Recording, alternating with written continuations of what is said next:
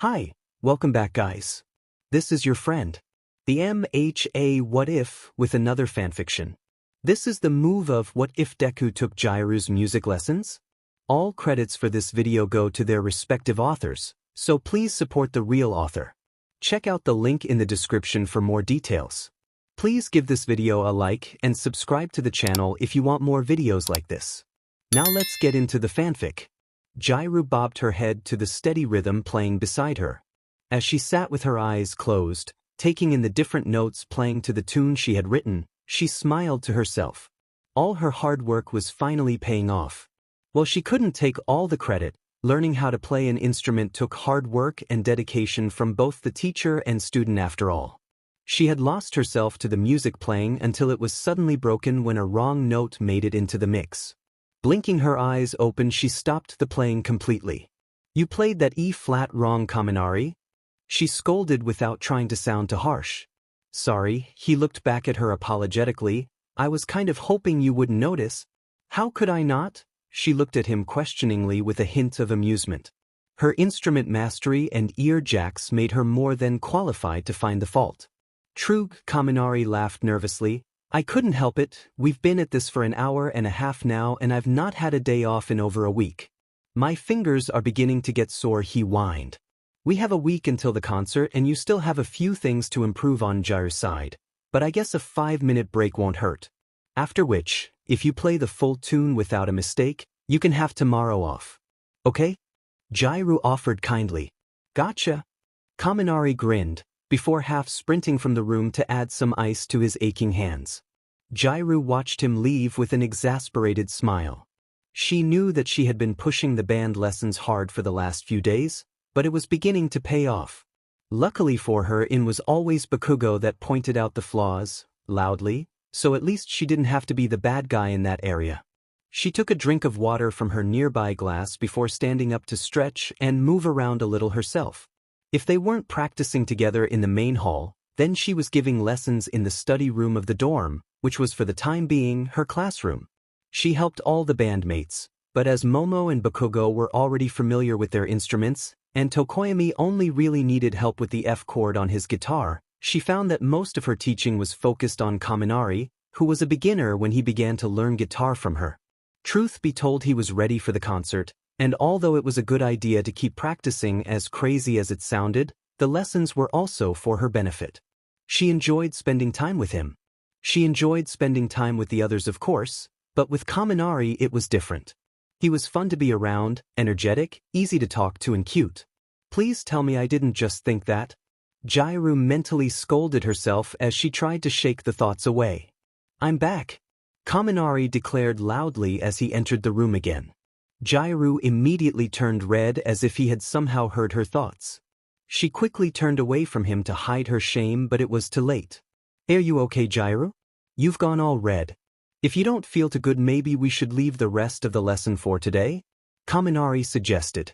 "No, I'm good," Jirou half croaked, half shouted as she turned back to a concerned-looking Kaminari. She cleared her throat and took a deep breath. "I just choked on a bit of water, that's all." Trying to hide her discomfort further, she shoved his guitar at him and forced him to sit. "Now let's go from the top," she finished. Lesson over, Kaminari breathed a sigh of relief as he stretched out his hands. "So I get tomorrow off, right?" he asked hopefully. "You didn't mess up and that was the deal," the Jirou half-heartedly agreed as she began to pack her things away. "Great." Kaminari grinned as he slouched back on his chair with his legs stretched out, staring at the ceiling. He had completely missed the disappointment in her voice. Jirou looked back at him with a sad smile. Once these lessons were over and the concert had been and gone, she wouldn't get this kind of quality time with him again, and her heart ached slightly at the thought. She kept assuring herself that she didn't have feelings for him, but was she kidding herself? Maybe she just enjoyed this new kind of friendship they had created, and she was afraid of losing it? Shaking her head again, she made for the door. Just as she was about to open it, Kaminari's voice stopped her in her tracks. "Hey, Jirou," he spoke quietly, still staring at the ceiling. "Yeah?" she asked, turning back to face him. "When the concert is over and school life goes back to normal, will you still give me lessons?" "Really?" she asked almost joyfully, her heart skipping a beat.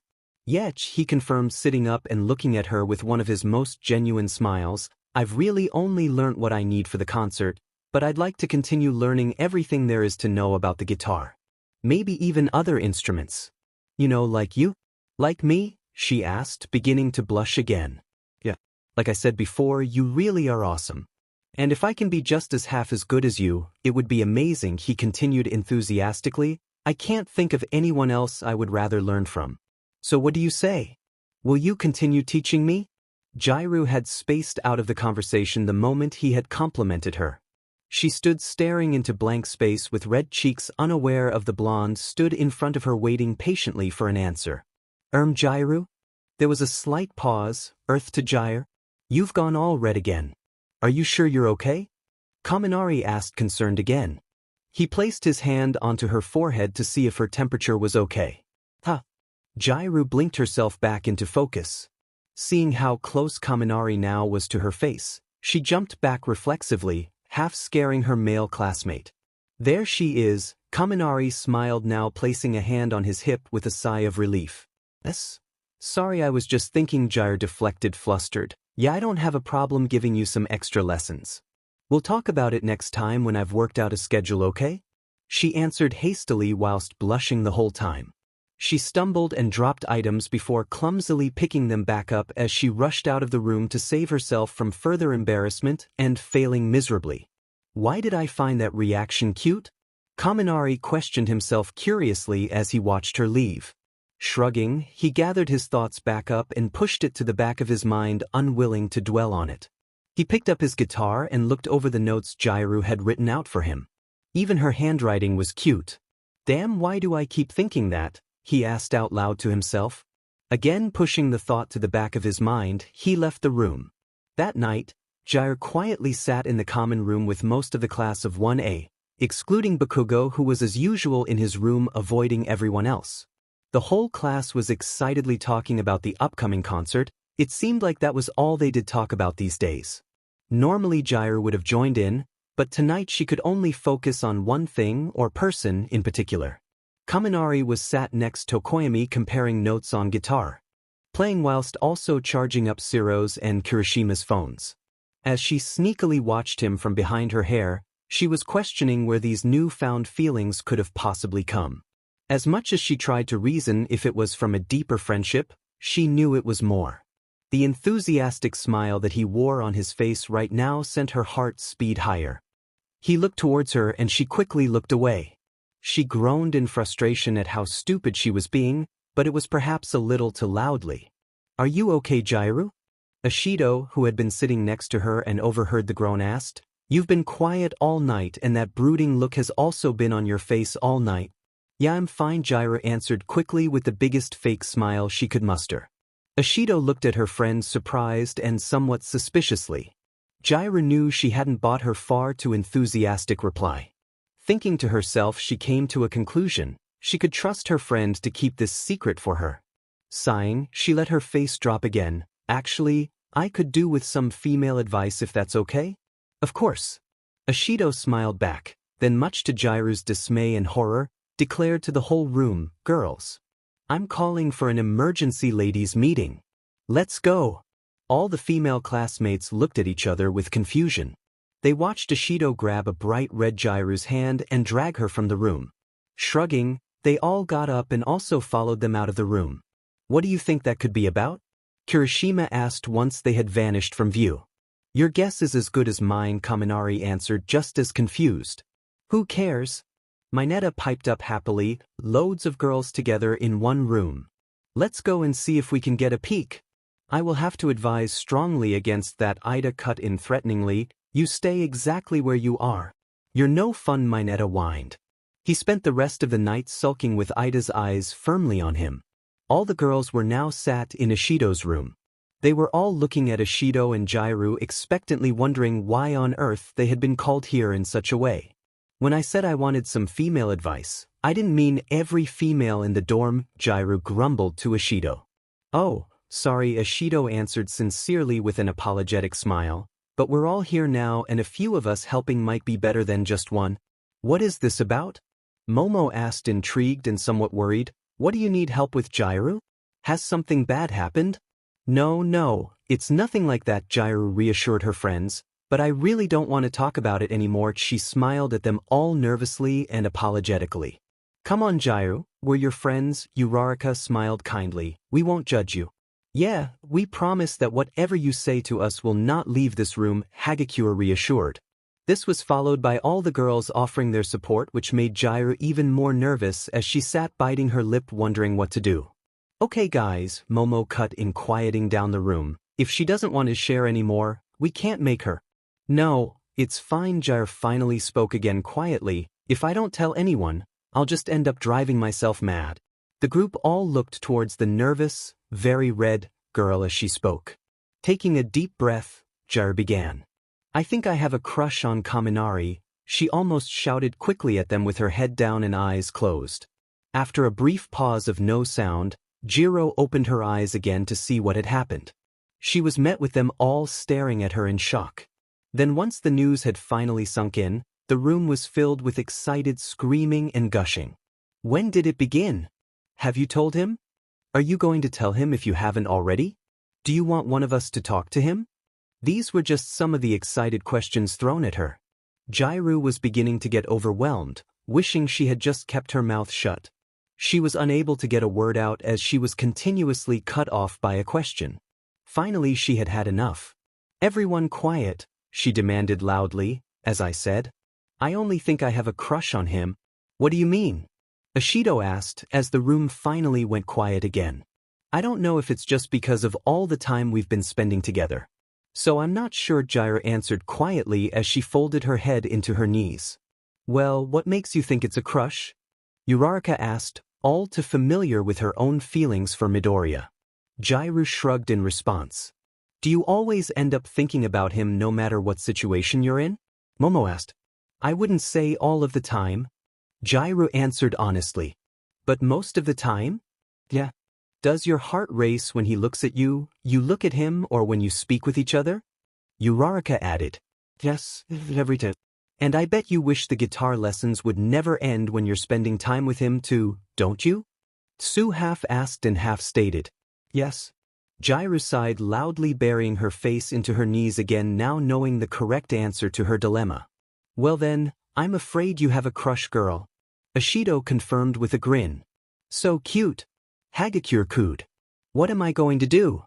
Jirou fretted as she flung herself back to lie on the bed. You should kiss him to see if he feels the same way, Hagakure stated dreamily. Although I agree you should see if he feels the same way, maybe just try talking to him instead of throwing yourself at him first, Sue suggested. Agreed.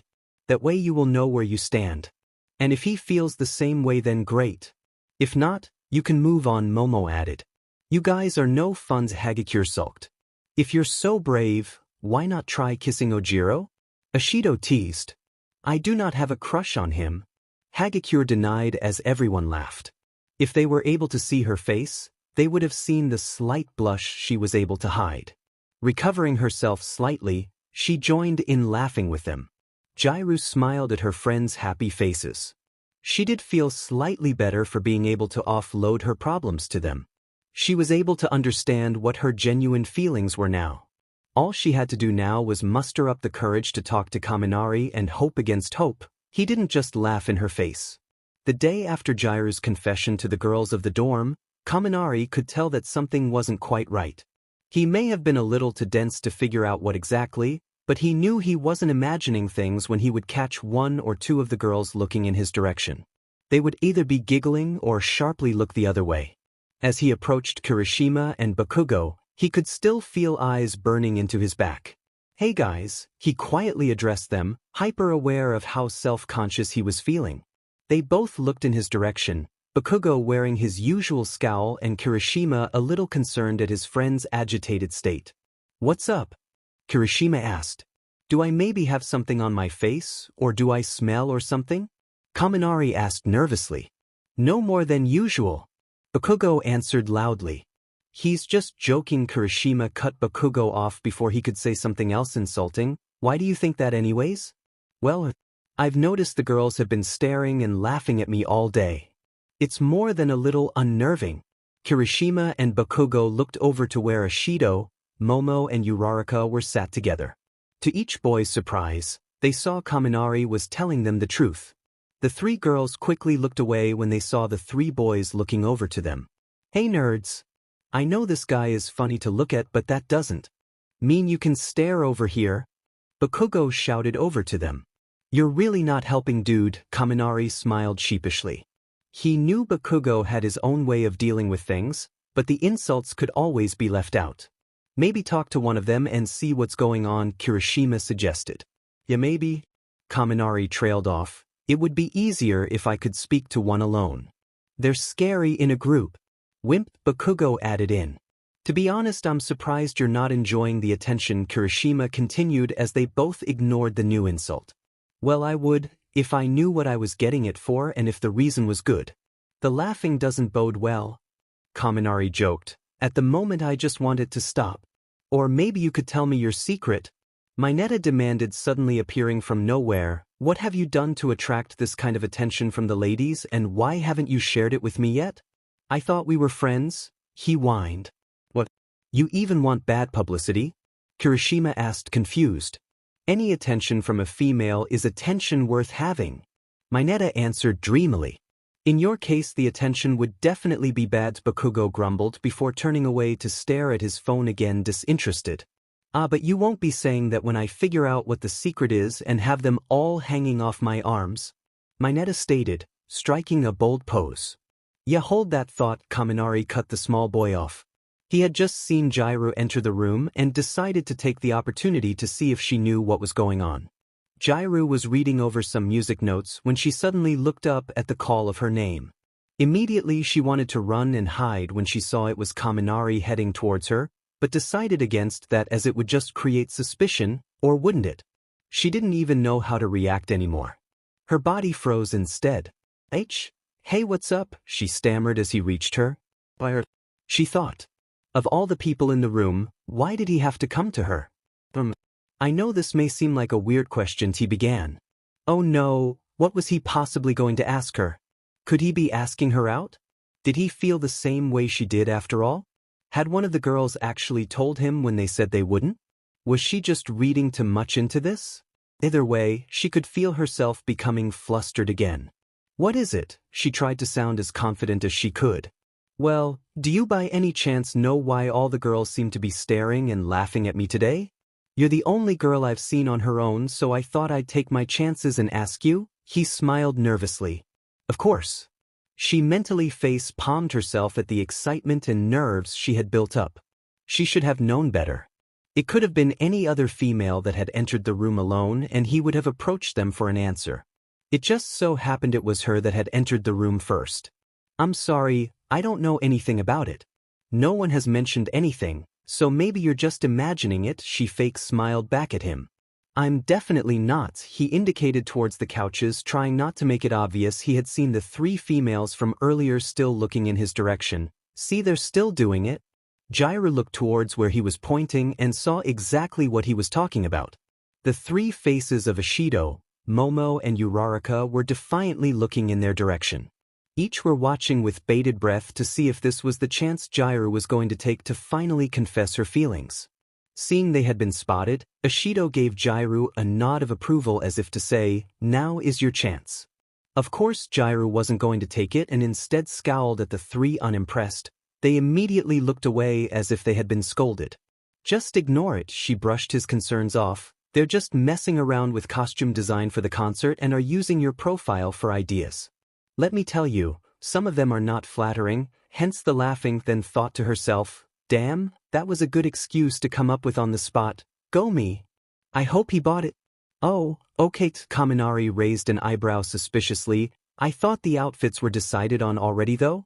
Damn, she mentally cursed but still wore a strained smile on her face, then added out loud, oh they are, but Ishido keeps wanting to tweak them a little, right? Kaminari trailed, still a little suspicious. Well, if that's it, then okay I guess. I was really worried there for a moment, he laughed. I really thought I'd done something wrong. Yes, he bought it, Jirou inwardly celebrated, then spoke out loud again, nope, nothing bad. I'll tell them to stop for you. Okay thanks, Kaminari grinned. Don't mention it.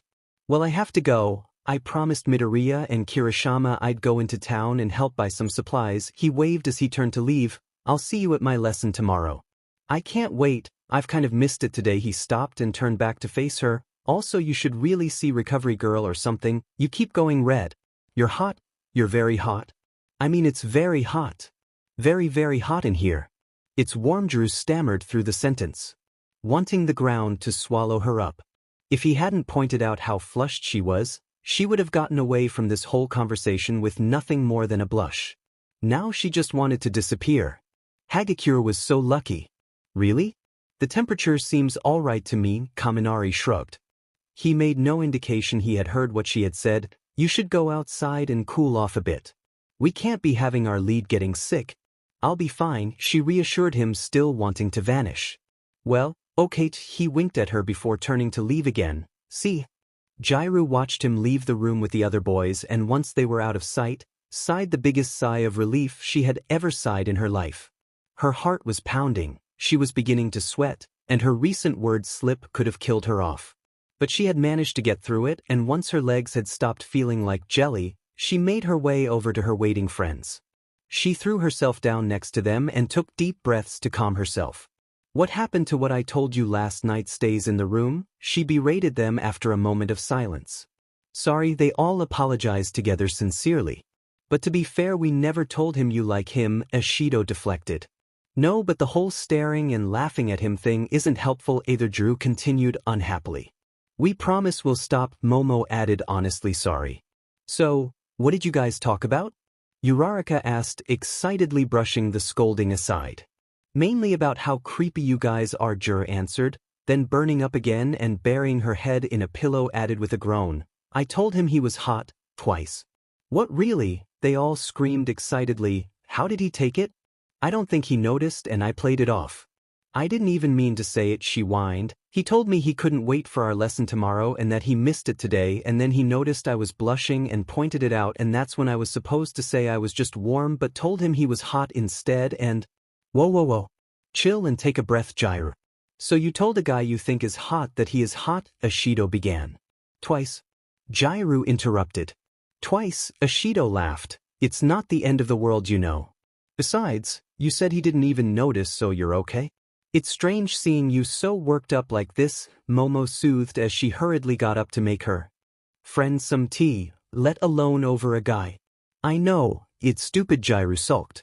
No, it's not, Ashido offered, giving her friend a reassuring hug. A crush can do crazy things to a normally level-headed person. You just need to talk to him like we discussed last night. You have the perfect opportunity tomorrow when you're alone with him, Momo suggested rationally from where she stood next to her kettle. And who knows, you could come out of that lesson as a couple, Uraraka cooed. She felt like a hypocrite. None of them knew about her feelings for Midoriya and that she would never have the guts to talk him. I wouldn't go that far. I doubt he feels the same way. But I guess it's the only choice I have, Jirou agreed sadly. She could already feel the nerves building up inside her. I really wish you hadn't made us promise not to speak to him, Ashido sighed. We could have found out his thoughts for you. This is something I have to do on my own, Jirou decided. I'm training to be a hero. Confessing my feelings should be nothing compared to that. Well, as long as you keep that kind of mind frame, you should be all right, Ashido encouraged. Stood outside the study room with her things, Jirou took a deep breath.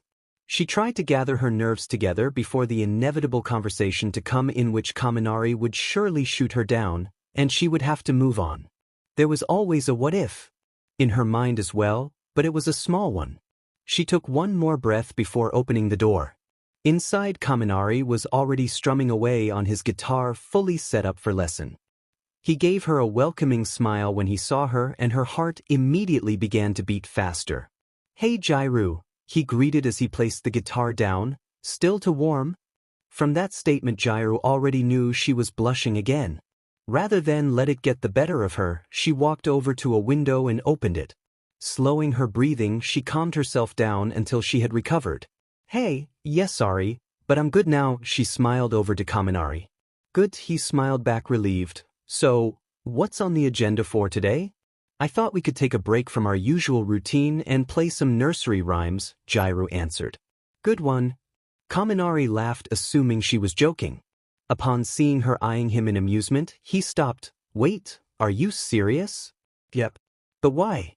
Less questions, more listening. Jirou cut him off, making a zip motion across her lips, then grinned. First we're going to learn to tune a guitar properly. Okay, but it's still in tune from when you did it before.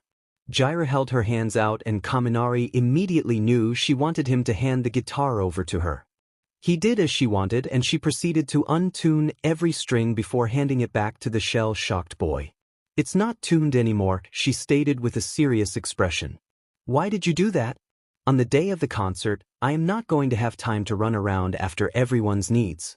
In the slight chance your guitar may have slipped out of tune, I won't be able to fix it for you. Oh, so if I learn how to do it today, I won't have to ask you on the day. Well done, you're not as dumb as you look, Jirou praised him. Thanks, he smiled happily before realizing she had also insulted him. Hey. Jirou laughed. Come on, let's get started. The lesson came to an end. It had been frustrating at first. Tuning a guitar was not as easy as it was made to look and took Kaminari more than a few attempts. However, once he had gotten the basics, he got there fairly quickly. After that, the lesson was full of laughter and jokes as Jirou had him playing every nursery rhyme she could think of. I can't believe you just made me play Twinkle Twinkle Little Star, Kaminari laughed. Somehow I don't think an electric guitar will work well in soothing anyone to sleep. Imagine playing Rock-a-Bye Baby to them, Jirou added with a laugh. They definitely wouldn't sleep that night. If ever, Kaminari laughed, then after taking a breath to recover continued. So why didn't we practice the concert tune? I just thought this lesson would be a bit of fun. It is our last lesson together before the concert. Every practice after today is going to be with the group. Oh yeah, I forgot about that. Kaminari was a little disheartened. Then shouldn't I have been using this time to make sure I'm ready? You're definitely ready, Jirou smiled encouragingly. If you weren't, I'd be making you practice until your fingers bled. I wouldn't put it past you. Hey! Jirou playfully nudged him. I'm not that bad.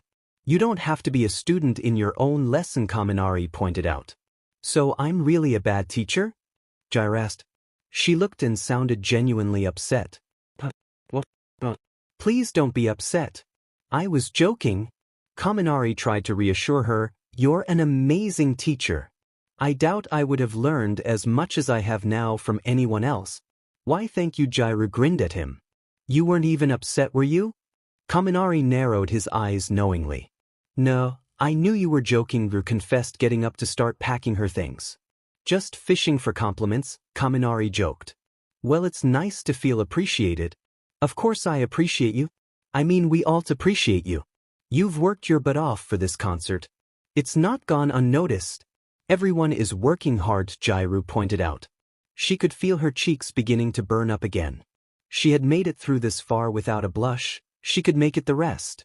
Turning away, she busied herself again to hide her face from him until she had calmed down again. She continued, I just wrote the music and helped the band. Yeah, but without your killer skills and the effort you've put in that's made you the person you are today, none of this would be happening now, Kaminari finished matter-of-factly before beginning to pack up his own things. Another pang shot through Jirou's heart and it began to beat faster than ever. It meant the world to her that he would really think that about her. She decided. It was now or never that she would have to talk to him. She needed to confess these feelings before she burst. Kate? Kaminari? She stuttered shyly. She fidgeted with her hands behind her back and looked at the floor. Yeah? He asked, turning to face her. I need to tell you something. What is it? He asked curiously, noticing her standoffish behavior. Do you? She continued to struggle in getting her words out. Spit it out, Jirou. Kaminari laughed a little. Do you maybe want to go and see a movie or something?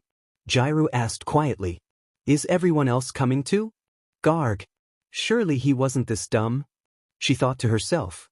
Out loud she tried to answer him, except this time she practically shouted with nerves, I meant just you and Suddenly the door burst open and Bakugo, Momo and Tokoyami walked in.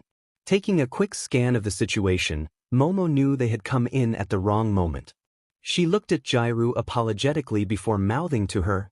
I couldn't stall Bakugo any longer. All three quickly sat down and looked towards Jirou expectantly. Jirou, on the other hand, could have kicked herself in the face. How had she forgotten that she had told them all to meet her here to discuss further practice times and locations? Just when she had gotten the courage to, not confess her crush to him, but ask Kaminari out to a movie. Even if he had taken it the wrong way, she was about to correct him. Are you going to start now? Bakugo grumpily asked with his impatience.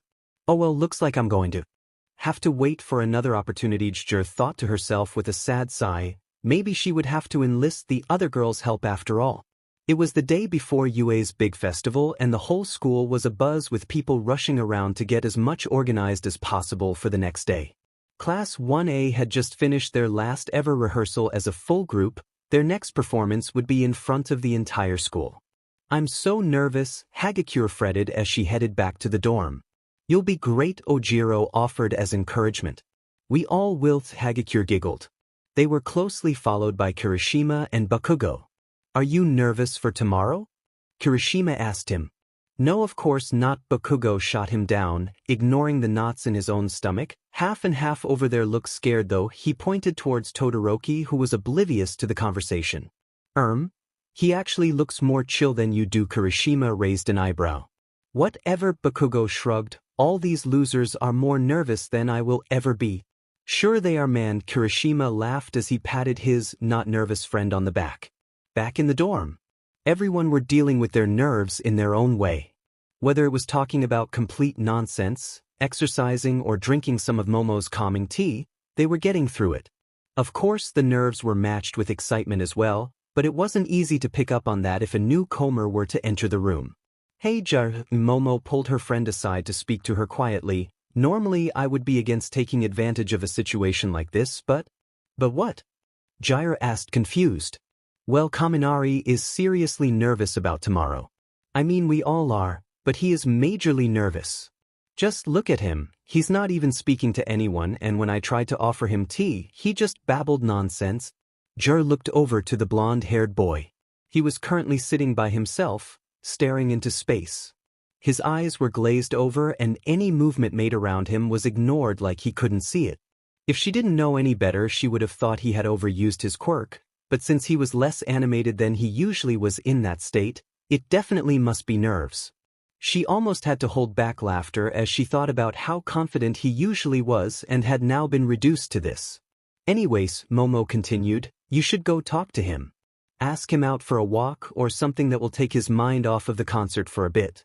And maybe tell him how you feel? Wouldn't that be bad timing? Jirou asked with a blush.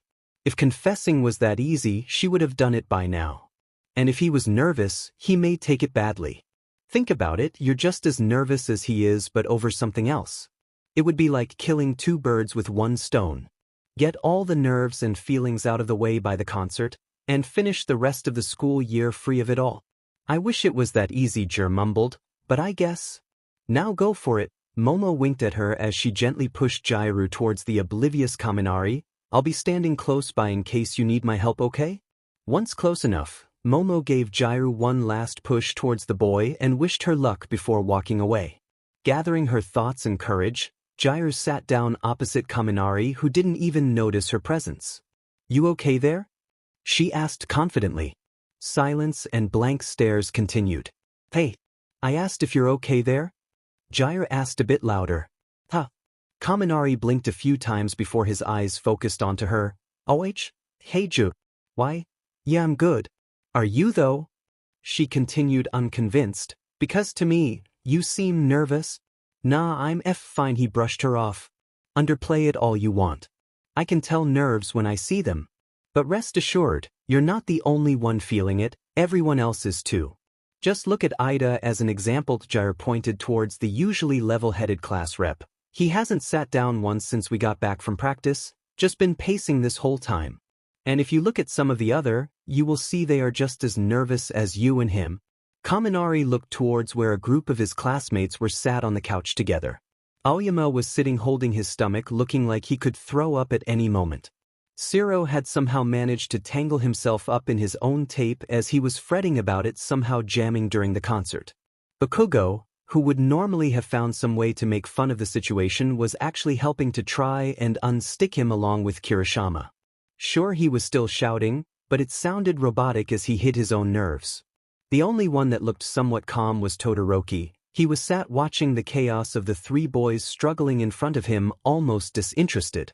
Seeker laughed. Everyone is feeling it. That's true, Kaminari sighed. He felt a little better but not enough for his voice to stop shaking. How do you stay so calm? Oh, I still get nervous. Why do you think I was reluctant to agree to this whole thing in the first place? Jirou confessed. If I knew this was how you felt, I wouldn't have pushed you to do it, Kaminari apologized. Don't be stupid. I'm glad you did. Jirou waved it off with a slight blush. Everyone is enjoying themselves. Even Bakugo. Take it from me, once you're on stage, you'll forget all about your nerve. That or Bakugo will kill me for messing up, Kaminari laughed. If not him, I might. Jirou winked at him. Well, that doesn't make me feel better at all. Jirou laughed again. The conversation was going easy and she had managed to get him talking without stammering his words. He was also smiling without even realizing it.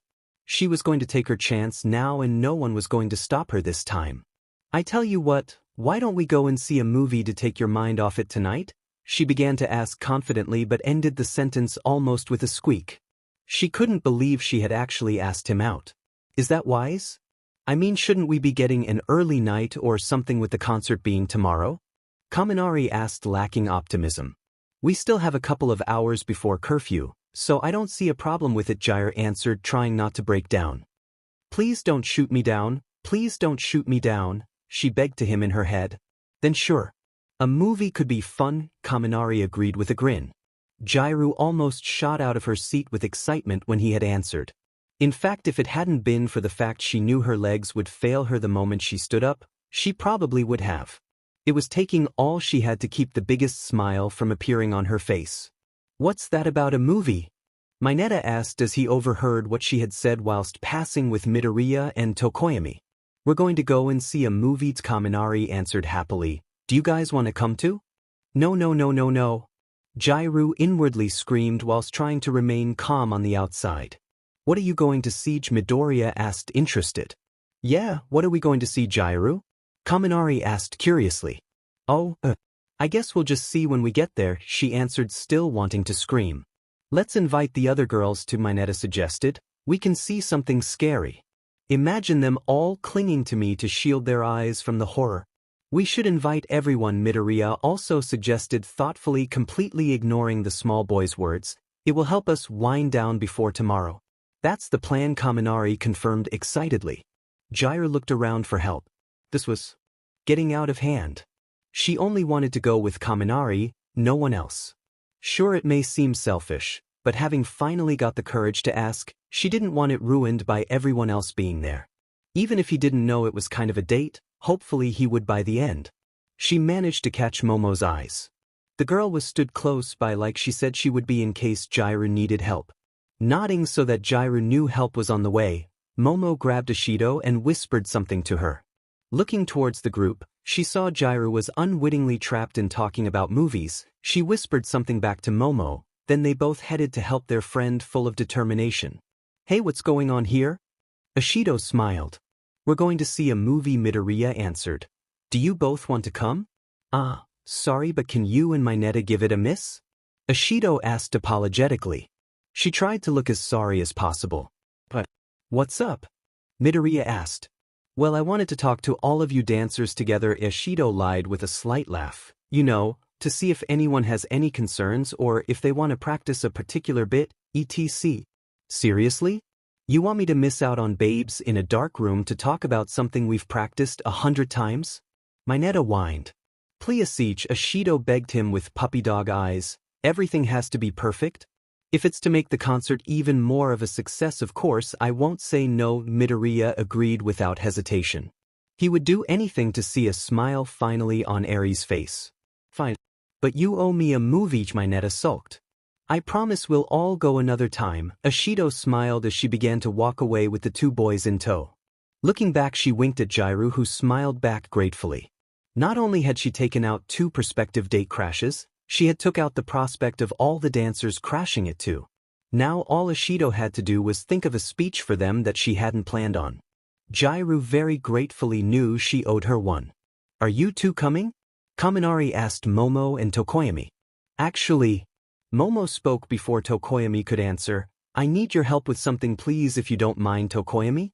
If I am of use to you, of course I'll help. But what is it for? Since everyone else is busy, I wanted you to help me sort out the outfits for tomorrow. Momo thought up a half-hearted excuse and hoped it was good enough. Do you want us to help too? Kaminari offered from where he sat. No, just the two of us should be fine. You two carry on with your plans. I saw how nervous you were, so you need a break. Momo gently but firmly declined. With that she quickly began to pull Tokoyami away before any more interruptions could happen. Once they were alone again, Kaminari turned to Jirou. Noticing he was looking at her, she smiled as reassurance before asking the dreaded question. So do you still want to go? She asked sheepishly, then waited to be let down. Yeah. But looks like it's just you and me. He smiled back at her. If that's okay with you? Jirou inwardly celebrated again. And before anyone else could interrupt she issued her orders. Of course it is. I'll just quickly go and get ready. I'll meet you outside in 5, okay? Okay, Kaminari agreed, a little taken aback by her enthusiasm. Walking outside, Jirou saw Kaminari stood not too far away waiting for her. He had his back to her with his hands in his pockets, looking like he'd been patiently waiting for a while. Taking a deep breath, she approached him. Ready? She asked him. She had a slight squeak in her voice again as she hit her nerves and hoping he wouldn't notice. Kaminari turned to face her with a smile. Have been for the past 10 minutes, he joked. What happened to 5? Sorry. I couldn't find my purse, she apologized as she reached his side and they began to walk. You've changed clothes as well, Kaminari noticed. Well, I didn't want to go to the movies wearing the same clothes I've been practicing in all day, she defended. Besides, you've changed too. In a shorter amount of time than you. Blame the purse. Nah, I'm blaming you. Fine, next time I won't make an effort, Jirou huffed. You don't need to make an effort, Kaminari answered absent-minded. Jirou was more than a little upset at the words. He obviously didn't want her to make any effort at all for him, so that must mean he wasn't into her after all. It stung as her heart panged with rejection, but she knew it was always a possibility. Looks like she'd just have to settle for being friends. You're fine just the way you are, Kaminari continued. What? Jirou asked. Had she heard that right? Had she jumped to conclusions too quickly? Her heart began to pound with anticipation this time, and a small blush appeared on her cheeks. She looked down at the ground to hide it. It's true. You really don't need to make an effort. I know it probably sounds weird coming from me, but you're just naturally pretty. Kaminari laughed a little embarrassed. Then realizing what he was saying quickly followed it with, anyways, that's what I think, so let's change the subject before you think I'm hitting on you. Kaminari instantly changed the topic after that to save himself and Jirou from further embarrassment. He instead began to talk about what movies were showing and what one they should see. Unbeknownst to him, Jirou never heard a word he was saying. She spent the rest of the walk on cloud 9. She threw in quick words here and there hoping she matched what he was talking about, but really she was thinking about how he had called her pretty. Okay, he had quickly freaked out after and probably meant it in a friendly way, but it had happened and she'd take it. Arriving at the movie theater, they both stood looking at the titles and times presented to them. Okay, there's 2 movies we could see that would finish in time for us to get back before curfew. Kaminari spoke. There's a comedy and a horror. Personally, I'd want to see the comedy. What really? A horror would be so much better, Jirou argued. Just look at the title and poster alone. Chainsaw slasher. It will be real edge-of-the-seat stuff. I thought this was supposed to make me less nervous?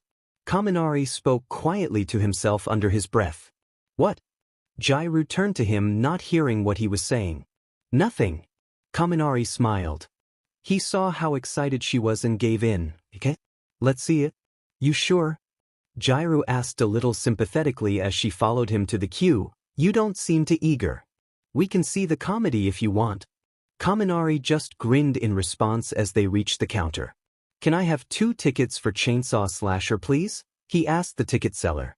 What are you doing? Jirou asked, astounded. I could have gotten my own ticket. I know, he grinned at her as he handed the money over for the tickets, then handed Jirou her ticket. But think of this as a thank you for putting up with my dumb arse during our guitar lessons and agreeing to give me more. Thank you, she blushed as she accepted it. But I'm paying for the popcorn and drinks. Fine, fine, Kaminari laughed as she pushed him out of the way so he couldn't stop her. Standing triumphantly in front of him about to place her order, she suddenly realized she had no idea what he wanted, or even liked. She turned to face him and saw him stood, arms crossed with a smirk on his face. She knew he was waiting for her to ask him after the show she had just made to be here. Not to give him the satisfaction, she guessed instead. They finally found their seats and sat down as the movie was about to begin. Jirou was hyper-aware they were in the back row. Anyone that had ever been to see a movie knew what that normally meant, but it was the only seats they could get. The feeling was made worse as when people noticed a lone boy and girl sitting together in the back row they would snigger and wink knowingly at them. She slowly began to sink into her seat to escape their gazes, but when she looked over at Kaminari and saw he was paying them no attention at all, she felt a little more at ease. "How did you know I liked sweet and salted popcorn?" he asked as he shoved more into his mouth. "I'm just that good," Jirou joked, "but honestly I just guess. Risky mixing both. But good guess," Kaminari smiled. "Good call on the Pepsi too. Though I prefer font. I did the best I could so I wouldn't have to listen to your smugness." Jirou playfully nipped his arm in response. "Oh, I was kidding," he laughed. "What flavored popcorn did you get?" "Just sweet," she answered just as the lights went off and the movie began. The movie was amazing in Jirou's eyes. It had everything she liked in a horror movie in it. Blood, gore, jump scares, the real edge of the seat stuff she was wanting. Little did she know, the boy sitting next to her was not enjoying it at all.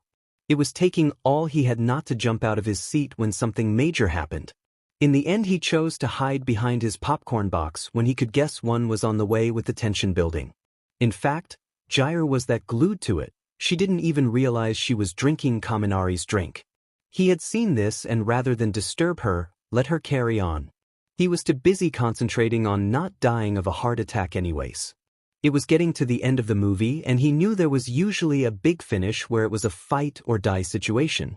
Rather than put himself through the horror, he shoved his jacket over his head and proceeded to happily eat his popcorn under it.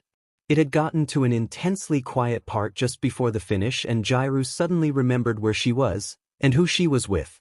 She looked over to where Kaminari should have been sitting and instead saw a homemade jacket tent. Coming up with an idea, she smiled mischievously to herself. Slowly she moved so not to alert him and gently grabbed the edge of the jacket, making sure she timed it just right. She waited. She waited for when the tension on screen was broken by the screams of the actress and roar of the chainsaw before yanking the jacket off Kaminari's head and yelling "boo" into his ear. His popcorn went everywhere and he screamed louder than any of the actors on screen.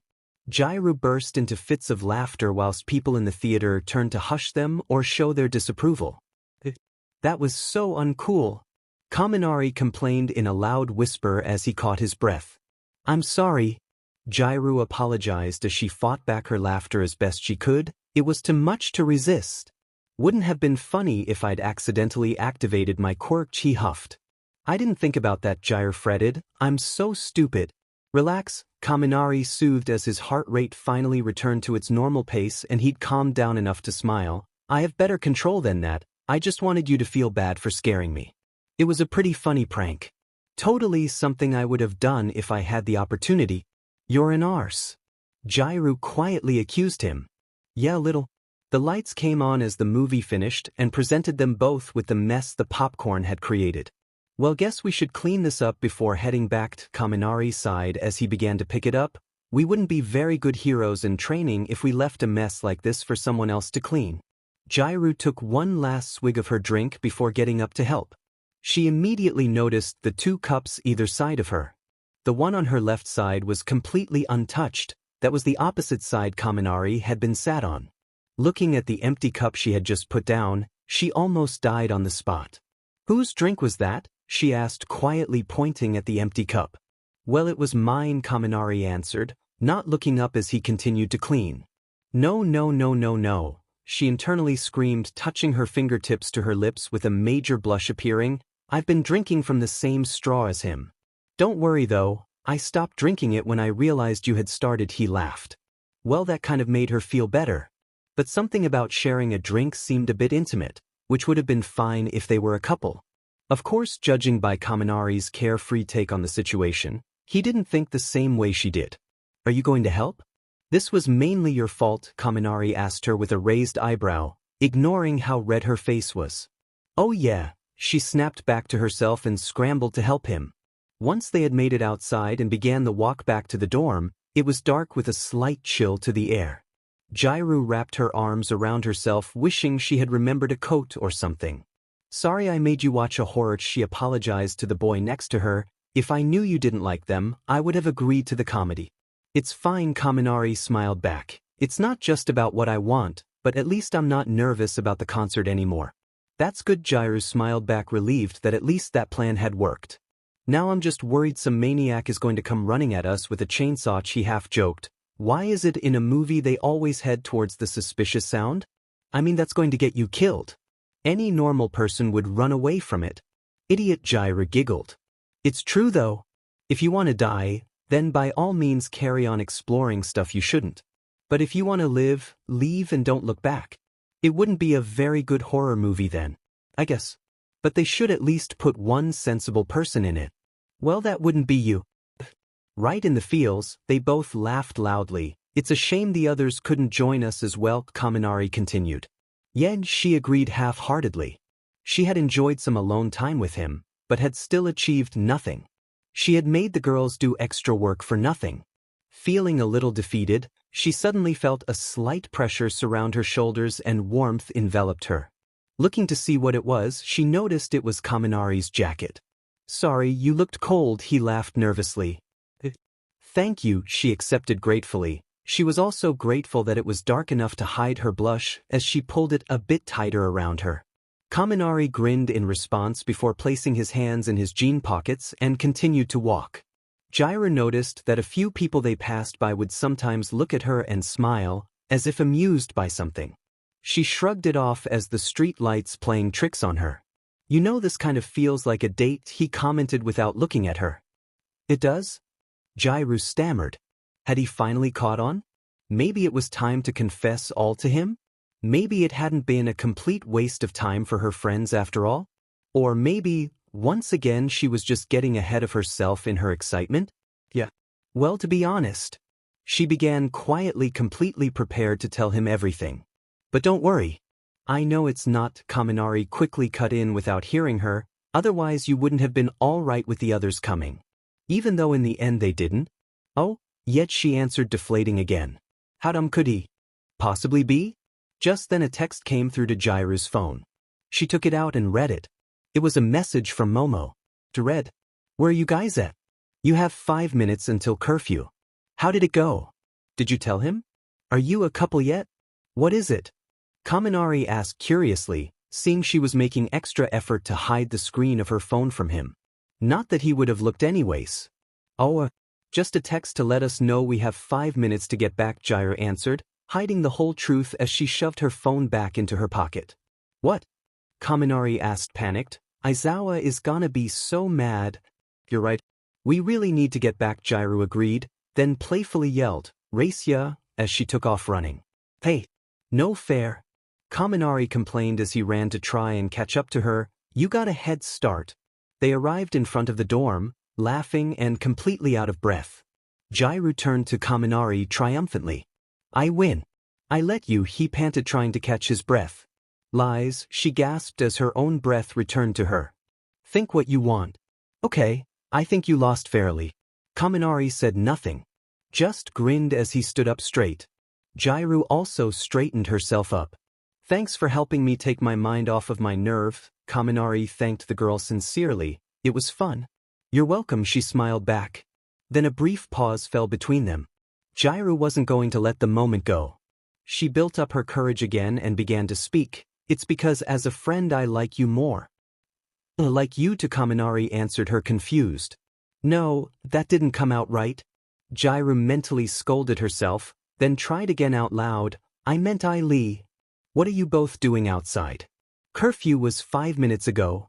A gruff voice came out of the shadows, causing Kaminari to jump to Jirou's side with fright.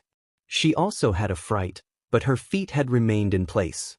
Eventually Aizawa appeared before them looking slightly displeased in his joggers and black t-shirt. You shouldn't sneak up on people like that, Kaminari breathed a sigh of relief. And you shouldn't be out here this late. Now both of you inside, Aizawa demanded. Sorry, they both apologized as they entered the building before he did. Jirou noted the strange look the teacher had given her when she had apologized. I guess I'll see you for the big day tomorrow, Kaminari offered as they were about to part ways to their rooms. Jirou smiled back. Oh, by the way, you spent the whole of the walk home with a few pieces of popcorn in your hair. What? She asked, mortified as she felt around in her hair and found the said food. Consider it payback for the scare. He winked at her as he disappeared from her line of view, laughing. So that was the reason people had been staring at her and laughing. Even Aizawa had noticed. She could have killed Kaminari had he had still been with her. Instead she walked to her room and threw herself down on her bed. Another confession defeat, but a fun evening at least. Another text came through to her phone. Taking it out, she saw it was from Momo again. Heard you come back in. So are you going to tell me how it went? It read. I don't even know where to begin, Jirou typed back. ? Jirou sighed. She spent the next couple of hours filling her friends in on what had happened on her unknown date with Kaminari as the text had turned into a female group chat. Opening her eyes, Jirou stared at her bedroom's ceiling groggily. It was daylight outside, and as she stretched out on her bed, she noticed she was still dressed from the night before. She guessed she must have fallen asleep whilst talking in the group chat. Sitting up and stretching again, she saw Kaminari's jacket sprawled on her bed where she had been laid. Damn, I forgot to give it back to him, she spoke to herself as she picked it up. Wrapping it around her shoulders, she fell back onto the bed. I'll give it back to him later, she thought to herself as she began to remember the events of the night before. I can't believe I messed up so badly. I had the perfect opportunity, and I blew it, she groaned. A knock on her door brought her back to herself. Sitting up again, she called out to whoever it was. Yeah.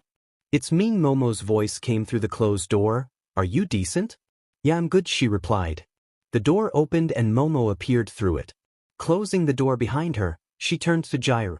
Have you just woken up? Sort of, Jirou confessed. The concert is in 2 hours. What? Jirou panicked as she checked the time on her phone. Oh no, I completely forgot to set an alarm. I need to shower and everything. She sprang to her feet to begin gathering her things.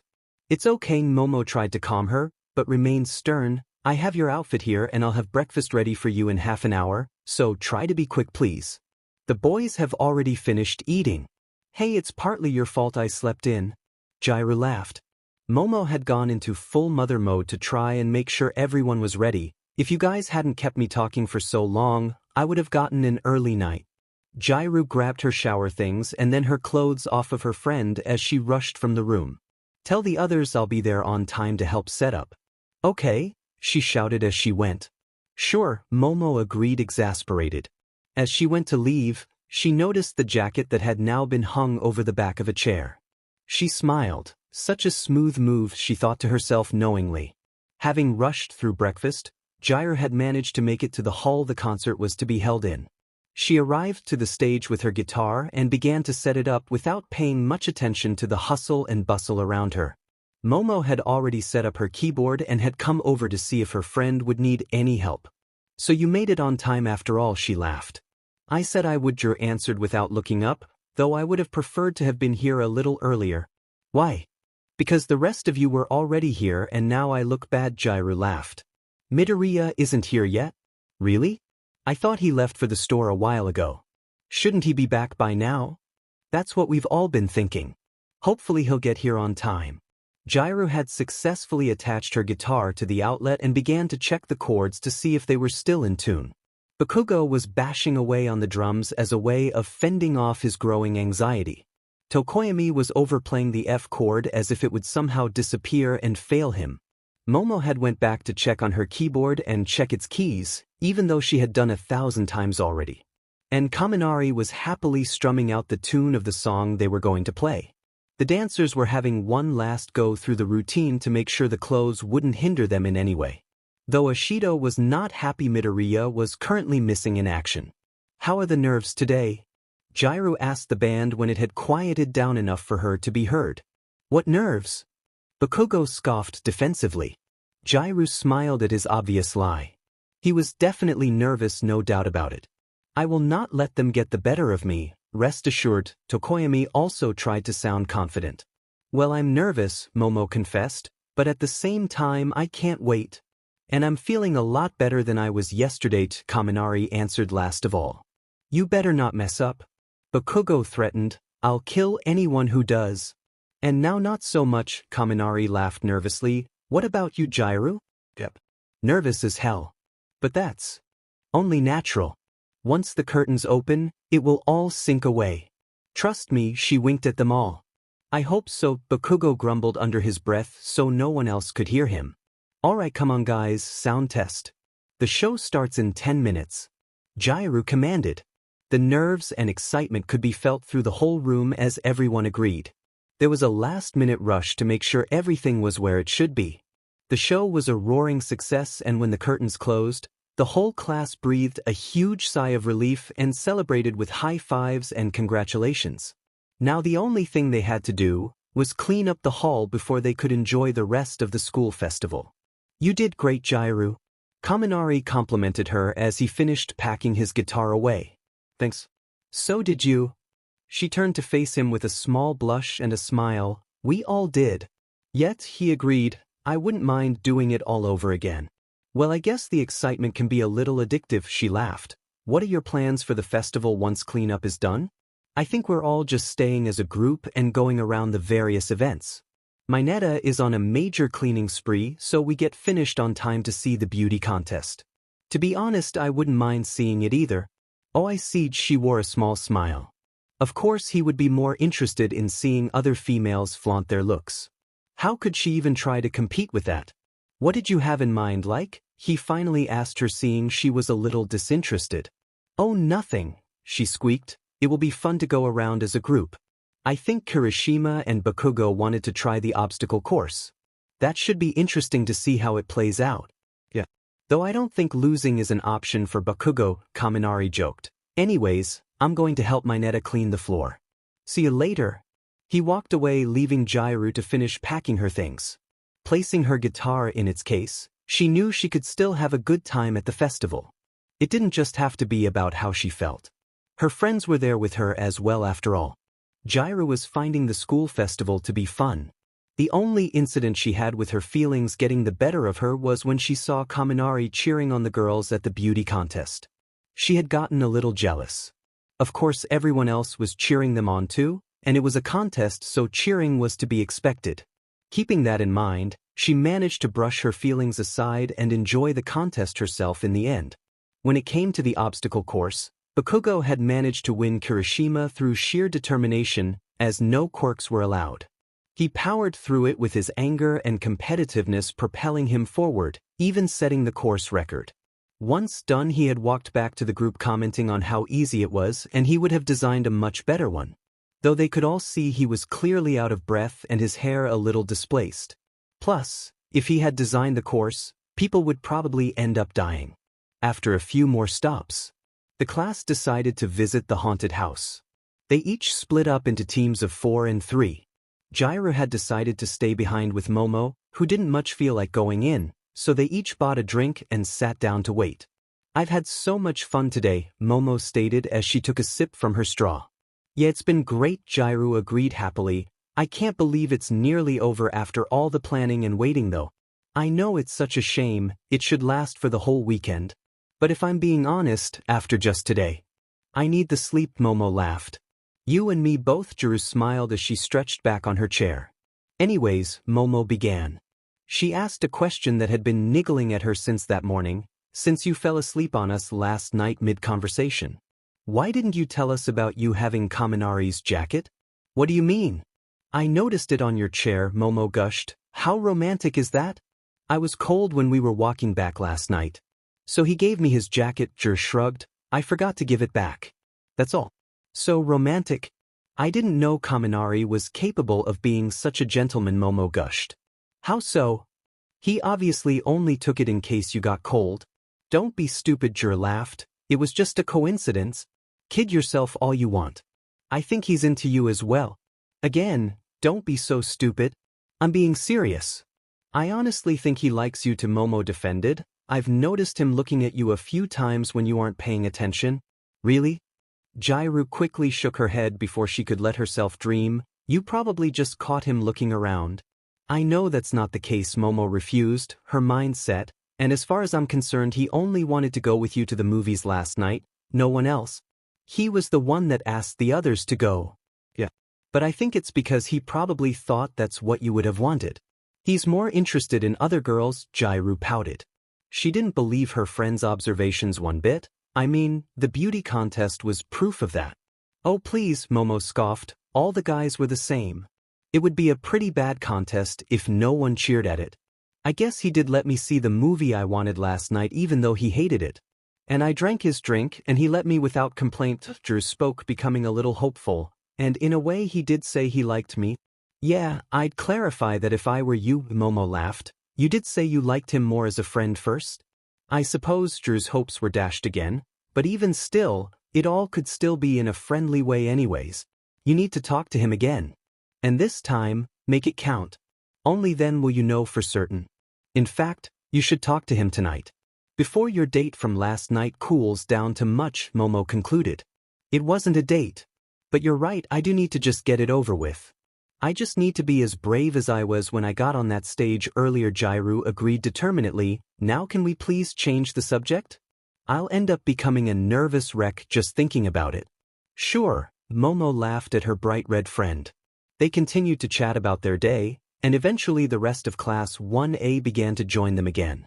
First came Bakugo, Kirishima, Todoroki, and Jirou. So how was it, guys? Momo asked. See for yourselves. You get a surprise picture at the end, Kirishima laughed as he handed it over to the two girls. Wow, Todoroki, did you actually get scared at all? Jirou asked as she looked at the picture. His face was as expressionless as usual in the shot. Honestly, I had a couple of frights, he answered flatly. Yeah, you can really see it? Momo raised an eyebrow, finding it a little hard to believe and amusing. As for Bakugo, I think he scared them instead, Kirishima laughed. What's that supposed to mean? Bakugo scowled. Nothing, man.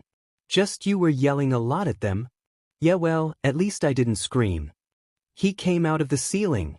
Kirishima defended himself. Jirou here screamed more. Don't bring me into your argument, Jirou laughed with embarrassment. Sue, Midoriya, Uraraka and Tokoyami had now joined them.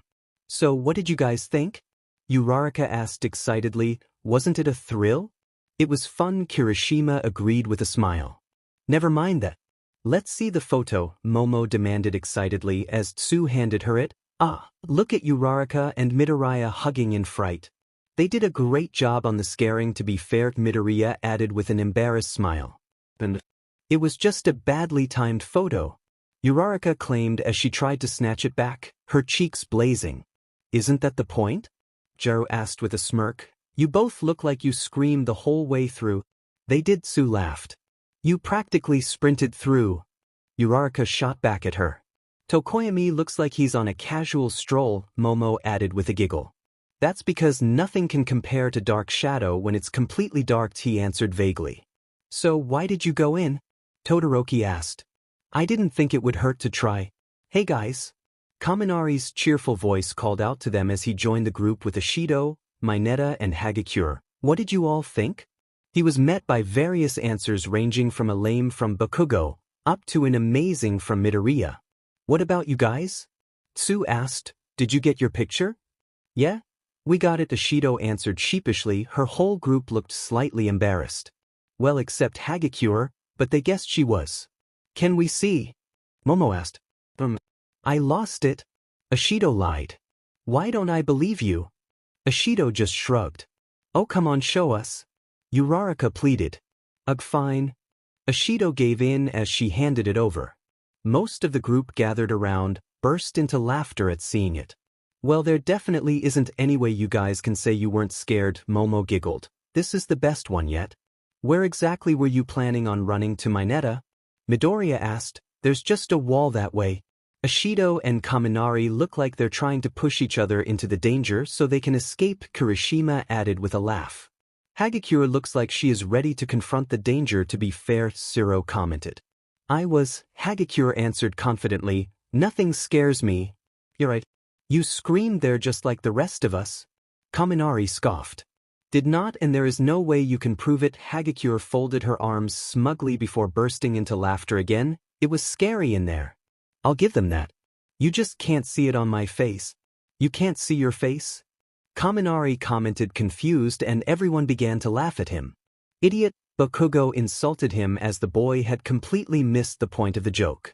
The group continued to poke fun at each other as the rest of the class began to join them.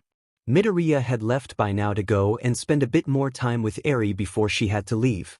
The rest of 1A decided to go and get some food.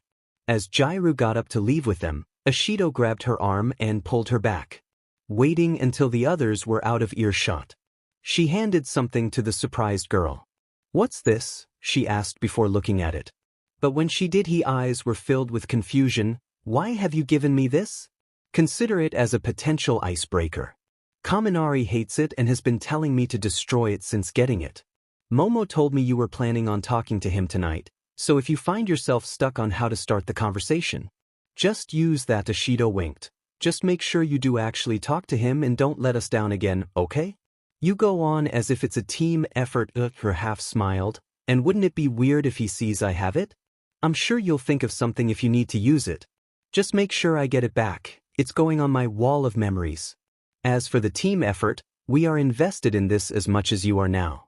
We all came to the conclusion the other day that if you don't speak to him and this whole scenario carries on, then we are sorry, but we will do it for you. What? You can't do that. Jirou panicked. You all promised. Ashido put her hands supportively on her friend's back and smiled kindly. Look, we're your friends and we care about you, she spoke softly, which is why we can't let you continue to torture yourself by not telling him. At least if we do it for you, it's out of the way and you will know where you both stand. So if you don't want us to tell him, you're going to have to do it. Tonight. Jirou's heart was pounding. She looked to where Kaminari was walking in front of her, laughing and joking with the others. He was completely oblivious to this whole mess, and part of her wished she was too. She had to be the one to tell him. It couldn't come from anyone else. She decided that on the spot. She had almost told him the night prior. She was sure she would be able to do it again. Okay, I'll do it, she spoke quietly. I'll tell him tonight. That's what I like to hear, Ashido grinned. It just so happens that Mr. Aizawa has agreed to let us have a small dorm party. Providing we don't get too loud. So tonight really is your best chance? Okay, Jirou swallowed her nerves. I can do this. She encouraged herself. Remember guys, we're only allowed this party if we keep the noise down enough. Ida warned loudly as Class 1A were starting to get too noisy as they blew off steam. Aizawa had kept to his word, and now the dorm party was in full swing as the class wind down after their busy day.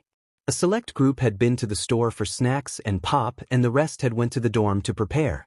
This is just what we needed to finish off the day, Kirishima praised as he grabbed a handful of crisps and shoved them into his mouth. Speak for yourself, Bakugo groaned. I'm going to bed. Tell these nerds to keep the noise down. Ah, come on, don't be like that. Let loose a little, stay and enjoy yourself. Kirishima requested loudly, placing his arm around Bakugo's shoulders. Fine. Just stop spitting crisps into my ear. Bakugo gave, but I'm not staying up much longer. Across the room Joe was sat with Momo, Ashido and Tsu as they happily chatted about what a success the concert was. It was a great distraction, but deep down Jirou knew the time was getting closer for when she would have to talk to the guy she had been crushing on for a while now.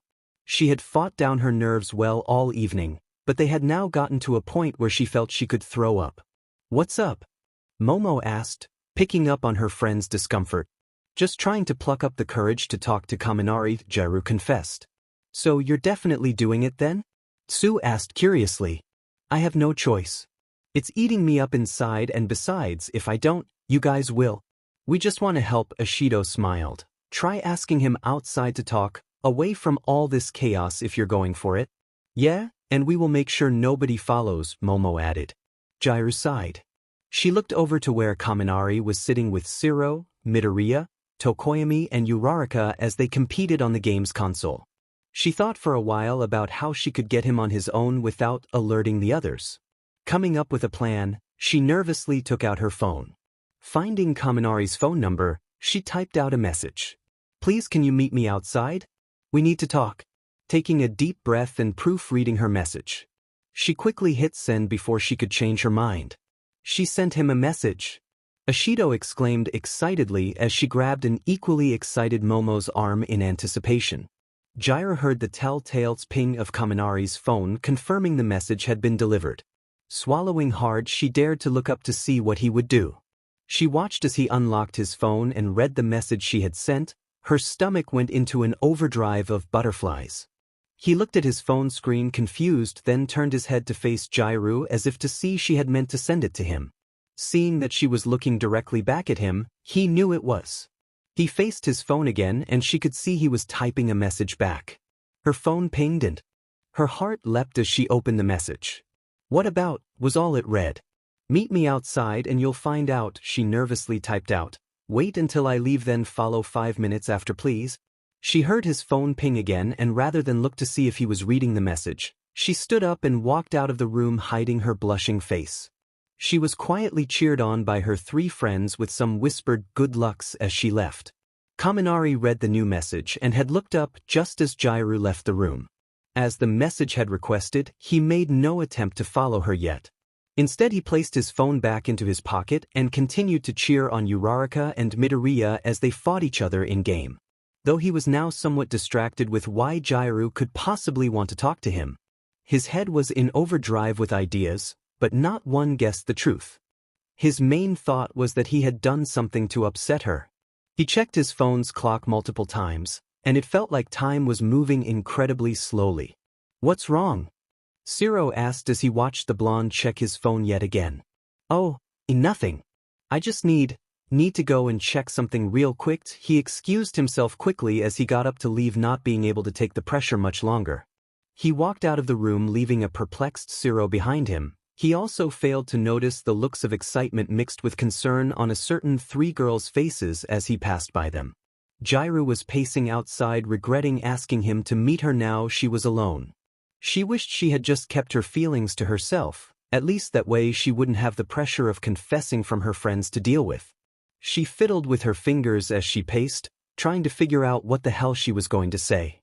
"Wait," she thought, alarmed, "what if he doesn't even bother following me?" She hoped that wasn't the case, or she was going to look majorly stupid. She didn't have to panic about that for long, though, as she heard the familiar click of dorm doors. Now she just had to panic about her original plans again.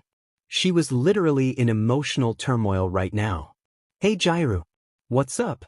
Kaminari's voice came from behind her, sounding somewhat concerned.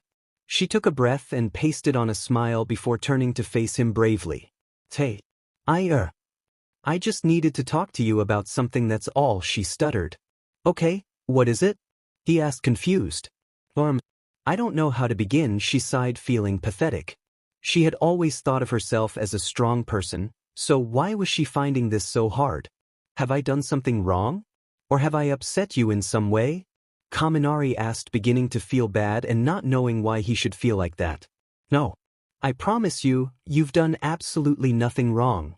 Jirou cut him off before he started to apologize for anything. "So what is it then?" he asked again, sighing a little in relief. Jirou began to fiddle with items in her pockets now as she thought about how to begin. It was then something fell out of her left pocket. Kaminari looked at it at the same time she did, and she froze on the spot as he picked it up. "Why do you have this?" he asked with visible confusion, and what she could only guess was a tinge of horror. The item in question was the picture from the haunted house of Kaminari and his group in the process of screaming. It was what Ashido had given her in case she had needed an icebreaker. She didn't have any plans to use it, as, like she had thought earlier, it would be weird her having it. Or she just wasn't as confident as Ashido was. To be honest, she had completely forgotten it was even there. But right now she needed an excuse for why she had it without seeming like a complete stalker, and she needed one fast.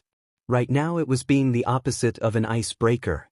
"Damn it, Jirou, think," she mentally scolded herself. "Too long of a pause will seem suspicious." She smiled at him as he eyed her with confusion. Though that probably came off as a little extra creepy to add on top of the situation for him. Finally she just started to talk and let her brain take over to see if the excuse would be good enough. Oh, I forgot to give it back to Ashido earlier after we were looking at it. My bad, she laughed nervously. Oh, I see. He looked at the picture a bit longer, giving nothing away as to whether he had bought her excuse or not. After what seemed like an eternity, he spoke again. I really don't like this picture, he laughed. My face is all distorted and I know I wasn't that scared. Jirou smiled back, grateful the subject of her strange photo hogging hadn't gone any further. Anyways, what did you want to talk to me about? Kaminari asked her again, making no attempt to give her the photo back. Can I have that back please? She asked. I need to give it back to Ashido. She wanted to keep it to put on her wall. Oh. I don't want this picture to see the light of day again, he grinned back mischievously. I think I'll just destroy it. No, you can't. She really wants it back, Jirou pleaded. She didn't want to be held responsible for losing her friend's things. If you can reach it, you can have it back, he suggested playfully as he lifted it above his head.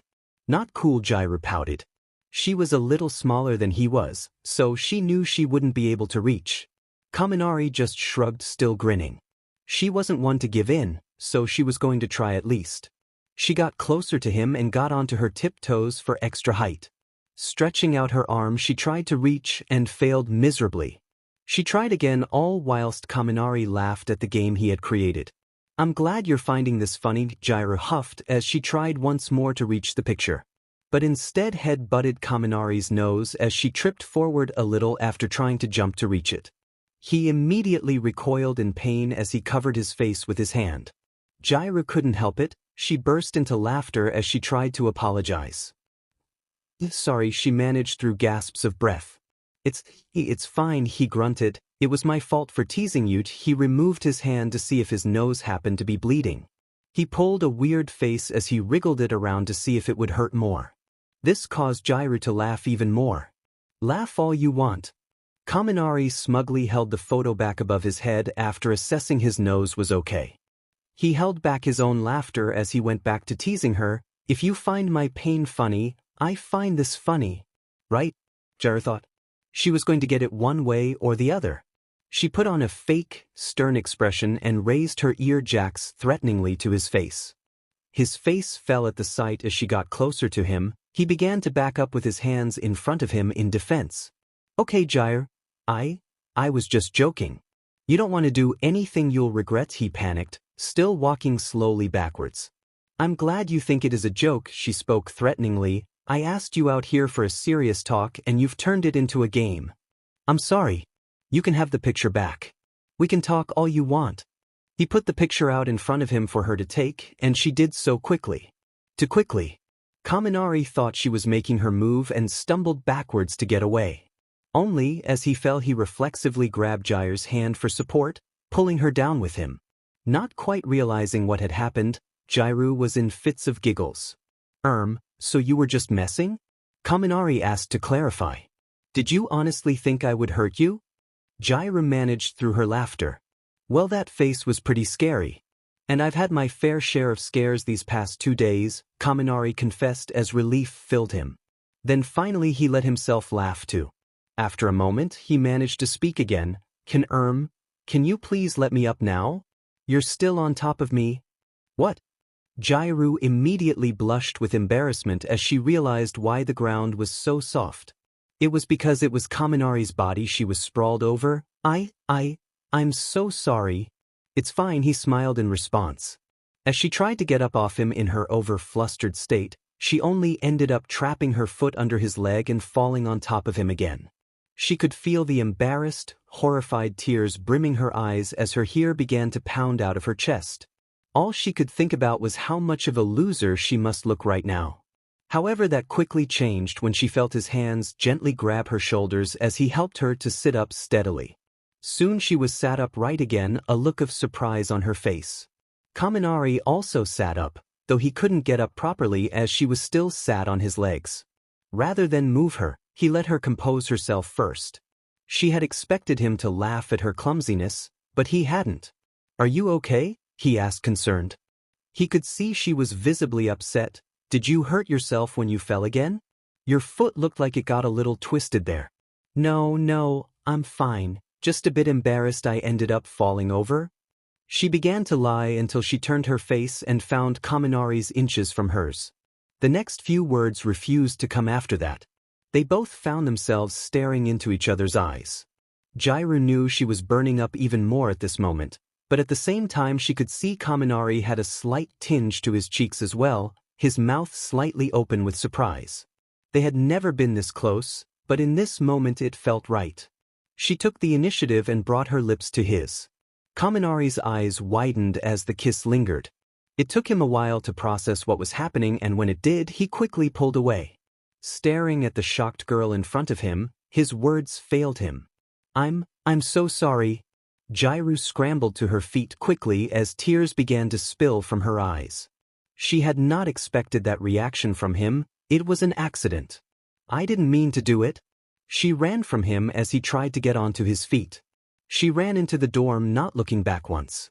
She hoped that no one would see her in the state she was in right now. She didn't want to have to answer any questions, she just wanted to be alone. Her attempts were unsuccessful, however, as when she quickly passed the living space, and excited Momo and Ishido were waiting for her. How did it go? Momo asked with anticipation. Jirou refused to look at her friend and instead carried on rushing to her room. Momo and Ishido looked at each other with concern. They had seen the tears rolling down the girl's cheeks.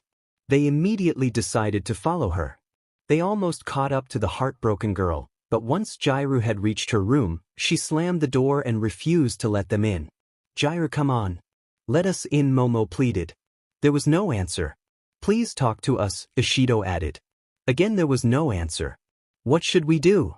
Momo asked Ishido quietly.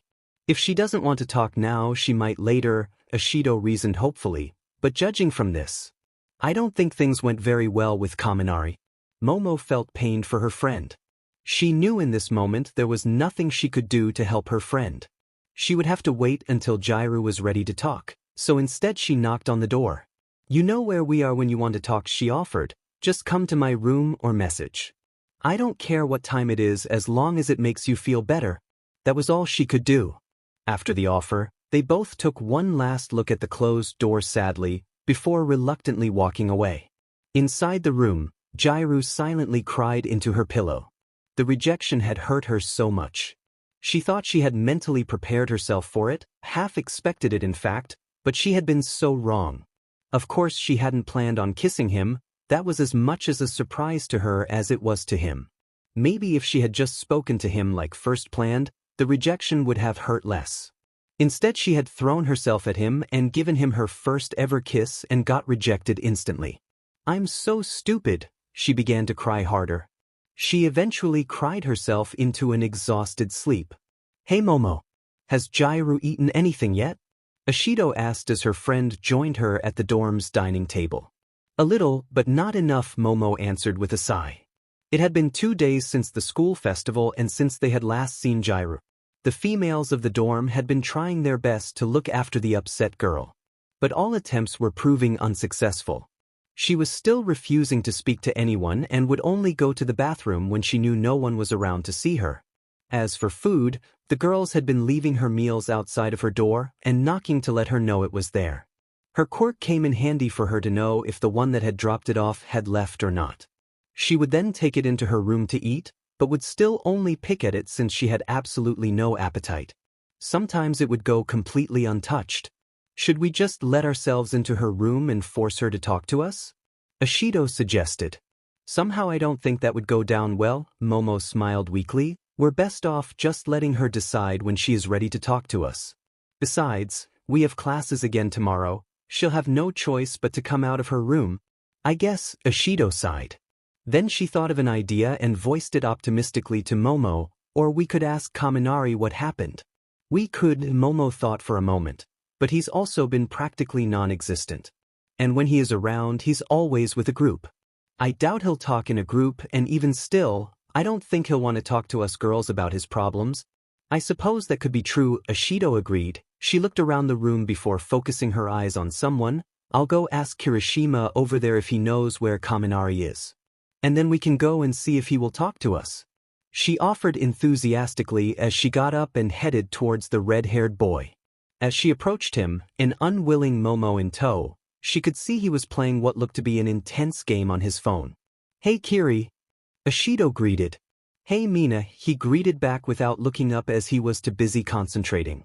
"I don't suppose you know where Kaminari is, do you?" she asked with a smile. Why?" He grunted in response, still trying to clear the level he was on. "We just need to ask him something," Momo eventually gave and joined in.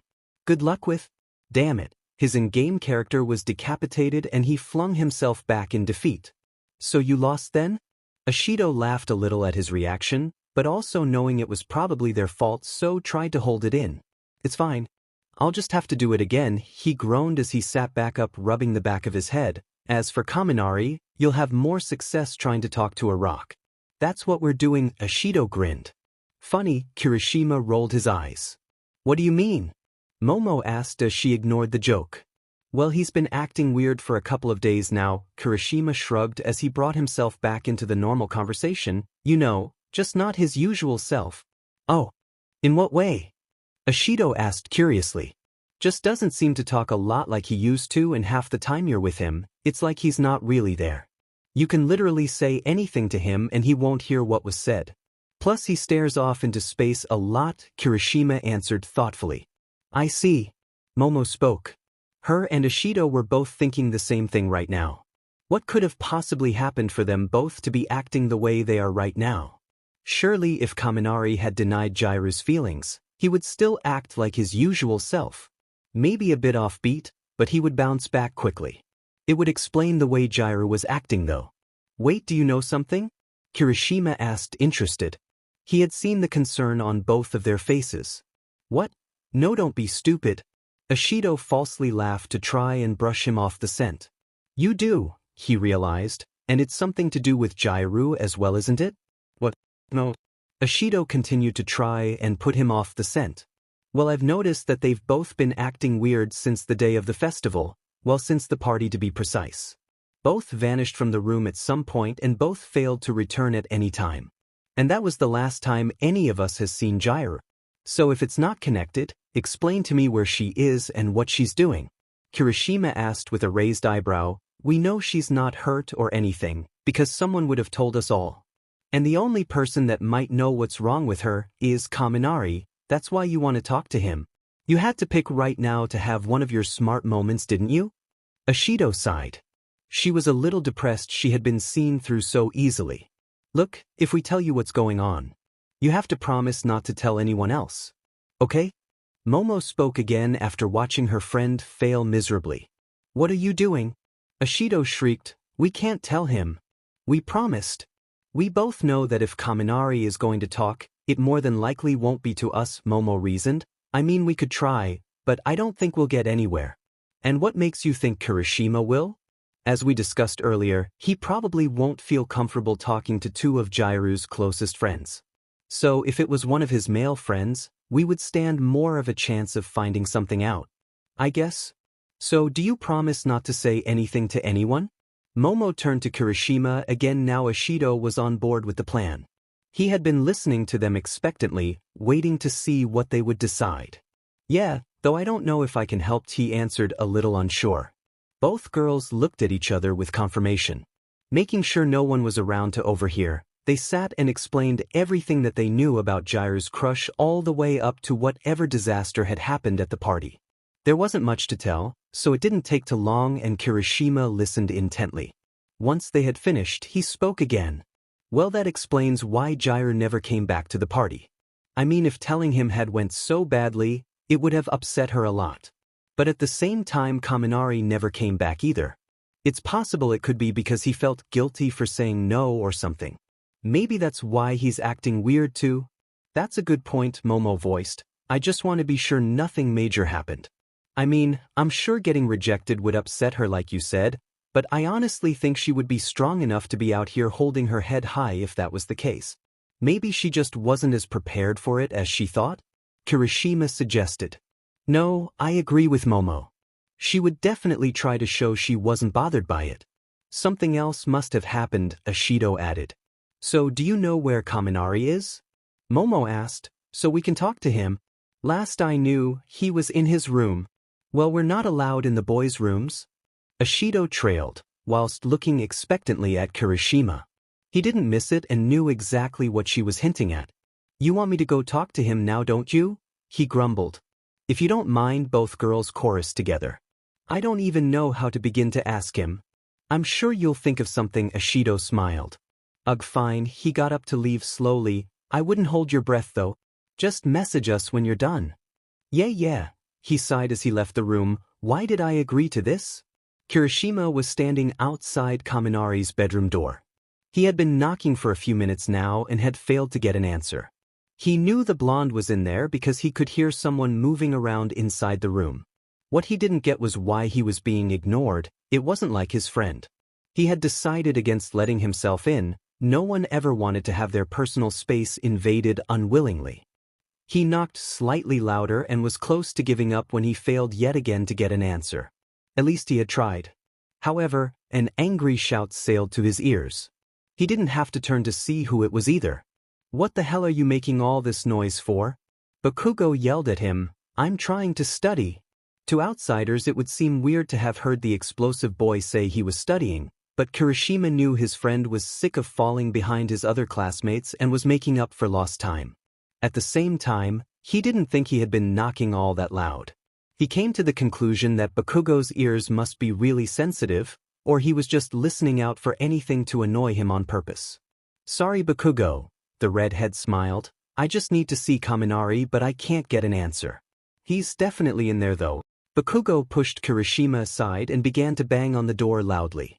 He was bashing it that hard, Kirishima was sure it would come off the hinges. Oi, idiot! Open up. Kirishima wants to see you, he shouted as he knocked even louder on the door. They both heard a thud from inside the room and the door clicked before quickly opening. Kaminari was stood there looking surprised and slightly scared. Geez man, I'm surprised the door never snapped in two, he yelped out once he saw who it was. Well, next time answer it when someone wants in. Bakugo shot at him. Now quiet down. He stormed back to his own room satisfied the noise of knocking would finally stop.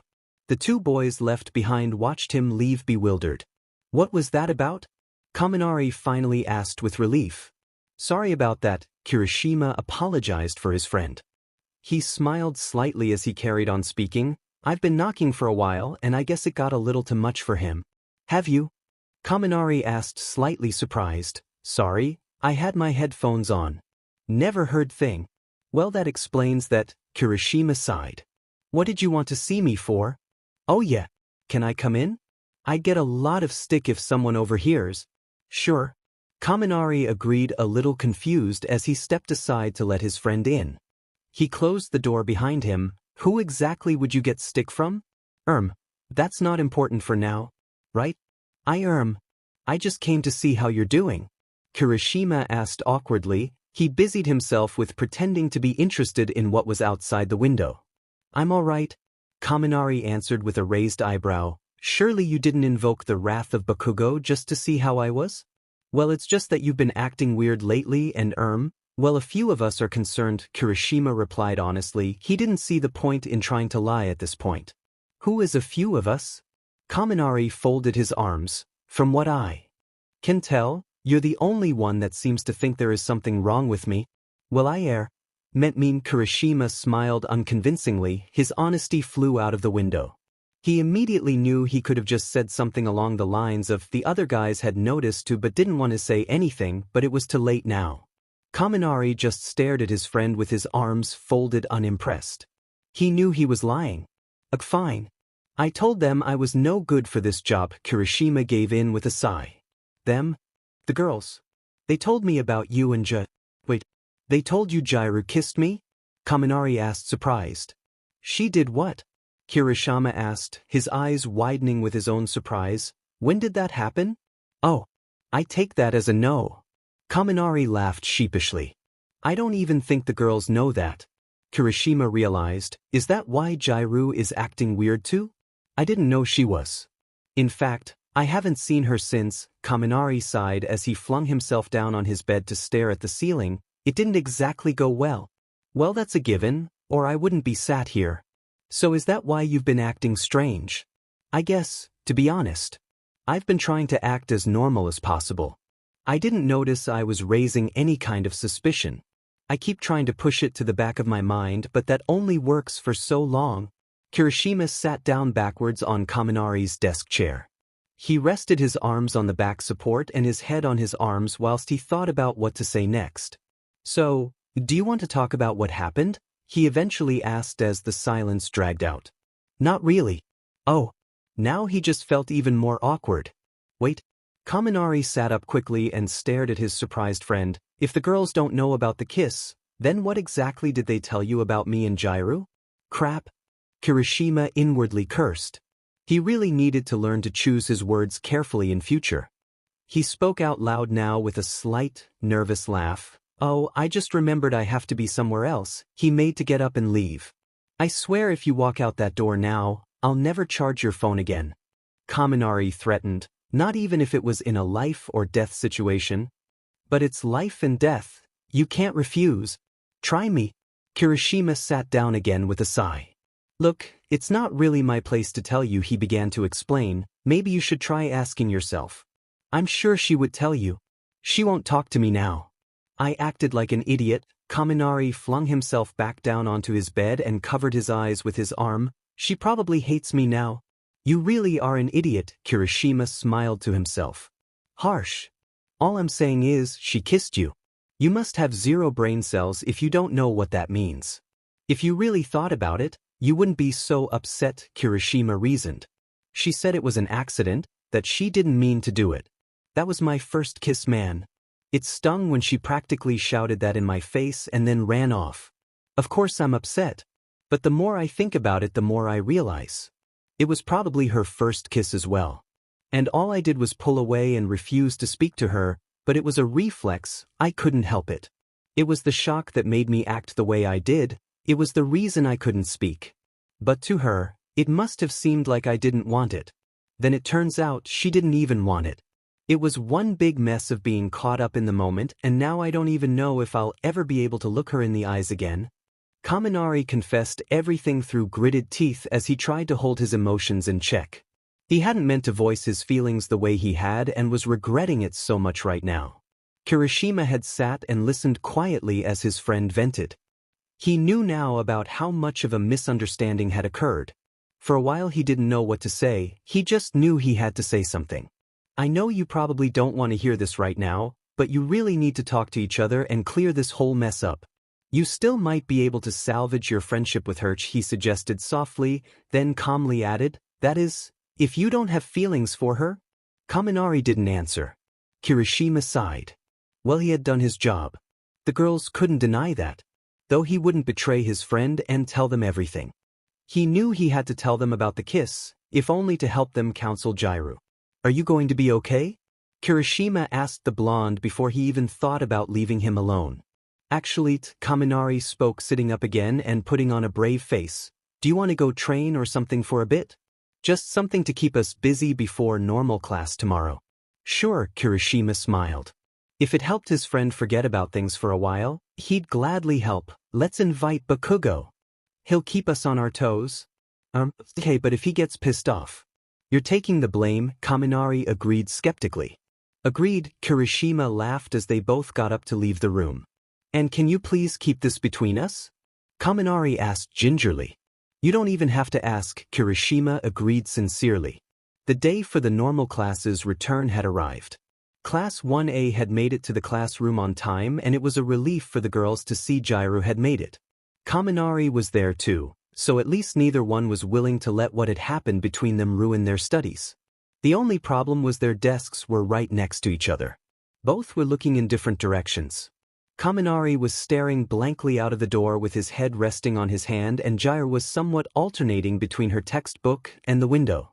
Even the classmates that were none the wiser to their situation could feel the tension between them. Once lunch break had arrived, Jirou quickly gathered her things and walked out of the room before anyone could stop or talk to her. In fact, she had actively been avoiding everyone all morning. It was only as she passed by Kaminari did he finally look up at her. She herself didn't notice, but Kirishima did. Of course he knew what had happened between them, so it was easy for him to pick up on the slight longing on Kaminari's face. Damn it, go after her and talk, he half grunted to himself as he willed his friend to do something. But Kaminari never. Instead he put his head back down and slowly began to gather his own things. Kirishima watched in dismay and was about to go and tell him to get his arse up and go talk to her, that is until a female voice stopped him in his tracks. Hey Kirishima. Did you find anything out? Ashido asked as he turned to find all the girls staring at him. Psst. He tried to hush them as he turned back to see if Kaminari had heard. Thankfully he was just leaving the room with Mineta, Siro and Ojiro. Sighing with relief, he turned back to the girls. You guys really need to work on your timing. Oh, so you did find something out? Momo asked, a little excited. They may finally be getting to the bottom of things. Yet Kirishima answered, though next time you can find a different spy. I don't feel good betraying friends. And we just want to fix things, Tsu added. I guess I can't argue with that. So what did you find out? Hagakure asked this time, and all the girls looked at him expectantly. All I'm going to tell you, because it's important, is that they kissed, Kirishima eventually revealed. They what? The girls all gasped together. So if that's the case, then what happened for them to be like they are now with each other? Uraraka asked, confused. A big misunderstanding, and that's all you're getting from me. Sorry, Kirishima refused. The rest you will have to find out for yourselves off, Jiro. Oh come on, Ashido begged. If you know, just tell us. I only know Kaminari's side of the story and I won't betray him like that, sorry. Fine, Ashido huffed. Looks like we're just going to have to force our company onto Jirou somehow. Thanks for finding out what you did for us, Momo thanked him gratefully. No problem. Now can I go get lunch? Hey, what are you watching on your phone? Uraraka asked Midoriya as she finally joined him at the lunch table. There's a news report on a recent nomu attack. Apparently it can burrow deep into the ground and create huge caverns for buildings and roads and such to fall into. It can even send shockwaves that can cause massive earthquakes in a specific area. There's just been an attack on the other side of the city. But as quickly as it showed up, it vanished before the pro-heroes could stop it, he explained to her. That's some pretty scary stuff, she shivered at the thought. By the looks of things, it was just a taster of what that nomu can do, Ida added thoughtfully. I expect something bigger is going to happen soon. Hopefully though with this attack, the pro-heroes are thinking the same way. That is, if previous nomu attacks are anything to go by. Well, Endeavor has already stated that they are expecting something bigger and they are doing everything in their power to minimize the effects it may cause, Midoriya confirmed. He's called for 24-hour patrols of the city, Todoroki added, in greater numbers than before. Is it really that bad? Uraraka asked. It's a nomu, they aren't the smartest. Hell, I could blow that thing to pieces, so it should be no problem for some pros when they catch it. Bakugo shouted loudly from where he was sat. Calm down, people are looking, Kirishima told him nervously. Let them. I'll blow them up too. Okay, just sit down. I wonder if this will affect us being allowed to leave the school grounds, Kaminari joined in quietly as he pushed his food around his plate with zero appetite. I'm sure the teachers will let us know in due time. But I doubt it, Ida answered logically. If it tunnels, it could quite as easily get us at this school if it wanted to. Again, scary, Uraraka shivered again. I'm sure it will be caught by the pros soon enough, Midoriya reassured her with a smile. Here's hoping, she smiled back. Across the hall, Jiro had quietly sat on her own out of sight of the others. However, she wasn't quite as sneaky as she first thought as Momo suddenly appeared beside her. Found you, the girl smiled as she sat down opposite from her. What do you want? Jirou asked quietly, refusing to look up. What do you think I want? We haven't seen you this whole weekend and you refuse to answer any calls or text, Momo answered. I want to know what's wrong with you. Nothing. I just want time to myself. That's all. I happen to know differently. So why ask? Just wanted to see if you would tell me first, Momo shrugged. What do you know? Jirou narrowed her eyes at her friend. Will you get mad if I told you? Depends what it is. Well, Momo began a little nervous. I may have done a little digging into what went down between you and Kaminari and well, we know about the kiss.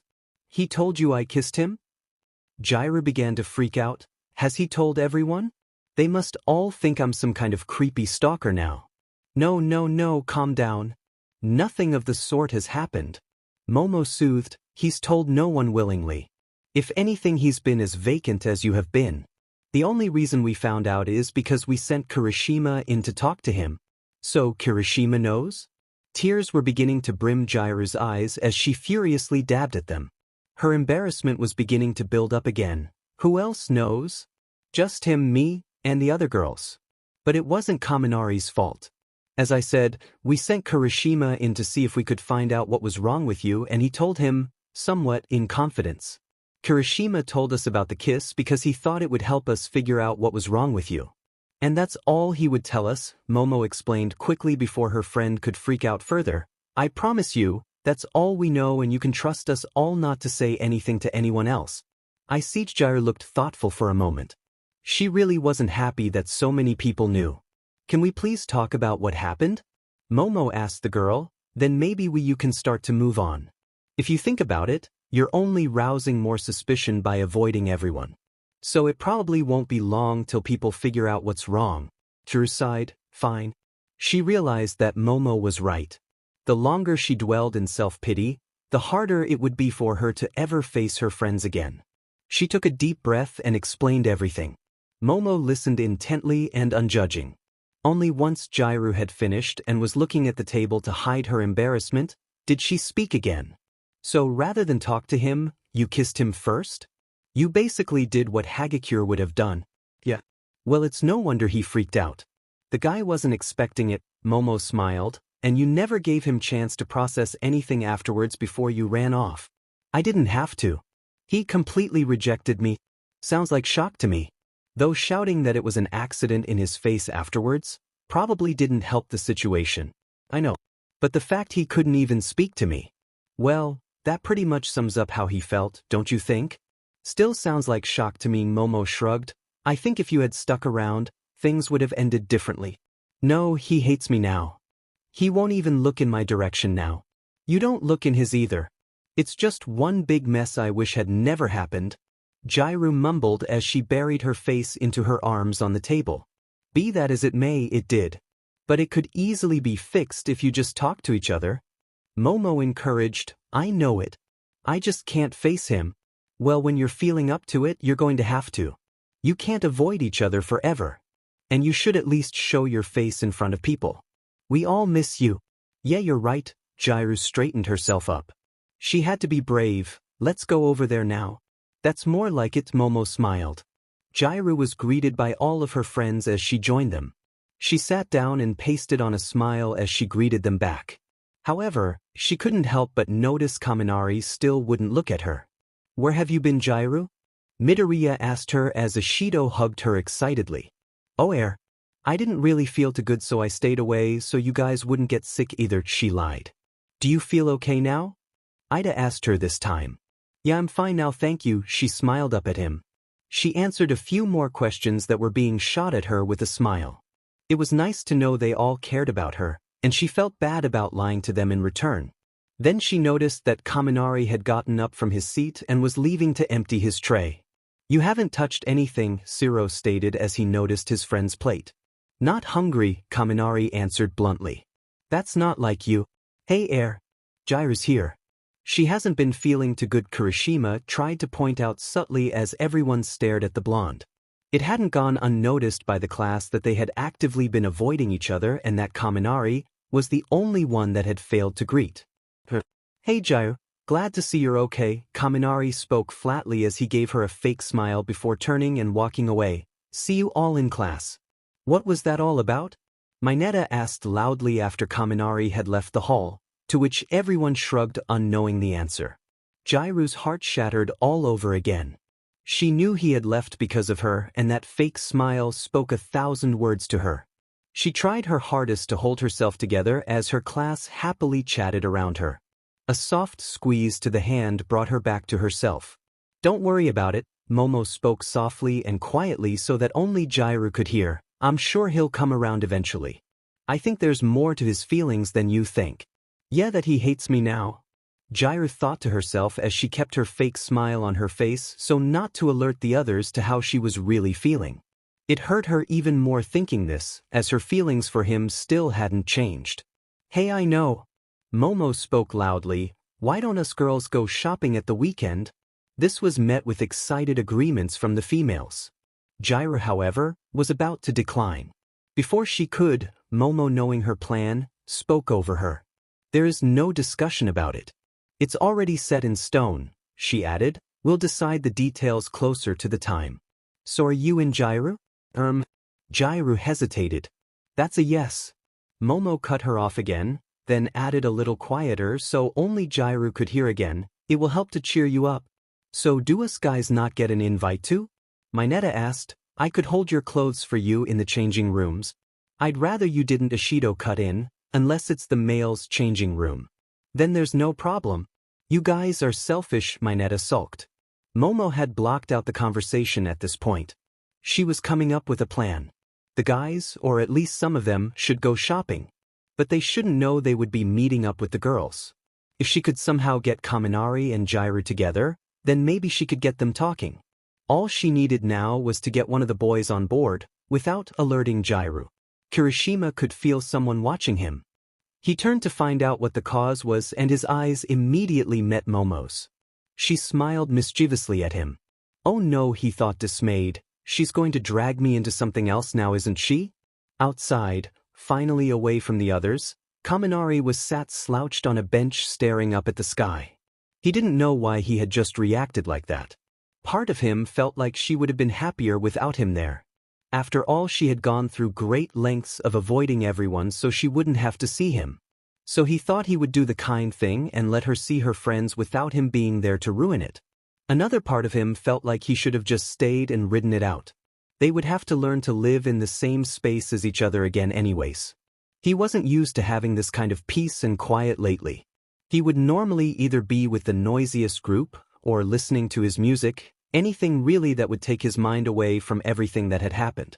But now his mind was in overdrive. "Why do I feel like this?" he was asking himself. "It's not like I expected her to feel the same way I did. I guess crushing on her for so long and getting my hopes up like that wasn't the best idea. It made getting used like that all the more worse." He continued to follow the clouds with his eyes as they floated by. "Maybe used is a bit of a strong word," he continued. "I would have kissed her if she hadn't done it first. Then the shoe would be on the other foot, especially because she didn't even want it. At least I did." He groaned loudly as he flung himself forward so his elbows were resting on his knees and his head on his hands. He watched as other students happily went about their day. He felt miserable and just wanted to hide away from the world at that moment, but unfortunately for him he still had classes to go to. He just wished he had the guts to go and talk to Jiro. If anything, just to see if they could still be friends and this awkwardness could go away. The bell rang to issue the break over. Time for another full lesson of avoiding eye contact. He groaned to himself again as he reluctantly stood up and slowly walked to class. "Damn, how do I always end up getting dragged into these situations?" Kirishima voiced out loud as he hunted for his evasive blonde friend. "I'm too nice for my own good sometimes."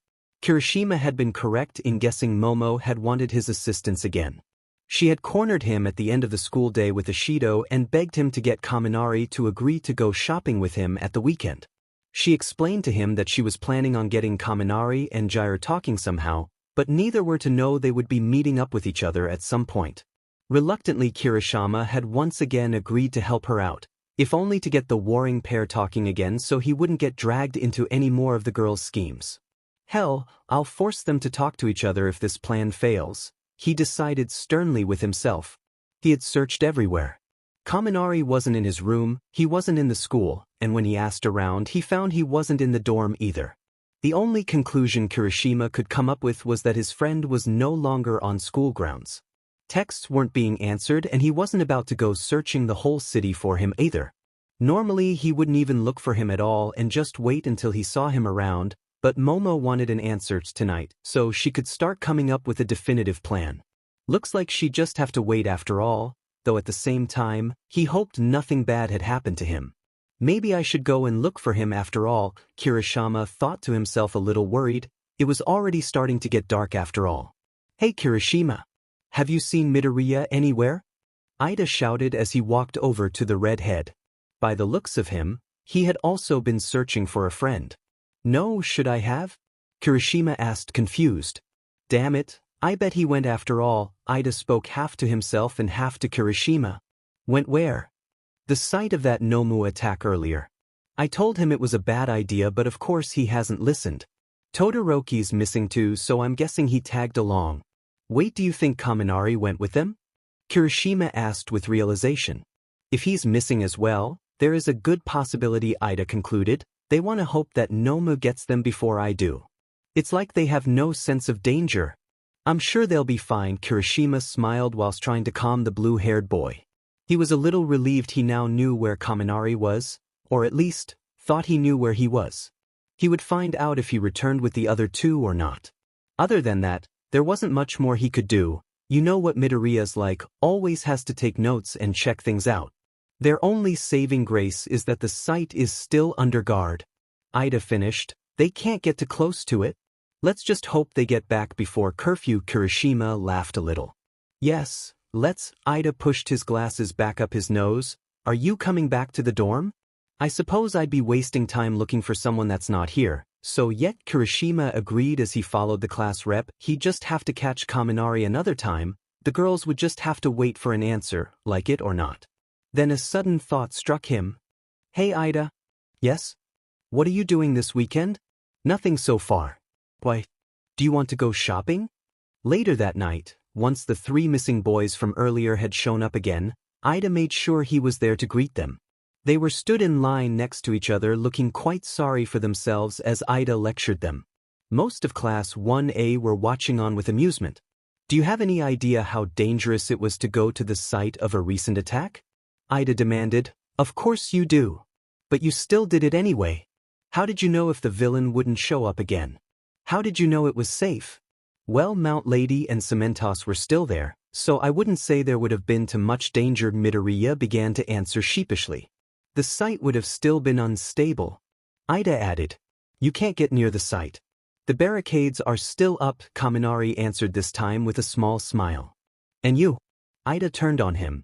Todoroki, I can understand, he always seems to go where this guy goes. Ida motioned towards Midoriya and a blank-faced Todoroki. But why the hell did you go? Just to kill time, I guess? Kaminari laughed nervously. Oh really? And was possibly getting killed part of killing time as well? Ida asked sharply. I think you're slightly overreacting. Well, excuse me for trying to keep my friends safe. And Todoroki? Ida glared at the stony-faced boy. If Midoriya jumped off a cliff, would you follow? If I could save him, yes, he answered surely. Ida blinked in frustration. He couldn't argue with that. All three of you just need to be thankful nothing happened, she continued. I know you can do whatever you want in your free time, but can you please try to stay away from trouble? Sorry, Ida, Midoriya and Kaminari chorused together whilst Todoroki just nodded his confirmation. Okay, Ida sighed as he folded his arms, giving them one more stern look over. He then began to walk away before finishing with, now you may go. As impossible as it seems to be, especially for you Midoriya, try to stay out of trouble in future. I feel like we should be grounded or something. Kaminari stated with a relieved sigh once the class rep was out of earshot. That's just Ida for you, Midoriya smiled. You get used to it. I'm not sure if that's a good thing, Kaminari pointed out. Hey guys. Kirishima shouted. Come over here. What's up? Kaminari asked as they joined the rest of the class. Only Bakugo, who had gone to bed, was missing. Jirou and Momo were also sat away from the rest of the group as the earjack girl was still trying to avoid people, but Momo would not let her disappear to her room. What did you see? Was the place really messed up? Mineta asked curiously. Put it this way, a 10-story building was complete rubble and underground, Kaminari answered. And they were still finding casualties whilst we were there, Midoriya added sadly. I've never seen anything like it. That Nomu must have been given one powerful quirk, or a few. It was complete destruction, Todoroki added quietly. So it was as serious as it looked then? Tokoyami half-asked, half-stated thoughtfully. I would like to say no, but I can't, Midoriya finished sadly as he sat down. Everyone was suddenly sitting in a slightly depressive state. It only lasted for a few seconds, however, as Kirishima changed the subject with a much more cheery tone. It was pointless to dwell on something they couldn't change after all, no matter how much he wished to could. Well, on a different note, since the girls are planning a shopping trip for this weekend, maybe us guys could go and do something as well, he explained. Yeah, and we're all in, Jirou added a little excitedly. So what do you three think? Are you in? I guess it could be fun, Midoriya agreed with a small smile. Sure, Todoroki shrugged. Well, if you're all going, I don't want to be left behind, Kaminari also agreed with a grin. Looks like that's settled then. Kirishima celebrated. His mission was accomplished. He looked over to Ishido, who praised him with a smile. Kaminari was on board and now he just had to wait for his next instructions off of Momo.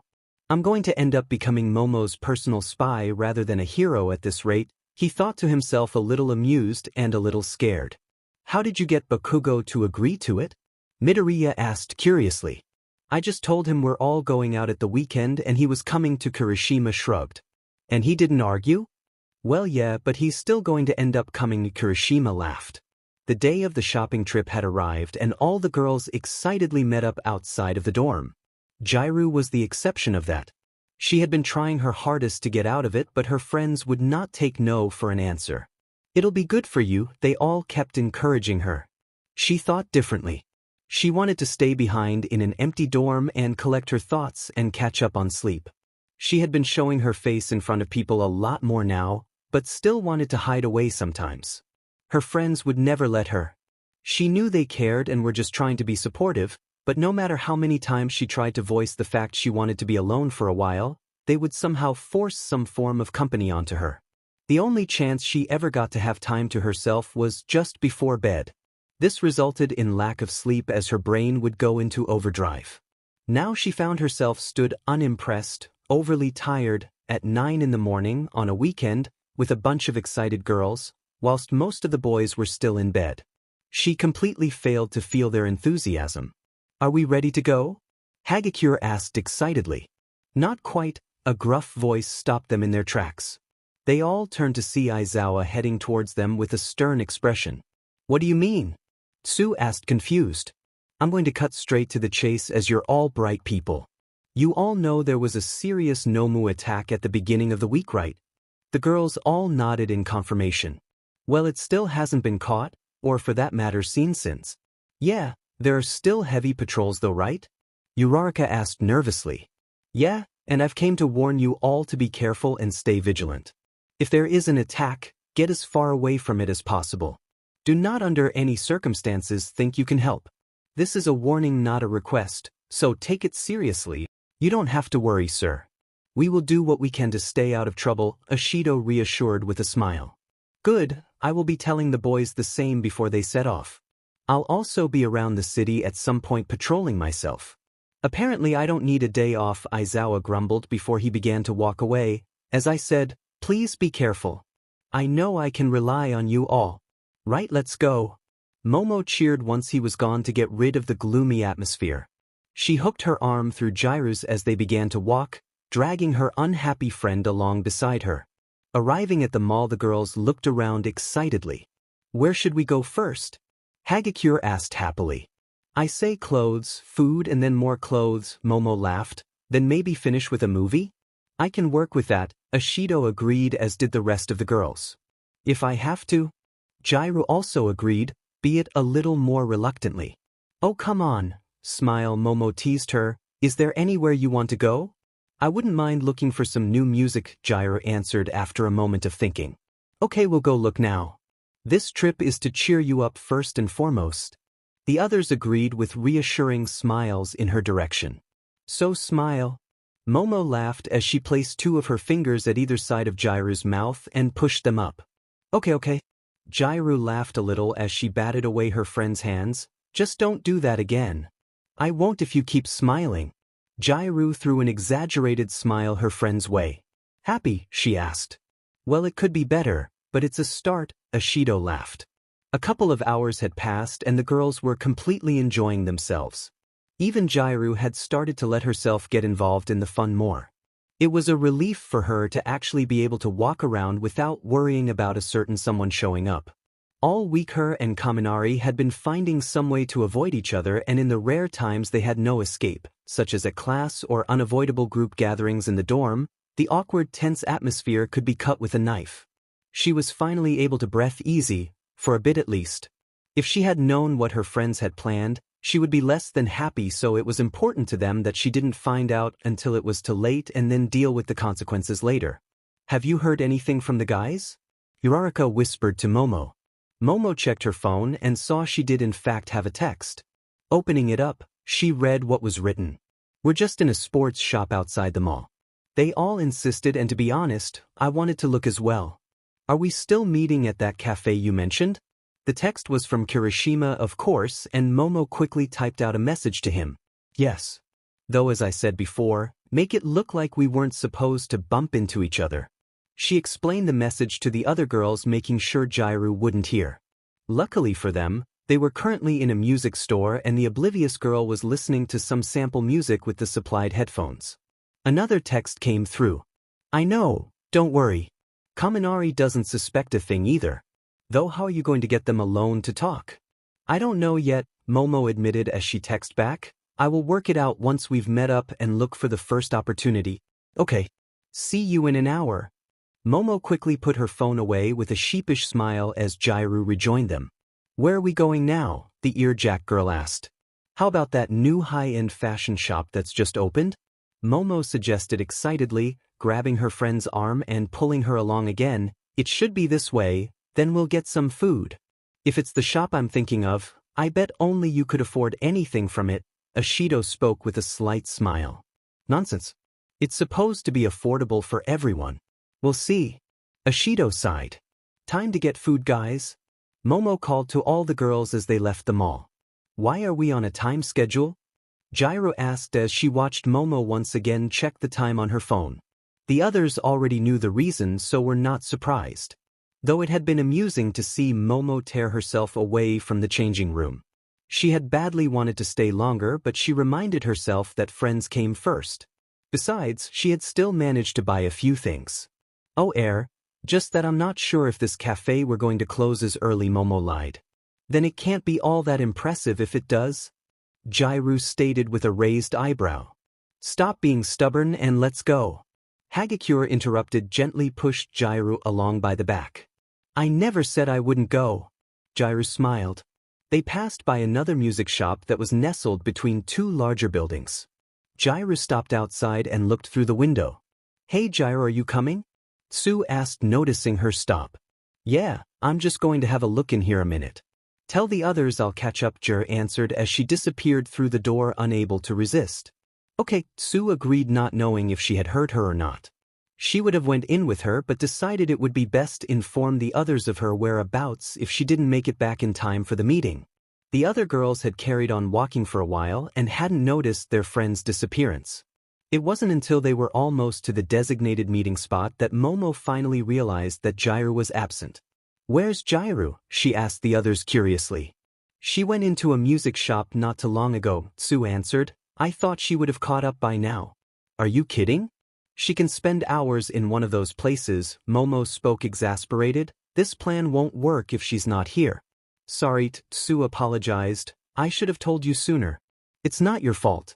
It's just one of those things. Jirou can't stay away from. Ashido laughed. We should have noticed as well. Yeah, let's go get her, Momo suggested with a smile. That's when it happened. The moment she had pulled her phone out to message Kirishima and tell him they might be running late, the earth began to shake violently. What's going on? Ashido panicked, grabbing onto Uraraka's arm to help her balance. I don't know, Momo answered, equally panicked as the ground shook even more violently and she tried to keep her footing. People all around began to scream and run in whatever direction they could to get away.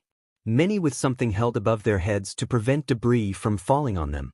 The girls huddled close together to prevent being swept away in the crowds of scared civilians. A tall building began to crumble nearby. This isn't a normal earthquake, is it? Ashido screeched as someone slammed into her shoulder, almost knocking her over. It's as if it's traveling, Momo answered thoughtfully. She tried to hold her emotions in check as a separate building began to also crumble and the shaking intensified, then weakened, and then intensified again. Realization hit. It's the nomu. It's back. The girl's eyes widened in horror knowing that she must be right. Hey, are you guys okay? Midoriya's concerned voice came sailing to them from behind full of concern. The girls turned to see the boys rushing towards them through the crowd that were heading in the opposite direction. We need to get out of here, Ida shouted to them. Just as a building toppled to the ground nearby, sending dust everywhere. We need to help people evacuate, Midoriya argued. Remember what Aizawa said. We are not to interfere, and if an attack did happen, we were to leave it to the pros. Ida reminded them. Besides, it already looks like everyone has gotten away from here. We're the only ones stood here. Another building toppled into a freshly opened cavern, sending more dust and debris into the air. Midoriya gritted his teeth knowing his friend was right. Plus they couldn't see the enemy as it was busy speeding around underground, causing the destruction above. There really was nothing they could do at this point but leave it to the pros and hope they could catch it this time. Where's Jirou? Kaminari asked, suddenly noticing her absence. I thought she came with you? Oh no. We need to go back. Momo yelled. The noise and panic had made them forget that the girl wasn't there with them. Where is she? Kirishima asked this time, seeing the scared expressions on their faces. This way. Sue answered with a point as she tried not to choke on the thick dust in the air. I know you're all worried, but we can't go that way. I'm sure she will be fine and is probably already heading towards us, Ida stated as he covered his mouth and nose with the crease in his elbow. Though he was protesting, he himself was already heading in the direction Sue had showed them. Everyone followed. It was hard to walk, let alone run, but somehow they managed it.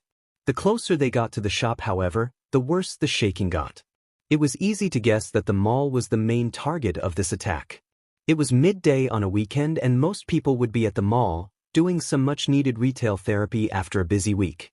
Plus, that seemed to be the direction most of the destruction was happening.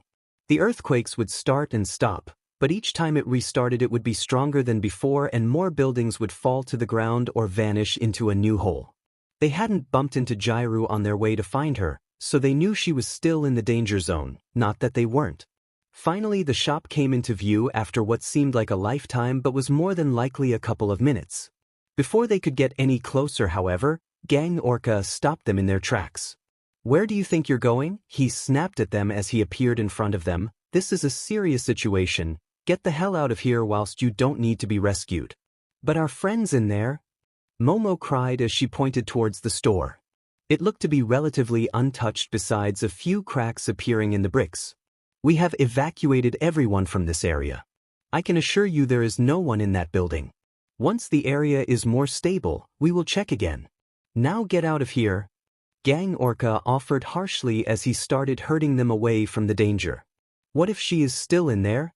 Kaminari's voice shook as he spoke to Tokoyami.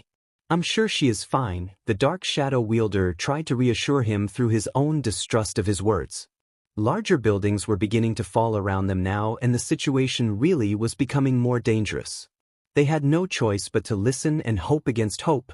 Jirou had gotten away but had missed them in the rush.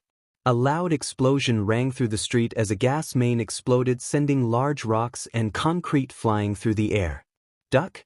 Bakugo called out angrily as he grabbed Todoroki and shoved him down just in time for a brick to sail past his head. Thank you, Todoroki gasped at the frustrated-looking Bakugo. Don't tell the others, he spat, a little embarrassed even though the whole class had in fact seen. He pulled himself together and began to bark orders. Right, you heard the man. There is nothing we can do. Let's go. Don't fuck around, this is a situation we can't help with. Everyone knew he was right and began to run away from the center of the chaos. No one wanted to leave without Jirou, but there was still a chance she was waiting for them in safety. They were still students, and as long as they were still around they knew they would only serve as obstacles for the pro-heroes and then they wouldn't be able to do their job properly. Guys? Where the hell is Kaminari? Kirishima yelled to them all as he noticed the electric boy's absence. He had looked around to make sure everyone was there as they ran. They all stopped in their tracks once again. Some ended up getting knocked off their feet as another violent quake ripped through the area. He was here a minute ago, Tokoyami answered, trying to remain calm. Well, he's not here now. Ida spoke sternly after he had double-checked to see if all his classmates were around. He helped Ishido back onto her feet. Oh no. Momo realized with horror, he's gone to find Jirou. Idiot. Bakugo cursed loudly. We need to go get him, Midoriya stated as he began to walk back in the direction they had come from, but was abruptly stopped by Ida. You will do no such thing. If you wind up getting hurt, you will be one more problem for the pros to worry about. But we need to do something. Midoriya argued, he's our friend. And there is still a chance Jirou is there too. I'm thinking, Ida choked as another cloud of dirt and dust sprung into the air as more shaking assured. Well, think fast. Mineta pleaded. He wasn't prepared to lose one of his closest friends in such a way. Jirou? Kaminari called loudly as he entered the shop the girls had claimed Jirou to be in. He had managed to get past the others and Gang Orca when the explosion had happened. Using it as a distraction, he had run towards the door as fast as he could, hoping he wouldn't be seen and stopped. Granted, the door wasn't easily opened and there was a slight rush to get it to do so before he was spotted. It had been quite badly smashed up and dislodged from its hinges, but he had succeeded in the end. Now he was inside, and he noticed just how big the store actually was. It was somewhat dark as the only windows at the front were now blocked by dirt and debris falling past outside, and what he could see was unsettling. Ceiling tiles had fallen from above, bringing down lights and exposing the wires which were now sprawling across the floor and dangling from exposed rafters above. Heavy shelves were scattered across the floor and balanced dangerously against objects and each other, most looking like they could fall at any moment. If they were to land on someone, they would cause serious damage. Instruments were crushed and thrown around the place, and when the ground shook they created an eerie sound together. Most concerning of all, though, was the fact he couldn't see anyone at all. Not that that was actually a bad thing. If anything, it was a miracle everyone had gotten out unscathed. He just had an instant sinking feeling. Please don't tell me I'm risking getting expelled and she's not actually in here? He spoke to himself with a cough as dust caught in his throat. He didn't even know why he had ended up here. His body had seen an opportunity to potentially get to someone he cared about deeply, and taken it. He began to slowly move through the store, being careful to keep an eye on the unstable ceiling. Another explosion ripped through the street outside, putting one of store's windows through. He quickly faced away from it, but a shard of glass still managed to catch his cheek. Damn it, he cursed loudly as he touched his wound. Pulling his hand away, he saw blood. Well, that's just great, he grunted. He ignored the new sting on his face as he began to carefully step over shelves and fallen instruments, making his way further into the store. Jirou, he called again loudly, earning himself another coughing fit. Are you in here? He listened intently for a moment, trying to hear over the rumbling and rattling and explosions happening all around and in the distance. Hey, if you're in here, please say something, he began to beg desperately.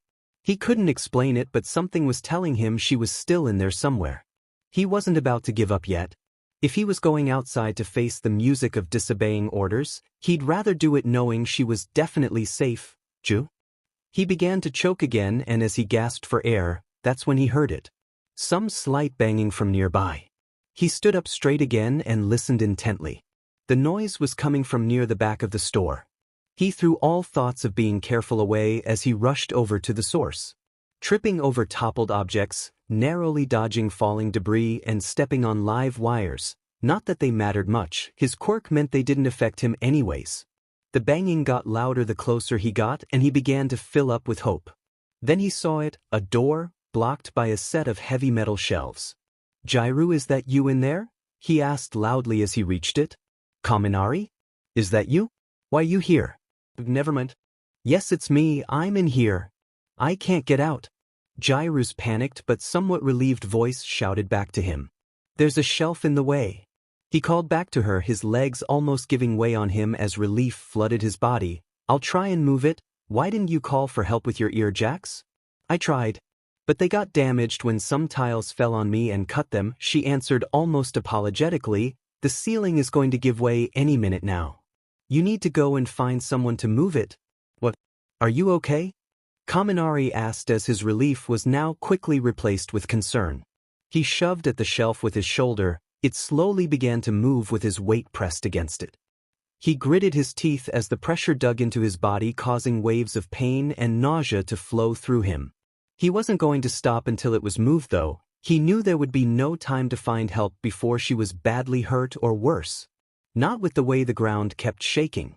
"I'll be fine, just get out of here and find help." She tried to sound confident now, anything to get him out of danger too. She knew herself she had very little time before the roof and walls would cave in and crush her, and she didn't want the same fate for him as well. "I've got this," he grunted back, shoving even harder against the barricade. "Please, just go." Jirou pleaded, tears beginning to spill from her eyes as she accepted her fate.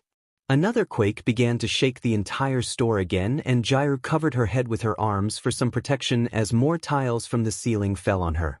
Then she heard a loud crash from outside the door and her heart sank further. "Kaminari? Are you okay?"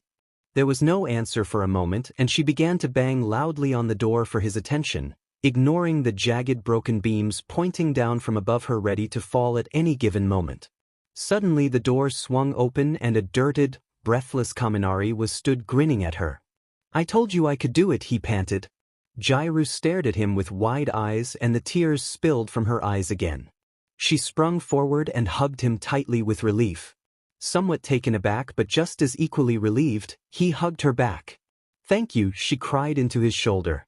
"Like I was ever going to leave you behind," he soothed as he cradled her head before gently pushing her away. "But now we do have to get out of here, and quickly. I'm going to pick you up now." "What? Why?" she asked, flustered. "No time for arguments, there's live wires everywhere."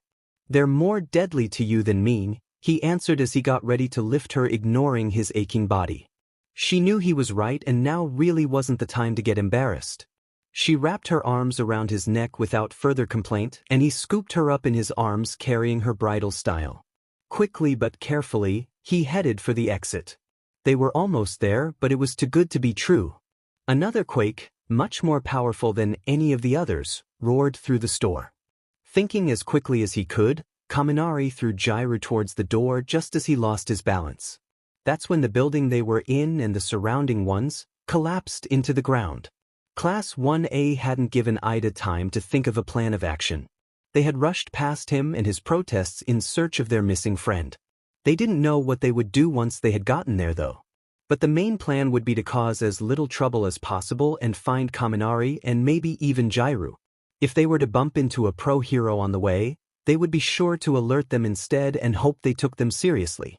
If they didn't, they would carry on the search themselves regardless of the consequences. "I don't think I'm going to need gym class for a while after this," Hagakure complained loudly. "If we get caught, you can say goodbye to gym class and school altogether," Ida reminded as he caught up to them. "We can't just leave him behind." Midoriya shot back. "No one but us knows that he's there. Though the idiot deserves it after this." Bakugo shouted angrily. They had finally gotten back to the street the music store was on. To their dismay, they could see the shop was a little more beat up than it was before. Bricks had fallen away from it and windows had been smashed. To top it off, the buildings next to it looked like they could collapse any minute now. "You guys wait here, I'll go look," Midoriya demanded as he stepped forward just before his arm was grabbed roughly. "The hell you are, Deku?" Bakugo growled. "I'm more suited for the job." "None of you are suited for any job," a loud angry shout beckoned to them all. They looked around alarmed for the source of the voice, knowing all too well who it belonged to. The culprit dropped down in front of them, and they all stared, somewhat scared but grateful at his arrival. "Mr. Aizawa. Thank goodness you're here," Momo nearly cried. "And not so good that you lot are here," he glared at them. "Didn't I tell you all that if something like this happened you were to get away from the source of danger as fast as you could? I just knew when Gang Orca mentioned that a bunch of UA students were hanging around the area that it would be you lot. So I came to see for myself if you had actually cleared off. Good thing I did." "We can explain," Uraraka squeaked in response. "Well, make it quick," he snapped at them as the ground shook again. "Kaminari and possibly Jiro are in there," Ashido yelled, full of worry. She pointed towards the crumbling store. "We were going to get them, or find someone who would." Aizawa looked in the direction she indicated and then back at his students. "Are you sure?" he asked sternly. "Positive," Midoriya answered, cutting anyone else who would answer off. He had decided that he would take the burden of being wrong upon himself if by some miracle, his friends weren't actually in there. Fine, I'll go and look, Izawa announced as he hid his own worries away so not to alarm his class further. Now get out of here and stay away this time. If I find them, I'll send them, or word your way, okay? Right? They all agreed, all were relieved that they were being listened to this time. Also, please be careful yourself, Tsu cut in concerned. Of course. Izawa was cut off before he could finish his sentence. The biggest earthquake they had felt yet struck. The class and even the teacher himself were finding it hard to stay on their feet. Some had to crouch down onto all fours to prevent themselves from falling over. Bricks from nearby buildings began to fall onto the street. Their route to escape was still open, but the shaking and falling debris was making it nearly impossible to move. Kirishima hardened himself to protect Tsu and Ishido, who were closest to him, with his body. Momo created a large shield big enough to protect her, Tokoyami, Midoriya and Bakugo, though it took a lot of her energy to do so, especially so quickly. Todoroki used his ice to protect the rest of the class including Izawa. It was thick enough to not break when anything hit it and was shaped almost like a tunnel. The shaking and noise of explosions and destruction echoed around them for a good few minutes, before finally fading away. Only when they were sure the main danger was over for now, did they dare to move and look up to see what awaited them. The air was thick with dust and they began choking with it as their eyes stung. As exhausted as she was, Momo began to create face masks for everyone, who gratefully accepted. Gradually, the dust began to settle. And clear and then, and only then, did they see the gap where the music store used to be. They stared in disbelief and silence, hoping their eyes were playing tricks on them. As the dust settled more, they saw it was true. There was a hole in which the shop had fallen into and the two adjoining buildings to it had then collapsed on top of it, leaving piles of rubble where it once stood. They didn't have to be a genius to know that the smaller building was probably crushed underneath, along with anyone in it. Without thinking, most of the class began to rush forward in horror. They needed to start digging if they stood any chance of saving their trapped friends. The only problem being, they weren't certain if they were actually in there or not.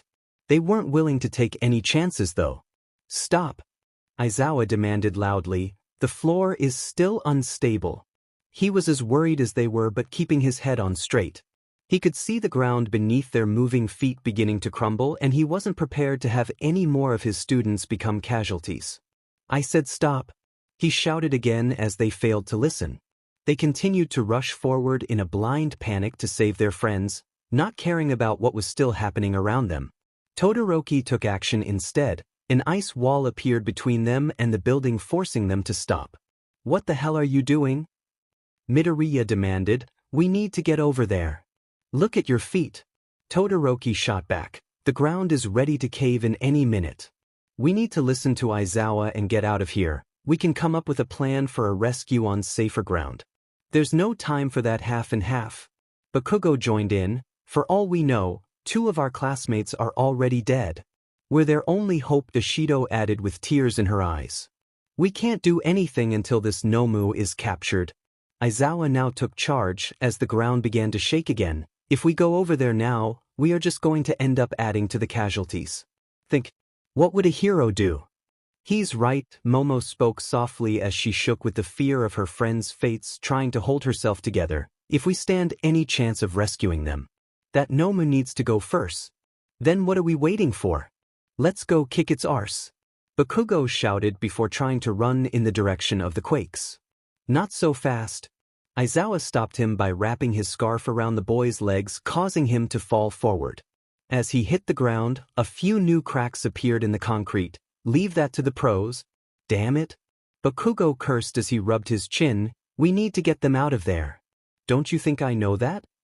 Izawa shouted back. Never in all my years of teaching have I lost a student, and I don't intend to. You lot get to safer ground. I'm going to go over there and look myself. If you happen to find them in safety, Koda can send a bird or some kind of animal my way to let me know, okay? The class stared at each other in defiance. Neither of them wanted to leave. Eventually it was Midoriya that caved. Fine. But if they're not, and that nomu is defeated, then we'll be back to help. he threatened defiantly. Everyone else stood by in agreement. Do you all want to be expelled? Aizawa asked them through narrowed eyes. If it means helping our friends, then yes, Midoriya stared back. He knew that the rest of the class stood by him. So be it, Aizawa answered. Now get out of here. And this time you better before I make you. Reluctantly the class began to leave. Aizawa turned towards the toppled buildings. If he wasn't so worried and the situation wasn't dire, he would have smiled. He was proud at how far they had all come so quickly, and the fact they would put their lives and school at risk to save some fellow classmates proved that they were already heroes. Straightening himself up, he ran towards the destroyed buildings. His heart heavy but still hopeful that his two missing students were still alive and well somewhere. Blinking dust out of her eyes and covering her mouth with her sleeve, Jiro looked around. The area she was in was dark and small. The only light she could get was from a nearby ceiling light, which was now on the floor, that was still somehow flickering on and off. She uncurled herself from the protective ball she had instinctively rolled into in order to protect herself after she had landed on the floor. Above her was a large display table that had protected her from most of the impact of falling debris. How it was still standing she didn't know, but she was grateful all the same.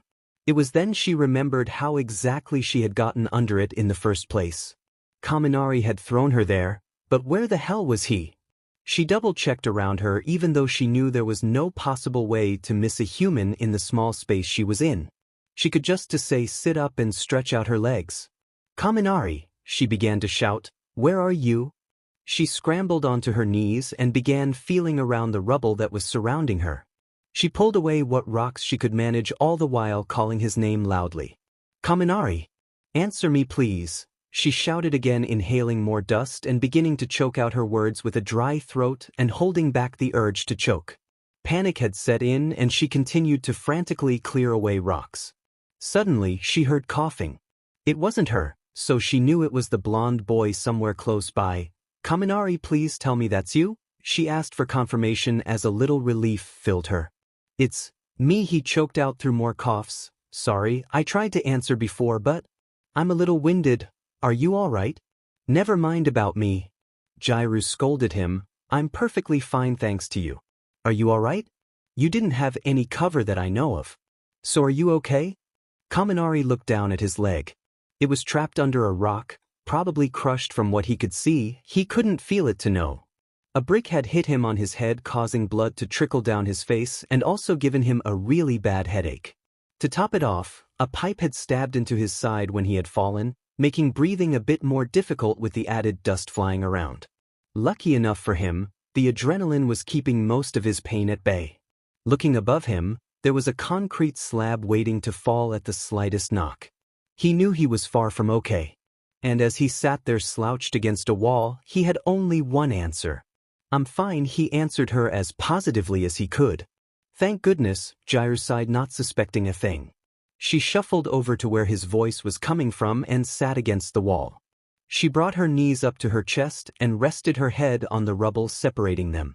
After a moment she spoke again. Do you think we will get out of here? Of course we will, he answered weakly. Taking a painful breath he continued, what does escape look like on your side? There's little light and I'm under what must be a very strong table. She laughed slightly, then added a little more depressed. But there is no way out, that much I can tell. I see, Kaminari coughed. So my attempt of getting you to the door failed? He spoke mostly to himself with a pitying smile. Wait, is that why you threw me? Jirou demanded, breathing in some small particles and choking on them. Yeah? Sorry, Kaminari answered quietly. I just had to make sure you would be okay? And leaving yourself behind was an option? Jirou asked with slight anger. Yes. You're an idiot, but thank you. Jirou smiled fondly as her anger faded away as quickly as it had come. How could she stay mad? He was ready to give his life to save hers. Not letting herself dwell on it, she checked her phone to see if she could call for help, but her heart sank. Slightly depressed, she spoke again. Do you have your phone? I've checked mine and it's smashed. I can't use it. Kaminari's phone was in his back pocket and in order to reach it he would have to lift himself up. Given the fact the pipe was still in his side, he decided against that option. Moving right now could prove fatal. Instead he answered her with a lie. When smashed. I see. Jirou sighed defeated. A small rumble in the distance caused them to fall quiet as the area shook a little around them. Kaminari stared up at the concrete slab as it grinded against the rubble above him. He quickly looked away, not wanting to know if it would fall. If he was going to die down here, he would rather not know when and how it was going to happen, especially like that. Instead he looked around. There was a small gap in the debris he was surrounded by. He could see the small room Jirou had been trapped in, or rather, he could slightly see it through the rest of the destruction in the place. It had been completely demolished, other than a broken door and door frame, it just wasn't there anymore. If he hadn't got to her when he did, she would be gone now. His heart felt heavy just thinking about it. Her voice came to him again, almost like it was to remind him that she was still there and breathing. So, she began, unsure of what to say. Why were you here to begin with? We were going for some food, at some cafe that Kirishima kept mentioning, Kaminari began to explain as he held back his painful coughing. Then the quake started, and we knew you guys were shopping nearby, so we rushed to find you all. Jirou listened quietly as he struggled to explain things to her. When I found out you were still in here, I reacted before my brain could catch up with my actions.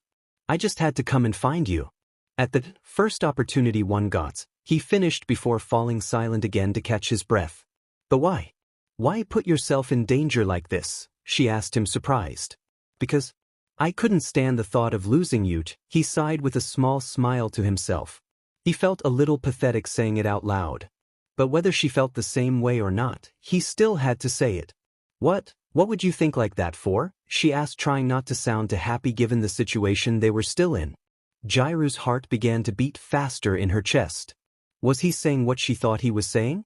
She began to fiddle with a piece of loose brick nearby as she tried to find the words to continue. It fell away, taking a few other pieces with it.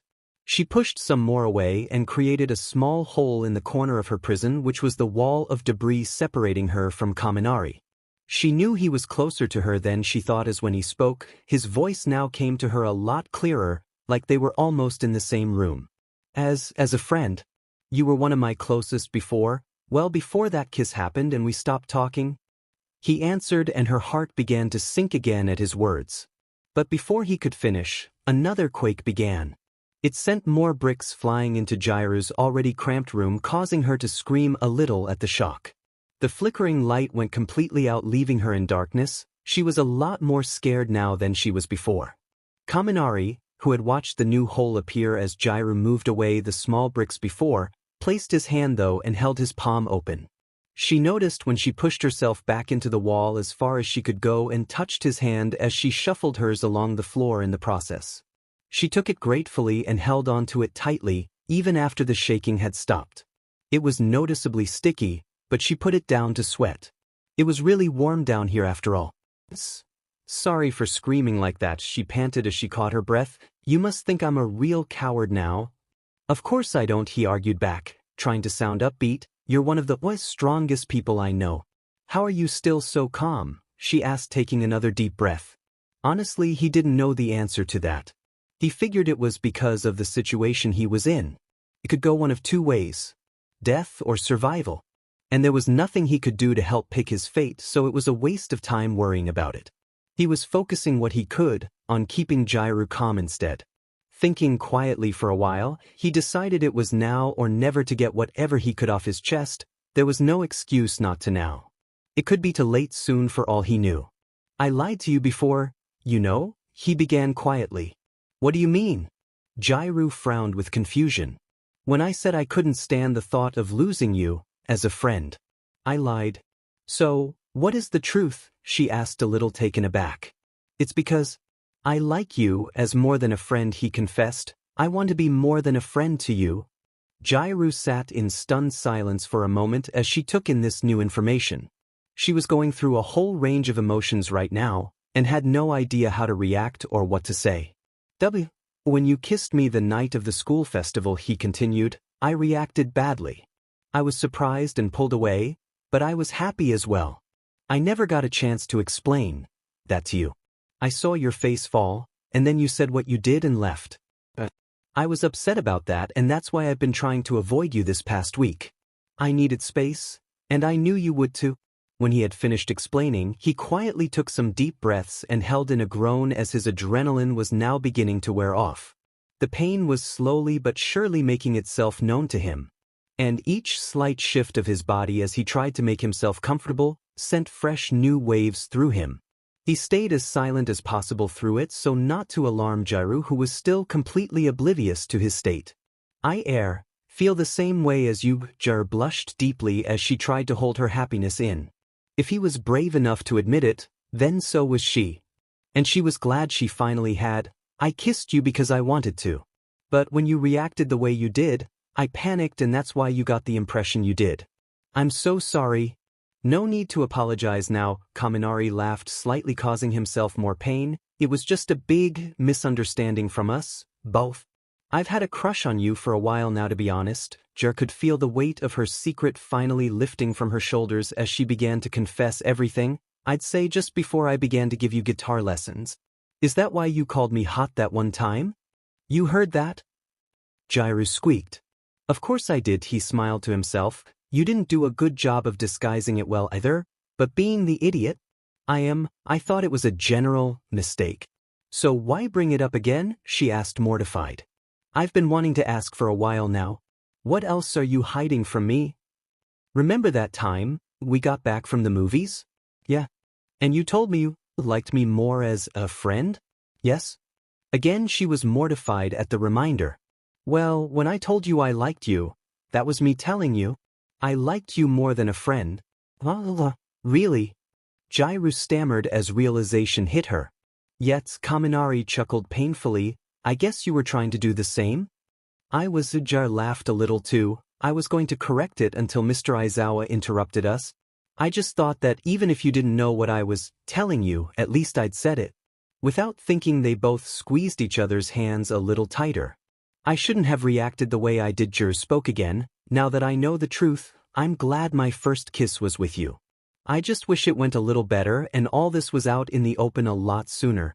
Same here, Kaminari agreed, then added sadly, I just wish we could have tried it again. Why did you say it like? Jirou asked suspiciously. Shit. He hadn't meant to say that last part out loud. If anything was going to make her worry, it would be a statement like that said the way it was. He thought quickly, pushing his pain away as best he could to clear his mind. I mean, because I don't know if you would want to. He managed to turn his excuse into a question to throw her off the scent. Oh, of course I would, she answered as she began to blush fiercely again. Then asked hopefully, do you? I'm sure I just said I would. He grinned. Well, you didn't say it clearly enough. Jirou snapped in her embarrassment. This caused Kaminari to laugh, and he immediately regretted it as he voiced his pain out loud with a hiss. What's the matter? Jirou asked, worried. I'm fine, Kaminari panted as he tried to catch his breath and work through the new waves of pain. You don't sound it. I am. Promise? Silence. Kaminari, do you promise? Jirou asked again, a bit more angrily. Okay, I'm a little hurt, he admitted. How badly? Jirou demanded, beginning to become increasingly more worried. That doesn't matter. I'm still here talking to you, and that's all that does matter, he breathed painfully. Tell me, she begged. Kaminari sighed in defeat. He decided to only tell her about his leg, and that was definitely all he would tell her. At this moment in time, there was no reason to worry her even more about anything else. I'm sure it's nothing recovery girl can't fix though, he finished cheerily. You're an arse for keeping that from me. Jirou fumed. I am, but it won't be the only thing broke. If you don't stop squeezing my hand like that. Kaminari grimaced and she loosened her grip apologetically. Sorry, she laughed nervously. I got a bit carried away with my anger there. Just a bit, he smiled. He continued to keep the conversation going by asking her another question. Why were you in that small room anyways? It was a toilet, Jirou answered, slightly embarrassed for having to admit it. Oh, he sounded awkwardly. There was another brief pause in which the ground shook a little. It seemed the nomu was done with this area but still hadn't been caught. For all she wished they weren't in this situation, she was glad Kaminari was with her at least. Even if all he could do to comfort her was talk and offer her his hand to hold for reassurance, at least it was something to let her know she wasn't alone. She, however, felt useless. There was nothing she could do for him. He was on the other side of that rubble in serious pain, and there was nothing she could do to stop that either. Tears began to spill from her eyes and she sniffed loudly to try and prevent it. "What's wrong?" Kaminari's concerned voice shot to her ears. "Oh, that's nothing. I just have dust in my eyes, that's all," she fibbed. "Jirou?" Kaminari was unconvinced and pressed her to tell the truth. "Fine," she sighed, dabbing at her eyes with her dirt-covered hands. "That probably didn't help the situation. I'm just feeling pretty useless right now, that's all. The only thing I have going for me is my ear jacks. And scratched up like this, I can't even use them to help get you out of here."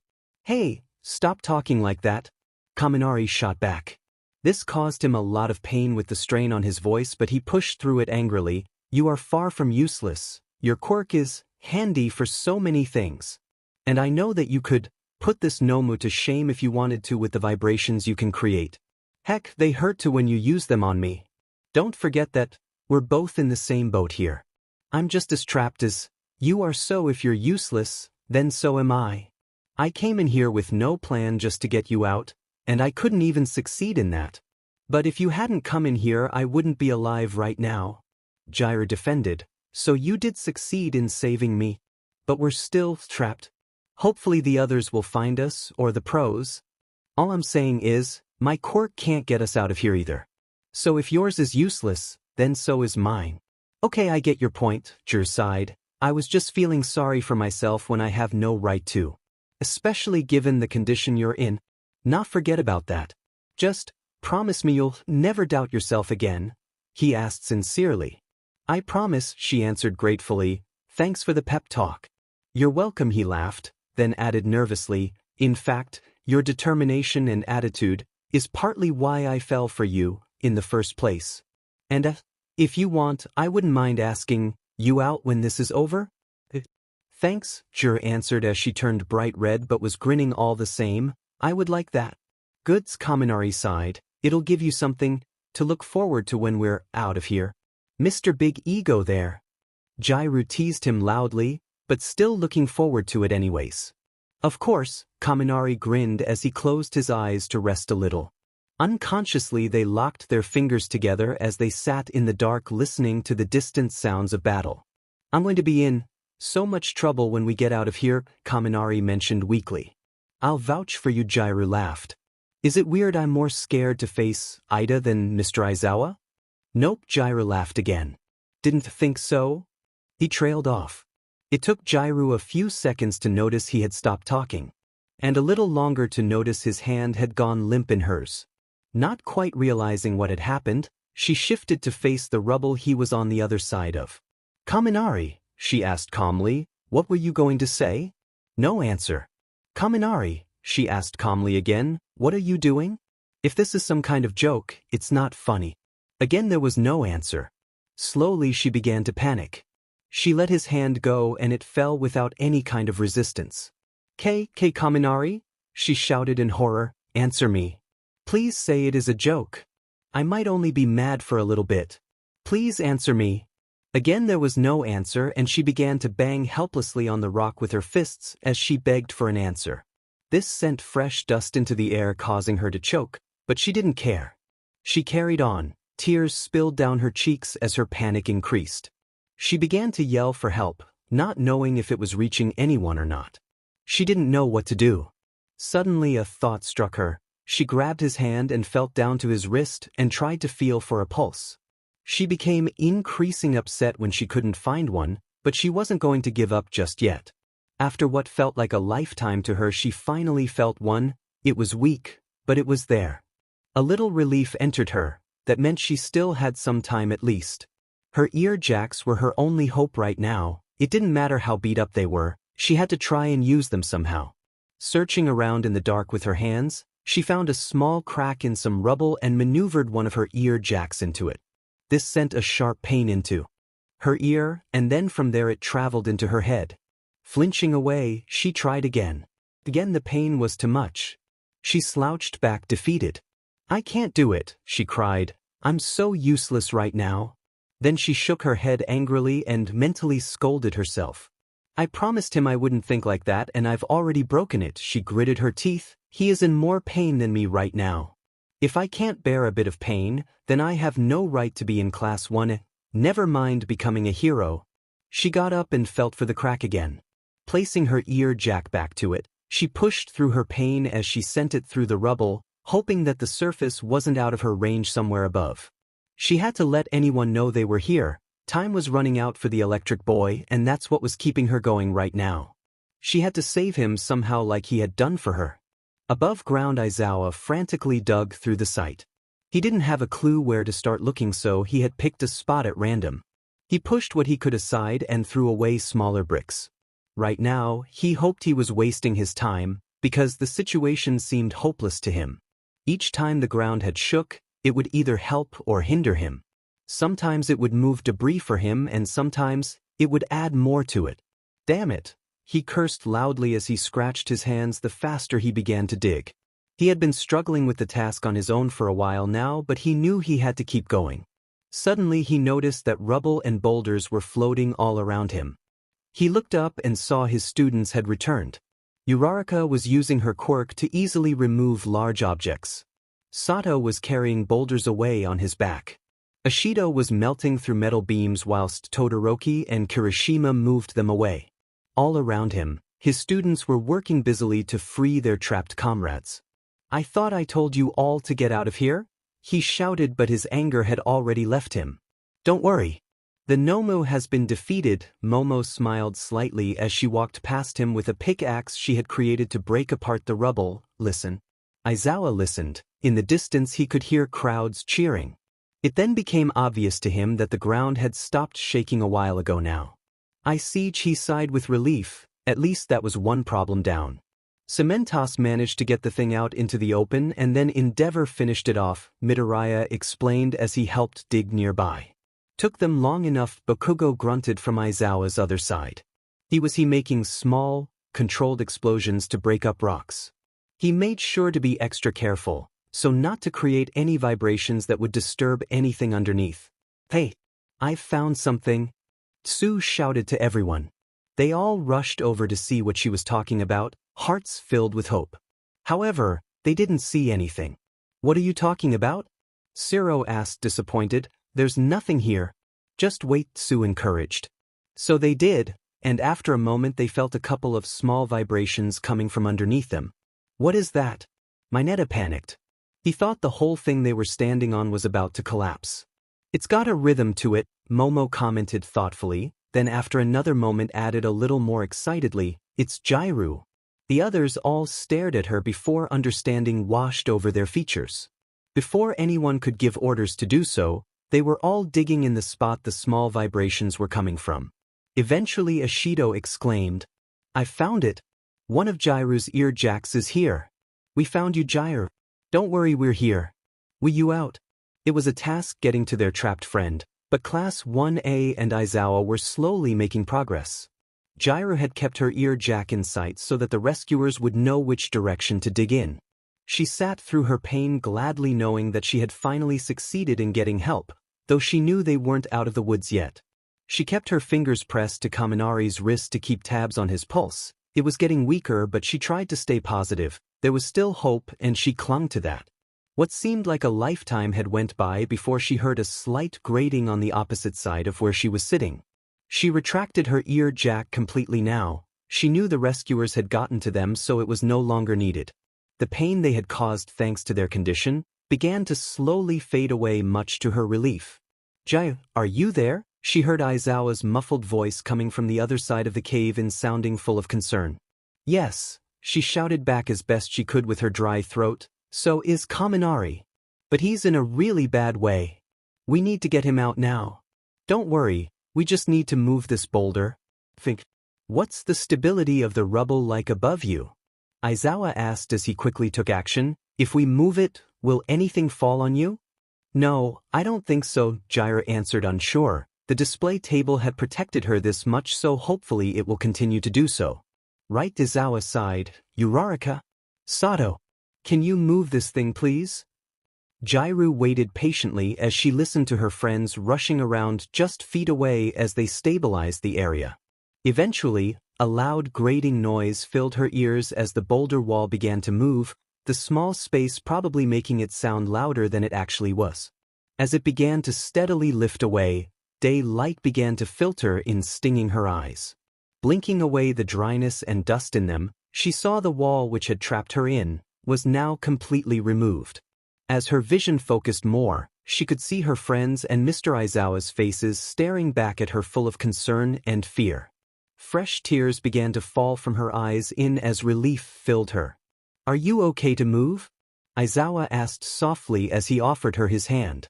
"Yes," she answered quietly as she took it. He helped her out until she was stood in the open. She took a moment to stake out her surroundings. She was stood some way beneath street level. Mounds of rubble were piled up all around, some which had fallen in place and some which had been put there by her classmates in their rescue efforts. There were wires and broken water pipes everywhere, some still leaking water. Taking in the devastation, she knew she was lucky to have made out as unscathed as she was, and she felt incredible guilt. If only she could say the same for Kaminari. Finally, she noticed she was also surrounded by her classmates, each one wanting to welcome her back and make sure she was definitely okay. She wanted to thank them and hug them, but right now, she had only one thing on her mind. "Kaminari is still in there. You need to get him out now, he's running out of time," she told them frantically. Aizawa was already on it. He had seen the boy's hands sticking out of the rocks after she had gotten out. Seeing it was not moving and no sound was coming from his student, he knew immediately the situation was critical. "How long ago did he lose consciousness?" Aizawa asked Jirou as he felt the pulse in Kaminari's wrist. I'm not sure. I think maybe about 15, maybe 20 minutes ago. It could be more. I'm sorry, my phone stopped working and time seemed to stop. It was a few minutes before you found my ear jacked," she answered with a little panic. She was beginning to shake as her own adrenaline began to wear off. "I see," he trailed. "Koda? Could you send a mouse or something small through this gap and see if it's safe to move away the rocks, please?" On it, Koda obeyed. As he did what he was told, the class watched on with bated breath. Not one of them dared to talk until they knew what the situation was with their still trapped friend. Momo and Ishido had moved Jirou away so they could check her over for injuries before medical staff could arrive. "Are you hurting bad anywhere?" they asked sternly as they pressed around her body to see if they could find a part that made her flinch. "No, just my ear jacks and a few cuts and bruises. I swear I'm fine. Now let me get back over there." "I want to know if he's okay," she protested. "No, you've had a shock. We're just as concerned as you are. But right now, you need to sit and wait to be checked over properly," Momo argued rationally. "We've already called for help and recovery girl is making her way to the hospital as we speak to wait for casualties. It's just taking them a while to get through with all the destruction that Nomu has caused. Some pros are helping clear the way for them. Others are also looking for more casualties. Since we're all here, they have extra room to do so," Ishido added. "What happened to your hand?" Momo suddenly asked, a little alarmed as she grabbed it to look at. "Nothing, why?" Jirou snatched it back to look at it herself. It was only in the light that she now saw it was covered in blood. She began to feel a little woozy. "This isn't my blood." Momo and Ishido shared a concerned look with each other. Jirou knew it was Kaminari's instantly. That was why his hand had felt sticky. It wasn't sweat like she had first thought. She already knew he was hurt a lot more than he had told her for him to fall unconscious like he had, but just how badly? A commotion from behind them made them turn and look towards their classmates. Aizawa was moving the rest of the class towards them. "What's going on?" Kirishima demanded. "Why can't we help?" "You would all be better going to see if you can help and find other casualties," Aizawa deflected, but the worry on his face was not missed by anyone. "What's really going on?" Bakugo asked angrily. "You need our help to get him out," Uraraka added. Aizawa sighed. It was a waste of time to try and lie to them at this point.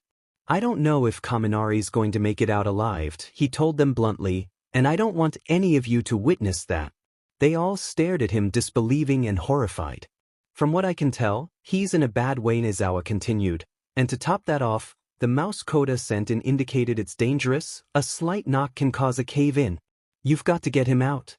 Jirou demanded loudly. You can't just leave him to die. He saved my life in there, and if I have to, I'll dig him out myself. She ran forward before Momo or Ashido could stop her. She was determined to get him out of there with her bare hands if she had to. However, Aizawa stopped her by sticking his arm out and grabbing a hold of her. I never said I was giving up on him, he stated. I just don't want any of you to witness the worst-case scenario. None of you are going to let that happen. Kirishima argued. Trust us, Tokoroki added. Please, just get him out. Jirou whispered pleadingly as she sank from the teacher's arms onto her knees. All strength leaving her as she stared at Kaminari's still exposed hand. Fine, Aizawa gave. We all need to work together, quickly but carefully. Momo, take Jirou over there and sit with her. She still needs to be medically checked over, so she is not helping. Aizawa began to bark orders. He didn't have time to argue with them. Every passing second the boy was trapped in the rubble was a second too long. He did need help after all. He couldn't dig him out on his own. He just had to hope his worst fear right now wouldn't be realized. Jirou reluctantly sat where Momo placed her. She didn't take her eyes off the rescue attempt though. She stared at her busy classmates as they rushed around moving rocks and offering assistance where needed. Her eyes were dry now. She refused to cry again, not until she knew the outcome. The sirens in the distance were getting closer. He just had to hold on a little longer. This is all my fault, Momo began quietly as she sat beside her friend.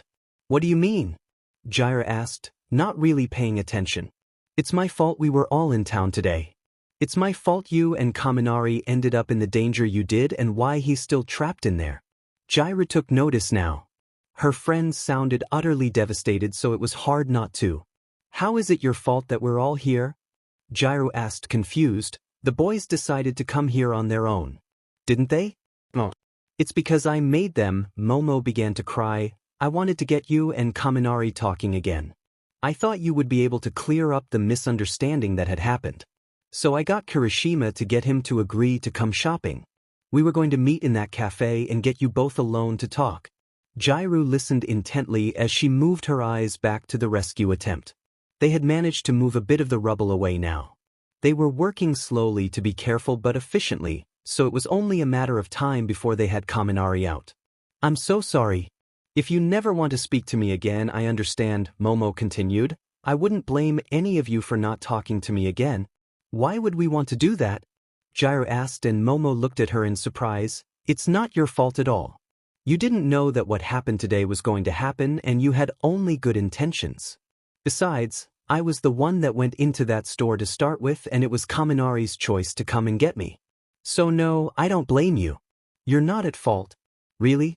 Momo asked as she created a tissue to dab at her eyes. Really? Jirou hugged her comfortingly. So stop crying. I know no one else will blame you either.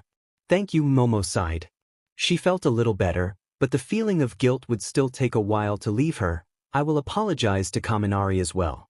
When he gets through this, she made sure to emphasize the word when, because she hoped it would be enough to get him out of this alive. The sound of the sirens got closer until eventually, an ambulance was in sight. It stopped not too far away from them, and 3 medical personnel rushed out towards them with a stretcher and a medical bag. They reached the 2 girls first and asked them who needed medical treatment. This one here needs checking out, Momo answered before Jirou could argue. She was buried in the rubble not too long ago. I'm fine, Jirou protested. Just then, Midoriya rushed over to them. We need help over here, he began with a worried expression. There is a casualty that needs instant attention. We don't want to move him in case we cause more damage. Right? The medical personnel carrying the stretcher rushed towards the place Midoriya was indicating. That's when Jirou noticed the rest of the class were now sat looking at something with what could only be described as horror and despair on their faces. She quickly grabbed Midoriya before he could rush off again. What's going on? She demanded, her anxiety soaring. Please tell me how hurt he is. I need to know how bad the situation is. Midoriya looked at her, not knowing what to say. She stared back pleadingly. Miss, if you are all right to stand, please can you come to the ambulance with me? So we can check you over. The female paramedic that had stayed with Jirou to check over the girl asked politely. No. Not until I know. Jirou shrugged her off. You should go. Momo tried to encourage her gently. Please, just tell me, she begged again. Midoriya sighed. He put on a brave face before he answered. He's still alive. But he's lost quite a bit of blood and still losing it due to some kind of metal pipe that stabbed him in his side. His leg is broken and he's had what looks to be a bad knock to the head. Other than a few more cuts and bruises, I couldn't see if there was anything else. I'm sorry. He finished apologetically. Don't be. Jirou answered after a moment. It had been hard to take the information in, but she was grateful nonetheless. Thank you for being honest with me. They don't mention it, he acknowledged. Can you go and get checked out now, please? Momo begged her one last time. It had been hard to hear the truth herself, but right now she had to get Jirou to agree to be checked over. I did say I would, she sighed unwillingly but not wanting to break her word. Once the pipe is removed properly, I'm sure Recovery Girl will be able to help him heal, Midoriya added, trying to pass his hope on to her with an encouraging smile. Jirou agreed weakly as she finally let herself be escorted to the waiting vehicle. Momo was the one to go with her and gave Midoriya a small smile as thanks. Once she knew Jirou was in safe hands, she went and sat with the rest of the class who had been moved away by Aizawa as the medical staff did what their job. How's Jirou? Uraraka asked, a little shaken up. Shocked, upset, battered and bruised, but I think she's all right. I was told they will be taking her to the hospital just to make sure. Recovery Girl will probably fix her up. And she'll be as good as new, Momo answered quietly. Now we just have to hope Kaminari will pull through. Of course he will. Mineta cut in loudly. He won't let something as trivial as this kill him. That nerd's too much of a dumb arse to even know how to die, Bakugo added, though everyone could clearly see the worry on his face. Still, Tokoyami spoke now. I've never seen injuries like that. And I hope I never will again. But if we're all planning on becoming heroes, it will be something we have to get used to. Everyone sat silently in thought. No one wanted to speak, they just wanted to know if their friend would be okay. Every passing second without news seemed to drag on forever. They were so caught up in the silence that no one noticed Aizawa approach them until he accidentally knocked a small rock with his foot. Is he out? Is he okay? Kirishima asked expectantly as he shot to his feet, not giving the teacher time to speak. This was followed by the whole class throwing questions of concern at him as well. Calm down, Aizawa urged them. They got him out. They're just stabilizing him before they attempt to move him to the ambulance. Thank goodness he's still with us, Ida breathed as he took in the news. He's not out of the woods yet. He still has some of the pipe in his side. They had to leave it in as removing it now would prove fatal. Once at the hospital, they will have to give him some scans and make sure no damage was done to his brain or internal organs. If they get the all clear, then Recovery Girl will be able to help him heal, Aizawa told them honestly. They let this new information sink in, and just as it had, they saw the stretcher carrying Kaminari to the waiting ambulance go past. They couldn't see much, and to be honest, they didn't want to. Finding him the way they did was bad enough. They just wanted to remember the carefree blonde electric boy as he was before all this happened, and hoped they would see him like that again. Come on, Aizawa spoke softly to them all, let's get you all back to the dorm. I'll go to the hospital after to see if I can find anything out. Jiro had been checked over, and other than her ear jacks being badly beat up and inhaling too much dust, she was found to be fine. They were still taking her to the hospital so she could recover and spend a night under observation though, just so they could be sure. As she was seat-belted in, the back doors to the ambulance opened and the stretcher carrying Kaminari was brought in. In an instant the whole place was in an uproar as the medical staff rushed around attaching him to drips and monitors before they could set off. Jiro watched in a haze.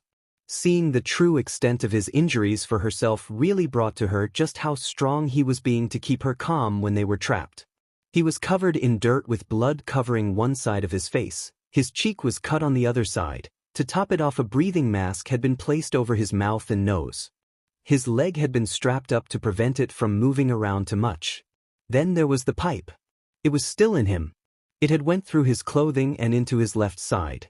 All the staff could do for it at the moment was cut it down so it was easier to move him, The only saving grace was that it hadn't come out on the opposite side to which it went in. The only way she could recognize him right now was by his blonde hair, and even that was filthy with dirt and blood.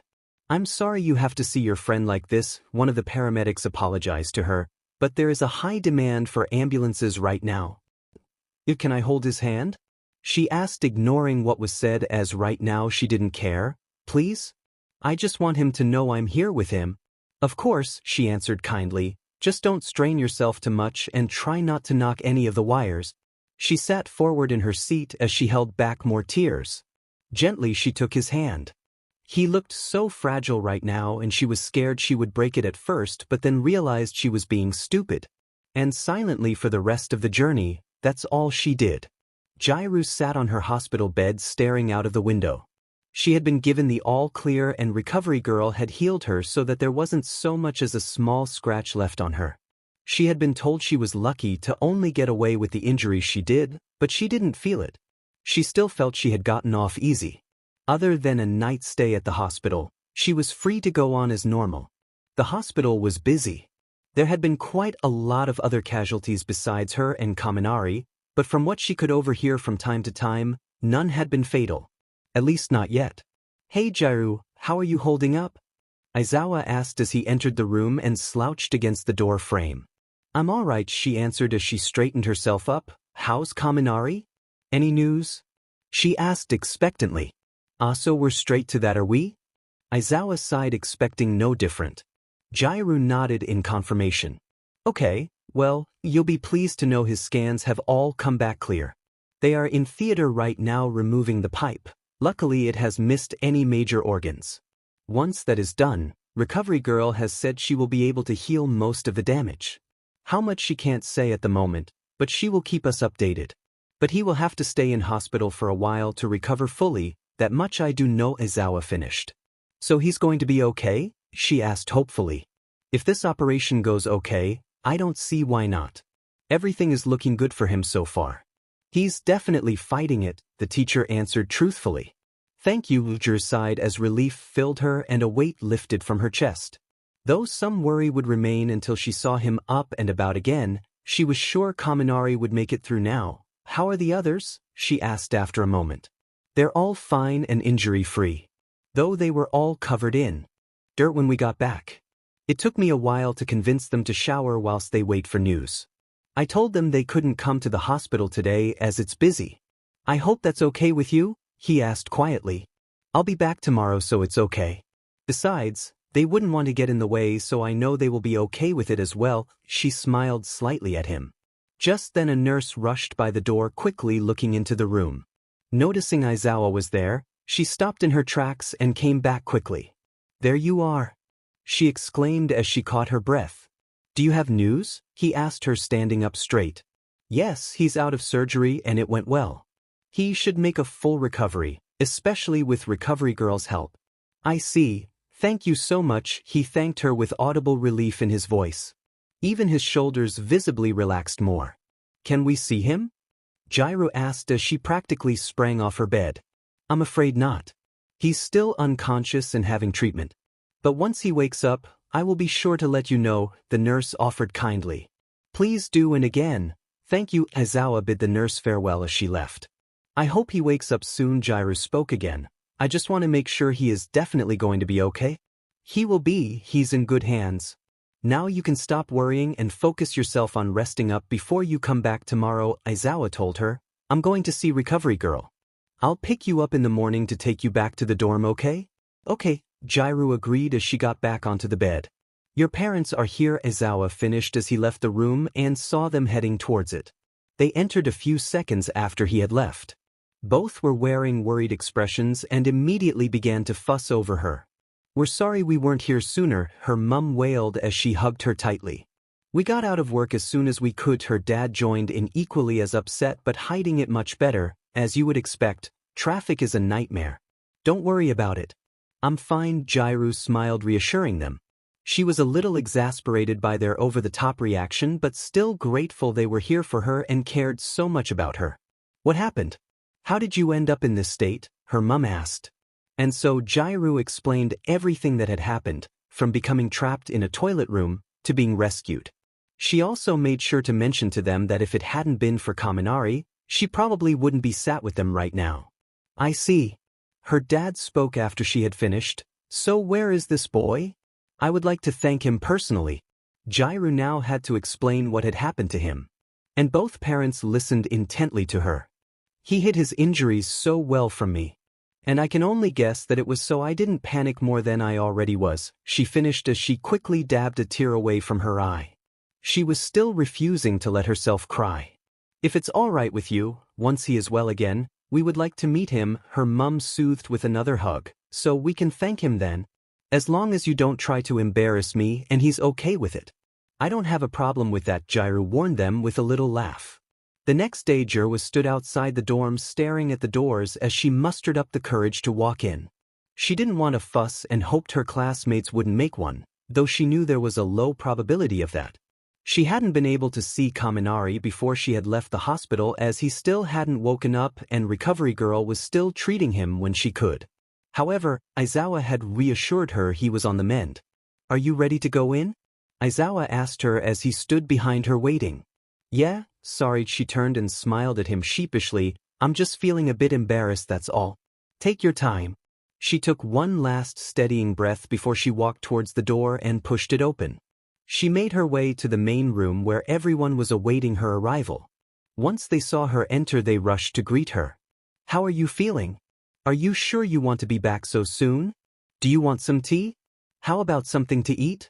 She was bombarded with question after question and was beginning to become overwhelmed with how much everyone cared about her. It was nice to be back to the hustle and bustle of school life, considering she believed she would never experience this again the day before. I'm fine, guys, she smiled at them and continued calmly, you don't have to fuss over me. I just want everything to go back to normal, please. Like yesterday never happened. At least for a bit. Okay, but I still made you some tea, Momo offered as she handed her a cup. Thank you, Jirou laughed as she accepted it. Any news on Kaminari? Kirishima asked expectantly. Aizawa has been filling us in. But with him being busy this morning, we haven't heard anything. He's still not awake, she answered, caught off guard by the sudden question. But apparently he is healing well thanks to Recovery Girl. Yeah, she does do a pretty amazing job, Midoriya smiled at her as he spoke from experience. She deserves a medal for putting up with you, Uraraka joked. She does, Midoriya laughed back bashfully. Hey, I know. Hagakure interrupted excitedly, why don't we have a party once Kaminari gets back? Something to clear away all the worry and drama that's happened. You just want an excuse to party, Jiro smiled at her. Nah, but it would be nice to have a welcome back party for both him and Jirou, don't you think? She argued back. Whatever you say, she laughed. Actually, I think that's a good idea, Momo agreed, though we'll have to get permission off Aizawa and then know when Kaminari will be back. Even still, maybe a movie night would go just as well. Great, more noise, Bakugo grunted. Come on, man. I know you want to welcome one of your friends back to. Kirishima grinned as he placed his arm around the explosive boy's shoulders. You were just as worried as the rest of us. Whatever, he shrugged him off. To be honest, Kaminari deserves more recognition than mean, Jirou cut in now. I'm only here because he saved my life after all. So what actually happened in there? Ashido asked, then followed it quickly with, that's if you want to talk about it. The whole class were now looking at her. Each one waiting to see what she would say. She sighed, she felt like she had told the story 1,000 times.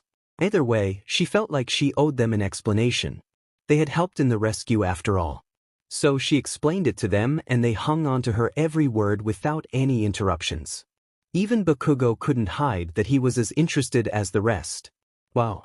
I hope I can be as brave as you too if I ever end up in a situation like that, Shiro commented with awe. I never knew he was capable of being so manly, Mineta added as he wiped a tear out of his eye. I'm so proud of him. Honestly, I never really did much, Jirou shrugged.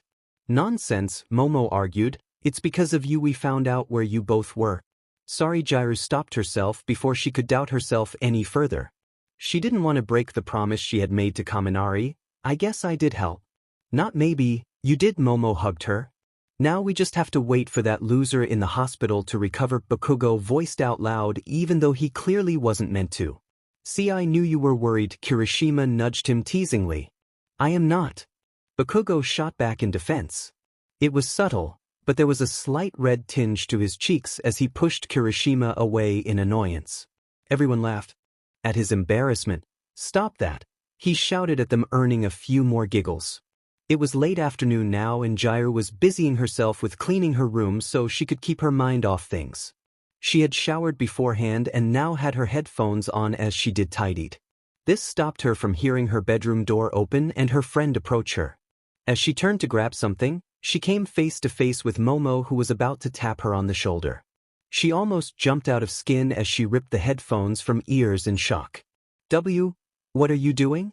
she practically shouted as her ears adjusted back to the normal volume. "Sorry," Momo held back a giggle. "I did knock but you didn't answer, so I let myself in. I wouldn't have if it wasn't important, but Aizawa wants to see us all." "What about?" "I don't know. But I think he has news on Kaminari." "Well, what are we waiting for? Let's go." Jirou grabbed the surprised girl's hand as she rushed out of the room and towards the living area. She hoped it was the news she had been waiting for. Once there, she saw Aizawa standing in front of everyone waiting patiently for their arrival. "What's the news?" she asked as soon as she had arrived, not giving anyone a chance to say anything.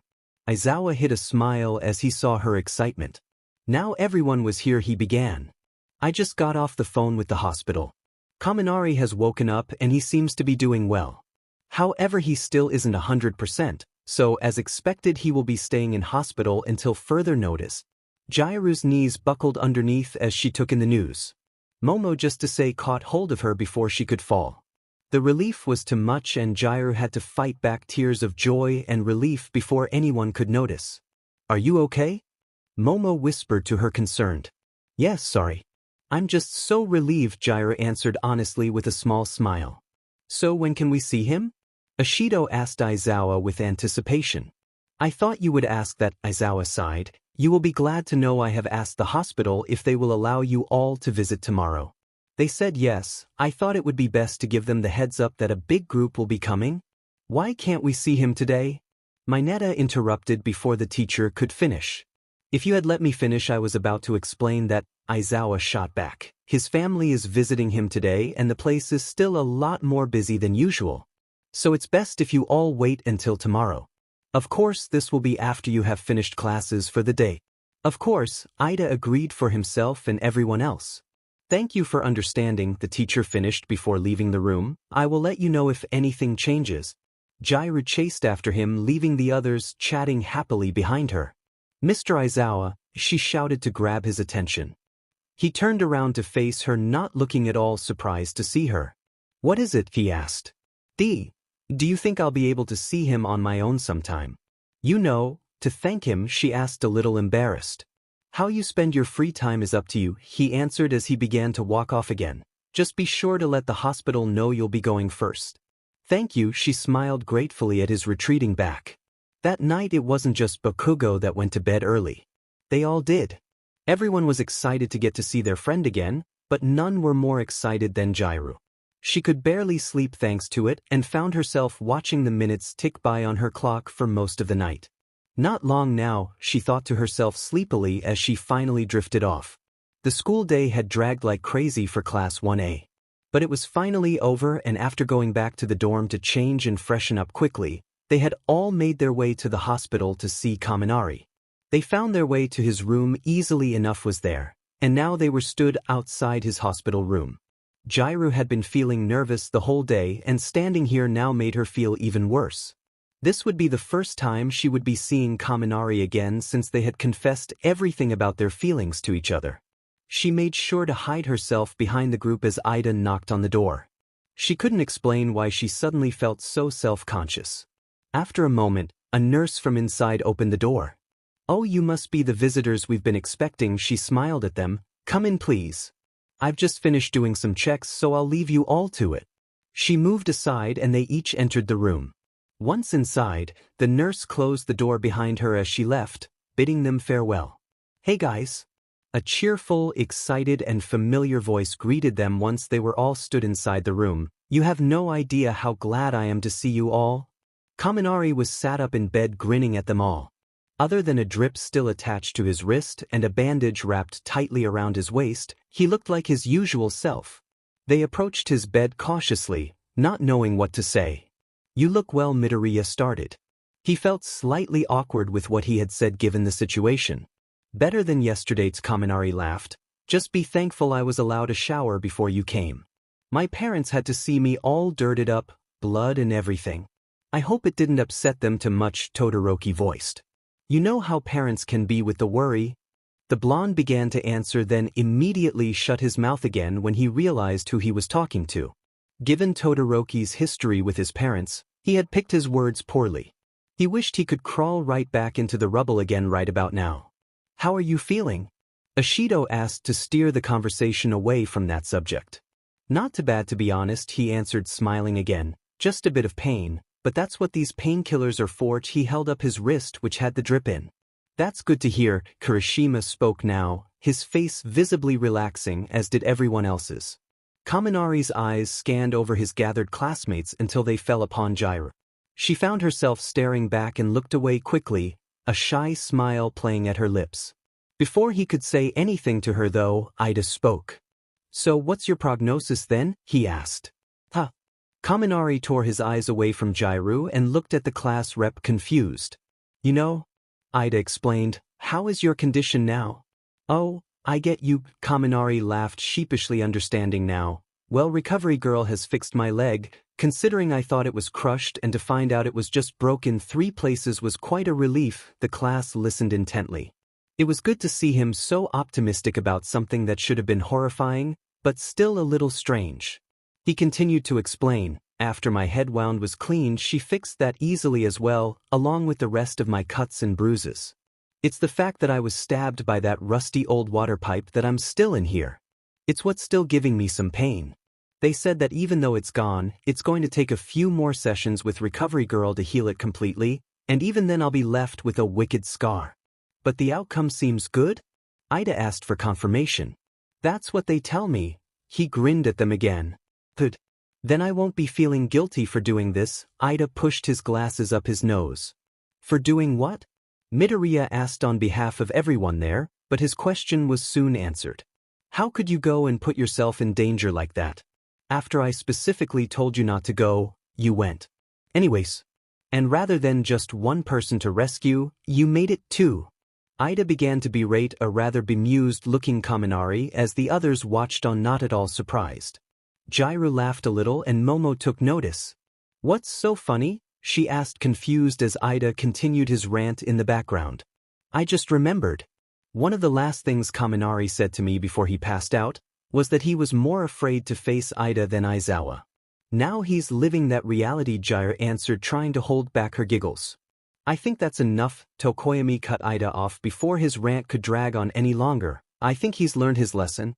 "To be honest," Kaminari sheepishly smiled, "I would do it again." "What?" Ida fumed. "So you really learnt nothing?" "Hear me out." Kaminari put his hands up in defense. "I really am sorry for making you all worry the way I did, and I understand if you are mad at me. But if I knew I had a slight chance of rescuing any of you in a situation like that, I would take it. And before you can say anything else, I know you would all do the same if the situation called for it. But we didn't even know if she was in there or not." Ida pointed out. "It was a risk I was willing to take. And thank God I did, otherwise she wouldn't be standing here with us right now," Kaminari finished surely. "Why? You're right." Ida deflated a little with realization as he let the thought sink in. Taking a deep breath, he knew what he had to do. "I'm sorry for going on a mad rant like that. You didn't really deserve it. Please forgive me." Ida begged with a bow. Hey, there's no need for that." Kaminari waved him off, slightly flustered. "You do whatever you need to do to voice your frustrations. You all should. As far as I'm concerned, I deserve it for making you worry like that. Just seeing that we all managed to get out of that mess alive is enough for me." Midoriya joined in. "Yeah, I agree," Todoroki added. "I say you should have at least took one of us with you." Bakugo spoke loudly. "At least you would have stood more of a chance of getting out unscathed, you idiot." Kirishima nudged him in the side, causing him to shut up and look away, aggravated. He knew his friend was worried this whole time, but right now was not a moment to state the obvious. You're right, Kaminari answered with slightly depressed now, but at the time I was more concerned with saving a friend. I thought you would all try and stop me if I had said anything. So I didn't. And I know I may seem overly optimistic about my injuries, but when I think about how lucky I am to be alive right now, it's hard not to be grateful that's all I got for my troubles. Well, none of us know exactly how we would react in that situation. But I hope if we ever find ourselves in anything like that again, we won't be afraid to ask for help. Kirishima spoke thoughtfully. I think we all pretty much feel the same way. Momo finished as everyone agreed, though I think we should thank you for making sure Jirou got out alive as well. Regardless of how it was done. So, thank you. They all voiced their gratitude to him after following her lead. This caused him to become flustered all over again. He was about to tell them to stop, that was until Mineta got up close to him, causing the words to stick in his throat. So, Mineta began seriously, what's it like having all these hot nurses looking after you? What? Kaminari asked, caught off guard a little. A little inappropriate. Don't you think? Ida added, unimpressed. You're so lucky having all these women fuss over you like this, Mineta continued. Part of me wishes I was in your place. Well, I'm not going to lie, being fussed over is nice and all. Kaminari's eyes suddenly met Jirou's again. She gazed back with a small blush, wondering how he was going to finish that sentence, but they could be female, male, or even aliens for all I care. They're just doing their job. I have more pressing things on my mind right now. Wow, I wasn't expecting an answer like that from you. Ishido blinked curiously. Is it possible you've matured overnight? Tokoyami asked, mystified. That's quite insightful for you, Jirou added, surprised. What the hell happened to you? Mineta wailed, you're not the Kaminari I know. Sorry, man. Kaminari laughed. I just have other priorities at the moment. What is more important than noticing beautiful women? That's for me to know right now and no one else. Sorry, the blonde apologized with a small smile. You sure you never got a brain injury? Mineta sulked in a corner. Ignore him, Kirishima chuckled. Yeah, personally. I'm glad you seem to have matured. For now, Ida added. Thanks for the vote of confidence, Kaminari laughed again. They spent the next 2 hours talking and joking around, and when it came time to leave, they all promised they would visit him again in the next few days if he wasn't allowed home by then. Thanks for coming. Kaminari bid them farewell with a wide grin. You have made me feel a lot better. They waved goodbye as they left, and once out of the hospital, Jirou could have kicked herself. She hadn't said a single thing to him. She didn't know why, but she just felt awkward talking to him in front of everyone else, especially now that he knew how she felt. Her only solace was that she would be visiting him again tomorrow, on her own. She had made the arrangements with the hospital just before they had left. She had pretended that she was going to use the restroom, and once they were out of sight, made a beeline for the reception desk. She felt deceitful for doing it, but she really needed to talk to him alone. The next day, Jirou rushed to the hospital as soon as she had showered and changed after a day of classes. She wanted to get away before anyone could really notice her absence and managed to succeed in her mission. Now she had reached his room at the hospital and could finally catch her breath. She knocked and patiently waited for an answer nervously. An answer never came, so she knocked again, and again no answer came. Cautiously she opened the door. She made sure not to look directly at the bed in case Kaminari wasn't decent and she could make a quick escape. Once stood in the room, however, and still hearing no words to show her presence was noticed, she looked up. It was then she saw Kaminari was sound asleep. Not knowing if she should wake him, leave, or wait for a while, she stood awkwardly staring at him. Eventually she decided the latter and moved towards the chair beside his bed. She looked him over as she approached. Even though he looked exactly the same as yesterday, he had slightly more color in his cheeks. She sat down and took out her phone. There were a couple of texts from Momo and Ishido asking where she was, and she decided to answer them truthfully. Neither of them were upset with her. In fact, they completely understood. Jirou would look up from time to time to see if Kaminari was stirring at all, but he never did. He looked peaceful though, a sharp contrast to when she had last seen him unconscious. As she watched him in her boredom, she found herself absent-minded, gently running her fingers through his hair. That tickles, he grumbled as he began to stir a little in his sleep. Jirou quickly pulled her hand away. Now she realized what she was doing. Why did you stop? Kaminari asked groggily as he slowly opened his eyes and looked up at her. What? You're awake? Jirou panicked. How long for? Not long. You woke me up playing with my hair, he answered as he slowly began to sit up, a little. Pain crossed his face with the strain, but he managed it. Are you okay? Jirou asked, worried, noticing it. Yeah, I'm good. I get a bit stiff when I haven't moved a lot for a while. That's all, he smiled at her reassuringly. That's all right then, Jirou sighed, relaxing again. How long have you been here for? Not long, Jirou lied. She'd been sat around for at least half an hour. Sorry I was asleep, you should have woken me up, he laughed again sheepishly, but sitting around in here gets boring really quickly. Don't worry about it, she smiled, though if you want something bringing, you can just ask, you know? I just got a new phone from my parents this morning. I don't have anyone's number yet, he confessed, plus, I don't really want to make people go out of their way for me. Don't be stupid, it's what friends are for. Jirou answered him sternly as she snatched his phone from beside his bed. This is my new number, she stated as she added it into his phone. Like you, I had to get a new phone as my last one was beyond saving. If you need anything, just ask. And I mean it. She handed his phone back to him as he stared at her stunned. He hadn't expected her to get so serious about something that seemed so trivial to him. Now promise me you'll do that, she demanded. Oh, he stammered, I promise. Good. Though they said a few more sessions with Recovery Girl is all I need, so I could be out of here by the end of the week anyways. I don't care. If you need anything, just ask. Kaminari smiled back fondly at her. What's that look for? Jirou asked nervously. Honestly, I'm just glad to see that you're okay and your attitude is still intact. Oh.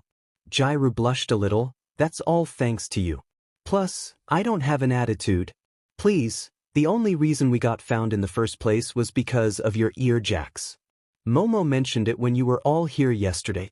And the only reason I'm still alive is because of you. Jirou shot back. If it wasn't for you going against orders, I would have been crushed in there. And then you threw me to safety whilst leaving yourself behind. Even if it didn't go as you had planned, it still worked out in the end. Kaminari listened with wide eyes as Jirou continued on. Her eyes were filling with tears at each word. You were hurt so badly and I had no idea. I should have picked up on it, but I was too busy worrying about myself to notice. What kind of person does that make me? A selfish one? I think so.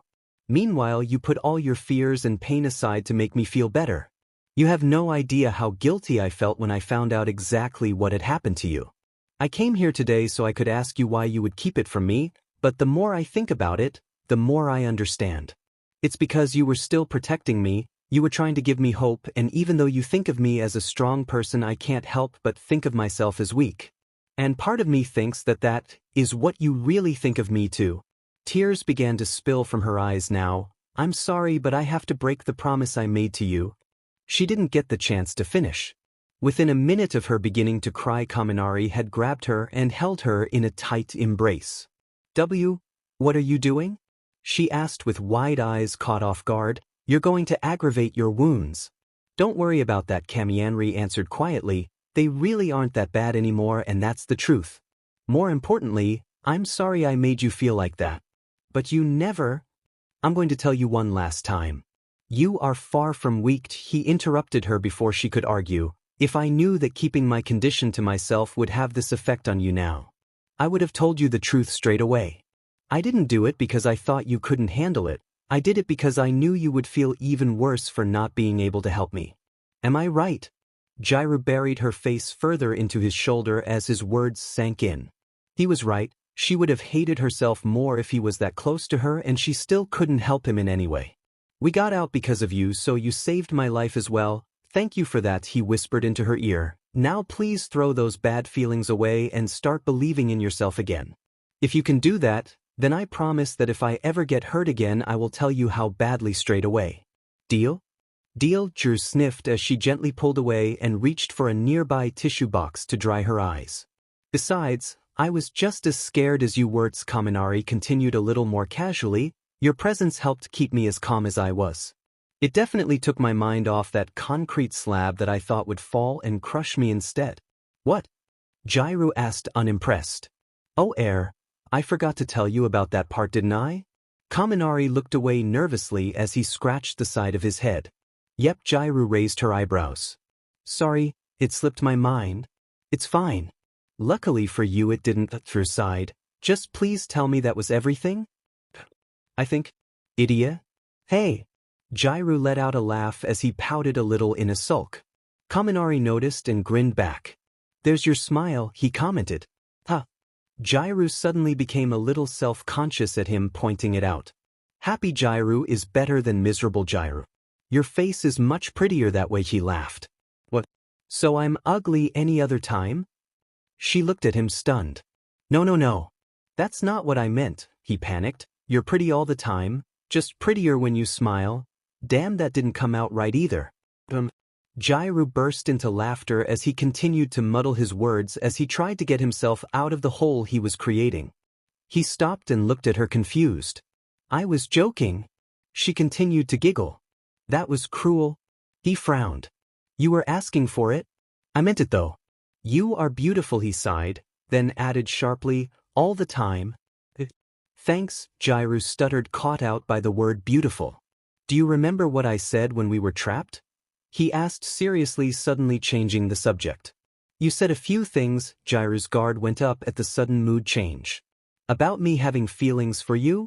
He looked down at his hands, a little embarrassed at bringing it up. Yeah. Jirou trailed quietly. Was he going to tell her he was lying to help make her feel better? If it was, she really didn't know how she would take it. It would be cruel beyond words. Do you really feel the same? He asked her quietly, bringing her back to herself. I do, she answered a little skeptically. Why? Well, I mentioned that once we were out of there I would like to ask you out. Didn't I? He sighed, glanced in her direction to see how she would react. Yes, she answered, still unsure of what direction this was going to go in. Did he only say it because he thought he was going to die and could get out of it? She shook her head to get rid of them thoughts. Deep down, she knew he would never be that evil. Instead, she filled herself with hope as he spoke again.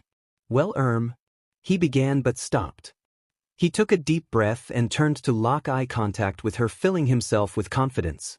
They were both blushing slightly. Do you want to be my girlfriend? Jirou blinked in shock as he came straight out with it. Sure, he had half shouted it at her, but she knew that was his nerves. Complete joy enveloped her, and she knew she must have one of the goofiest grins on her face right now. She didn't care. Instead, she looked him dead in the eye. Of course I do, she answered happily. His face filled with relief and joy, and she found his grin mirrored her own. For a moment they both sat in awkward silence, not knowing what to say or do next. Eventually, Kaminari spoke again. I'm glad we're official now. Jiro could hear the happiness in his voice. But do you mind waiting for me to get out of here to tell anyone else? Sure, she agreed readily. But why? I'd like for us to have a proper date first. He smiled slightly at her. It may sound stupid, but it will make things feel a bit more official. That doesn't sound stupid at all, Jirou smiled back. Honestly, I think it could be fun keeping it a secret for a while. Thank you, he chuckled. Oh, by the way, is that my jacket you're wearing? Jirou looked at the jacket she was wearing in confusion. It was Kaminari's. She had forgotten to give it back to him after she had borrowed it on the way back from the movies. It had been hung over the back of her desk chair since then. Being in the rush she had been to get changed, she hadn't noticed she had even picked it up, let alone put it on. Now it had been mentioned, however, she could feel and see it was a little bigger than she needed. Oh, it is, she exclaimed, but made no move to take it off. But since you're my boyfriend now, it felt weird calling him that, and it sent butterflies flying in her stomach at the thought. I think I'll keep it, she teased, sticking her tongue out in the process. Oh really? Kaminari raised an eyebrow, amused. He'd had a similar feeling at being called her boyfriend, and thinking of her as his girlfriend made it worse. Well, you do look good in it, I'll give you that much. I suppose I'll let you go home in it, but I'll get it back when you let your guard down. I'll hide it. I'll find it. It's mine now, she laughed as she pulled it tighter to herself. It's quite cozy. I'll just take one of yours then, Kaminari joked. It may not fit, but I'll still make it look good. Again with the ego through side with a smile. Let's hope my parents like that about you. Why? Your parents? Why are you bringing them up all of a sudden? He nearly choked on air in his surprise. Don't freak out. Jirou warned, but they want to meet you. What? Why? Kaminari squeaked as he did the opposite to what she had warned. Just to thank you for saving me. Jirou tried to calm him down. Nothing sinister, I swear. If it makes you feel better, we don't even have to tell them that we're going out. And it won't be until you're ready. Alright. That's okay then. Kaminari began to breathe easier again, though what if they don't like me? What if I make a fool of myself? Then there would be no change to how you normally are, Jirou answered with a grin. I'm being serious. Kaminari began to panic again. If they don't like me, we can't tell them we are going out. Relax, Jirou soothed again as she took his hand in hers and squeezed it comfortingly. They just want to thank you for now. And you are a very likable person, you fit in anywhere so you'll have no problem with them. If you say so. But I'm still nervous. It will fade once you've met them. Well, remember that for if you ever have to meet mine. What do you mean if? Jirou shot at him pretending to be hurt. Do you not want me to? Are you planning on breaking up with me before that? No. But your parents might decide our fate on that subject, he joked. Stop being an idiot, Jirou nudged him playfully. There was a quiet knock at the door and it slowly began to open. Recovery Girl appeared through it and smiled kindly at them both. Hello, Jirou, she greeted the girl. How are those ear jacks of yours doing? Great, thanks to you, Jirou answered as she began to fumble with one between her fingertips. Taking notice of Jirou and Kaminari's interlocked fingers, the old woman smiled knowingly at them. A young love. It's such a special thing, isn't it? She commented nostalgically. Both Kaminari and Jirou looked at her confused before looking at their hands. Realization sank in and they pulled their hands apart quickly in a fluster. It's not what you think, Jirou stammered. Yeah, we were just though. Kaminari couldn't think of any kind of excuse. Don't worry, Recovery Girl continued to smile. Your secret is safe with me. I won't tell a soul. Thanks, they both sighed with relief. It was a waste of time to continue to deny it to her when they had been so easily caught out. Now, let's get started on your treatment, the woman began. How long do you think he will be in here for? Jirou asked curiously. Well, from what I can tell. He's responded well to treatment so far, but there is not much more I can do. I'd say tomorrow will be his final session with me, and after that, the rest of the healing process is up to him. So if I had to guess, Thursday seems promising. Finally, Kaminari celebrated, then quickly realized how ungrateful he must sound right now. Not that I'm not grateful. I really am. You've done so much for me as well as the hospital staff. I'm just so bored in here. I understand, Recovery Girl laughed a little. It's not the most fun place to be in. Don't worry, you'll be back with your friends soon enough. And I'll be at the You Need Me after that. I'm going to leave you to it, Jirou spoke again. I've got to head back to the dorm now before people can start freaking out that I'm missing. I didn't exactly tell anyone I was coming here other than Momo and Ishido. And I told them not to tell anyone. Wanted me all to yourself, did you? Kaminari teased with a wink. Idiot, Jirou blushed slightly. Make sure you message me if you need anything, okay? Yes, ma'am. Jirou quickly bent over and kissed him on the cheek whilst Recovery Girl wasn't looking. It was his turn to blush fiercely as his hand quickly covered where she had touched it. See you soon, she giggled as she made for the door. Goodbye, Recovery Girl, and thanks again. Goodbye, dear, the woman bid farewell as Jirou vanished through the door. Back in the dorm, Jirou had just walked into the living space when she was ambushed by Momo and Ishido. Why didn't you want us to go with you? Ishido asked, slightly hurt. Sorry, I just needed to talk to him alone, that's all, Jirou shrugged. We had some things to sort out. What sort of things? Momo asked curiously. Just about what happened. She wasn't exactly lying to them, but she still felt bad she wasn't telling them the whole truth. She had given Kaminari her word and she didn't really feel comfortable with them finding out just yet either. It was still early days. Okay, I won't push you for more. You must be sick of repeating the story now. Momo could see Jirou clearly didn't want to talk about it, so she wasn't going to push her. How is he? He's good, Jirou answered. He should be back here with us the day after tomorrow. Really?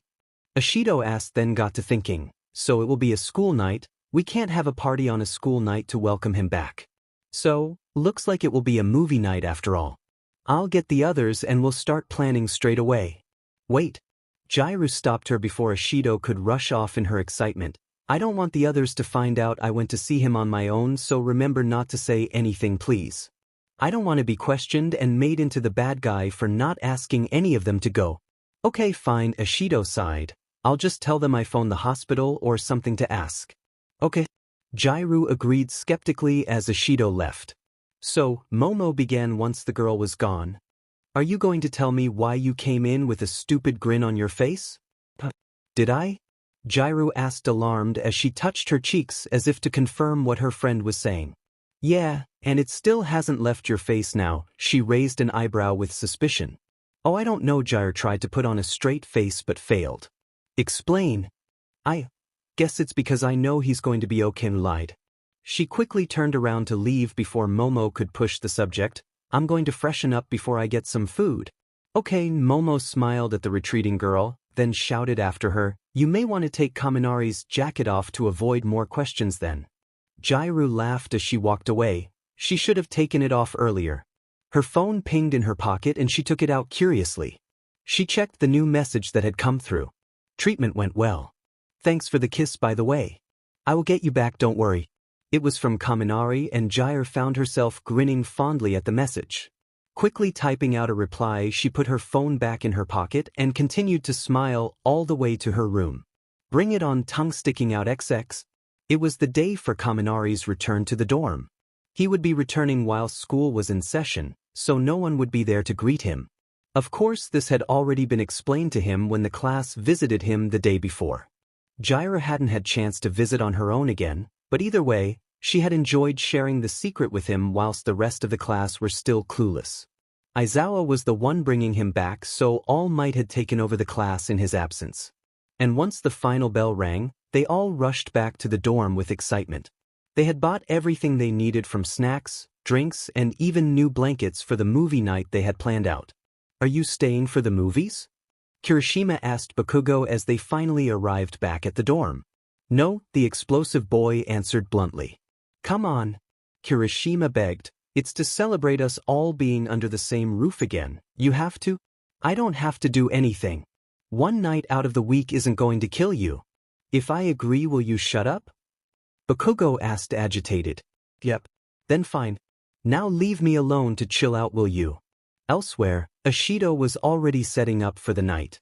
She was excitedly closing all the blinds so the room would be dark.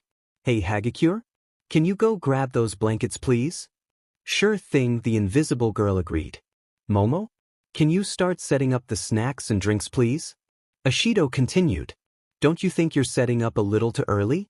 Momo questioned. I mean, we need to get changed and we haven't even had any proper food yet. Already ahead of you, Uraraka spoke this time. Ishido made me order pizza. Has anyone even greeted Kaminari yet? Shiro asked from where he lounged on the couch. I don't think so, Tokoyami spoke now. He must be in his room still. Should one of us go and find him and bring him down? Or would it be better if we all went to his room and greeted him that way? Todoroki joined in now. He didn't really know what the proper protocol should be. I'll go and see if he's ready to come down now, Jo offered before anyone else could. She quickly left the room before anyone could stop her. She's not allowed in a boy's room. How is she supposed to get him? Midoriya questioned, confused. All she has to do is knock on his door, Ishido answered as she placed the drinks on a table near the couch and rushed to grab the blankets off of Hagakure. Now either help or go and get changed. Okay, I'll help, Midoriya smiled sheepishly at her, though you really don't need to rush so much. Jirou was stood outside of Kaminari's room about to knock. She got a massive surprise when the door opened just before she could, and Kaminari appeared looking equally surprised to see her and a little scared. It was good to see him up and walking about. His recovery really was remarkable. Hey, he stammered as his heart rate began to slow back to normal speed. You scared me. Sorry, you laughed a little. You gave me a scare too? Kaminari grinned at her and she blushed slightly. She still couldn't believe he was her boyfriend now. Even after a couple of days, it was still sinking in for her.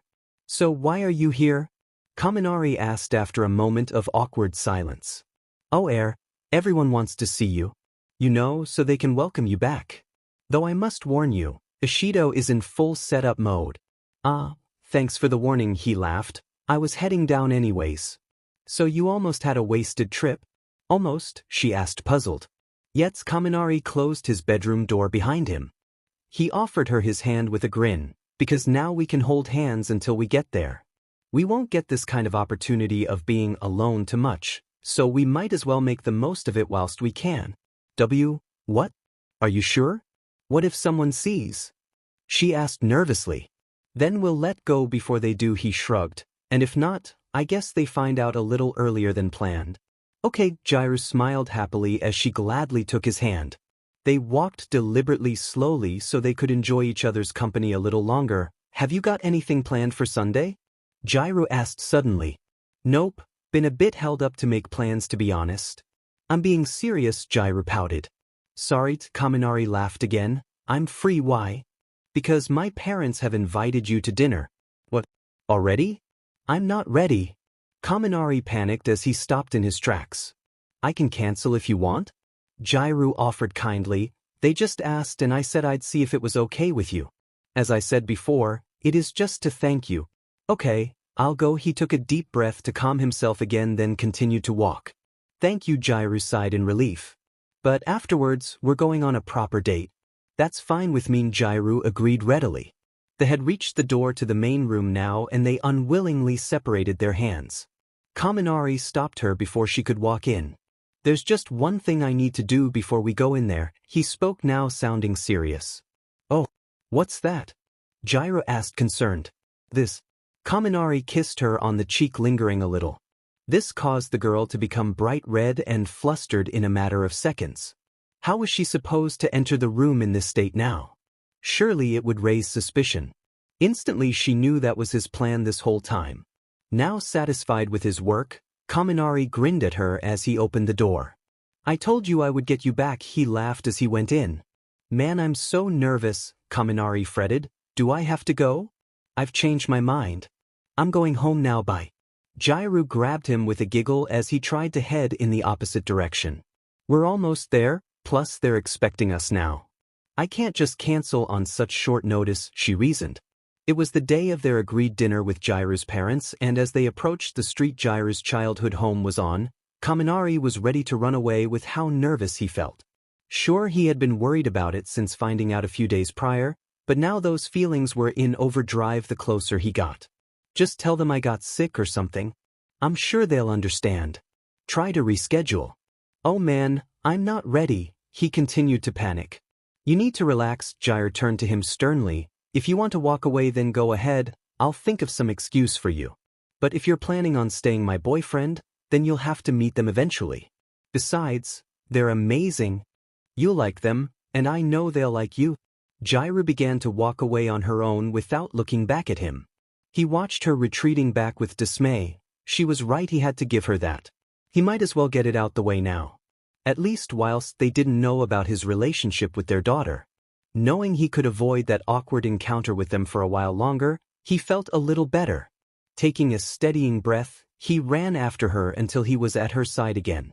Oh, so you decided to come then? She grinned without looking at him. You never really gave me a choice, did you? You'll be fine, Jirou reassured him as she linked her arm through his and cuddled into his side. Just use that confidence you always have. Yeah. Look, that's my house there, Jirou pointed to a neat little apartment building in front of them. It's the ground floor one. As you can imagine, my parents play a lot of music, so being in the bottom apartment is a little better than creating noise above someone. Yet Kaminari gulped now. Is it warm or is it just me? For the last time. You'll be fine. Jirou giggled as she untangled herself from his arm and grabbed his hand to drag him the last few feet. Arriving at the front door, Kaminari could hear the strumming of an acoustic guitar from within. Jirou took out a key and placed it into the door lock. You ready? She asked him with a small smile. Totally, he lied with a similar smile, knowing that no would definitely be the wrong answer. Okay, Jirou unlocked the door and pushed it open. She held it open for the blonde and he stepped in, letting his body take lead over his arguing mind. Instantly the noise of the guitar became louder and what smelled like some kind of stew wafted towards them. It was mouth-watering. Closing the door behind them, she took her shoes off and placed them on a nearby shoe rack. Kaminari mirrored her actions. Once done, he looked around himself to see what his new surroundings were like. At the moment they were just stood in a hallway, but it was vividly decorated with pictures of instruments and bands. He noticed a side table close by. Looking closer at it, he noticed pictures of Jirou through various stages of life. The most prominent one was her being at least 5 or 6 years old with a guitar swinging around her neck and the gloomiest grin on her face as her 2 front teeth were missing. "Don't look at that." Jirou yelped, embarrassed as she noticed him staring at it with a smile on his face. "Why not? It's cute," he laughed. "Must have been a bummer to lose your 2 front teeth at the same time though. You can leave now." She sulked as she burned red. "Kyoka, is that you?" A woman's voice called from a nearby room and the guitar's sounds stopped. Kaminari instantly fell quiet and Jirou smiled once she saw his deer caught in the headlights look. "Not got anything else to say?" she asked quietly with a smug grin as he stared at her, then a little louder shouted back to her mother, "Yes, sorry, we're just taking our shoes off." Deep breath, Kaminari. "You can do this," he encouraged himself quietly as he followed Jirou down the hall. "No going back now," she smiled at him as she swung open the door to the living room. "Jirou, welcome home." Her mother greeted her with a smile and a hug. "Hello, darling," her dad also greeted her as he put the guitar he was holding down. "How are you?" "I'm great, thanks. How about you guys?" Jirou happily replied. "We can't complain," they answered her before their eyes fell upon Kaminari. He had been holding back, standing awkwardly in the doorway as he watched their greetings. The sudden realization they were now looking at him made him feel self-conscious and a little more awkward. "Mom, Dad, this is Kaminari," Jirou introduced him cheerfully. "So you're the boy that saved my daughter's life?" Jirou's dad asked as he approached the blonde. "You have no idea how grateful we are. If we had lost her, I honestly don't think we would have coped. All I can say for now is thank you. We are deeply, deeply grateful and you did us a great honor. Please, if there is anything you need or want from us, just let us know." He offered his hand for Kaminari to shake. "That's unnecessary, sir," Kaminari stuttered as he shook the man's hand. "I was never going to leave her. There's no need to be so formal. You can call me Kyoto-ku." "Thank you, sir. I mean Kyoto-ku." It felt weird being this formal straight away, but Kaminari tried to roll with it. "And I'm Mika." Jirou's mother spoke now. "I'm going to say it again. Thank you so much for saving Kyoka. She means the world to us. I'm glad you accepted our invitation so we could thank you in person. There's really no need for..." Kaminari began as she too offered him her hand as well. As he took it expecting another handshake, he was bewildered when she pulled him into a hug, completely cutting his sentence off. Jirou had to stifle a giggle at the over-surprised expression on his face. "You are always welcome to visit here with Kyoka. With a friend like you we will always know she is safe," Mika commented as she pulled away. Slightly embarrassed and somewhat happy all at once, Kaminari smiled shyly back. "Thank you." She finally accepted, "but Jirou helped the rescue team find us, and we are extremely proud of her." Jirou's dad smiled kindly at her as he gently squeezed her shoulder. "We'll put it down as a team effort," Jirou deflected. She wasn't going to let Kaminari try and put all the praise onto her. "Well, judging by the mess that's still being cleaned up and the fact the mall is in need of major repairs before it can reopen, you are both extremely lucky to still be alive. In fact, the fact there was no fatalities at all is a miracle." Mika spoke thoughtfully. "How about we get off this depressing subject?" Kyoto-ku suggested. "Let's just be grateful it's over." "You're right, dear." His wife smiled at him. Then turning to Kaminari she asked, "So, do you like beef stew?" "I'd be lying if I said no," he replied politely. "Good." Mika laughed a little. "I'll just go and check on its progress." She left the room for the kitchen and Jirou's dad approached Kaminari again. "So, do you play any instruments?" he asked as he placed his hand on the boy's shoulder and gently pushed him further into the room. Just guitar, but it's limited," Kaminari answered truthfully as he let himself be pushed into the room without resistance. "Ah, good choice," the man commented as he gestured to the couch. "Please sit," he smiled. "Make yourself comfortable. There's no need for any shyness here, we're just normal people like you." Kaminari did as he was told and sat down. Jirou sat down next to him with a reassuring smile. "So how long have you been playing for?" her dad now asked him. "Well, to be honest, not long. It's actually Jirou that was teaching me for the school festivals," Kaminari answered, "though we're starting lessons again soon." "Oh, So you're the boy she was talking about on the phone all those times, the man exclaimed with realization. I knew your name sounded familiar. Dad. Jirou panicked as she tried to shush him. Yes, I remember now. It's all she went on about for a while. Dad, please stop. Jirou fretted as he continued. Apparently you were eager to learn and were quite quick at picking it up. Also, you made lessons fun and she really enjoyed spending the time with you. She got quite upset when she knew her lessons with you were almost over, but she rang a few days later completely ecstatic that you had asked her for more after he continued, completely oblivious to his daughter's growing embarrassment. Honey, can you come and help me in the kitchen, please? Jiro's mum came to her rescue as she called for her husband. Oh sure. Coming. He got up and left the room, leaving an embarrassed Jirou and perplexed Kaminari behind him. Once out of sight, Kaminari turned to Jirou with an amused grin. Don't say anything, she warned as she continued to burn up, and wipe the grin off your face. You really thought that highly of me? He asked, trying but failing to keep the smile off his face and amusement out of his voice. Just how much did you like me during those lessons? It can soon change, Jirou threatened, her face still burning. I should never have told them anything. But it's good that you trust your parents enough to be that open with them, Kaminari commented lazily. Mine would just rip on me. I suppose it is. Jirou began to relax again as she realized he was right, but he should still know when to keep his mouth shut. Well, it's a good job I already know how you feel then, isn't it? He laughed as he quickly gave her hand a squeeze. That is besides the point, she smiled back, but I guess I can't be mad at him then. Not really. Stop being the voice of reason, Jirou teased him. It doesn't suit you. Jirou playfully stuck her tongue out at him in response. Then her mother called through to them. Dinner's ready. Sitting at the table patiently, Jirou, Kaminari and Kyotoku all waited for Mika to place the food down. Jirou had offered to help her mother, but the woman was having none of it, stating she should sit and keep her friend company. Soon after, she brought it in and placed it into the middle of the table.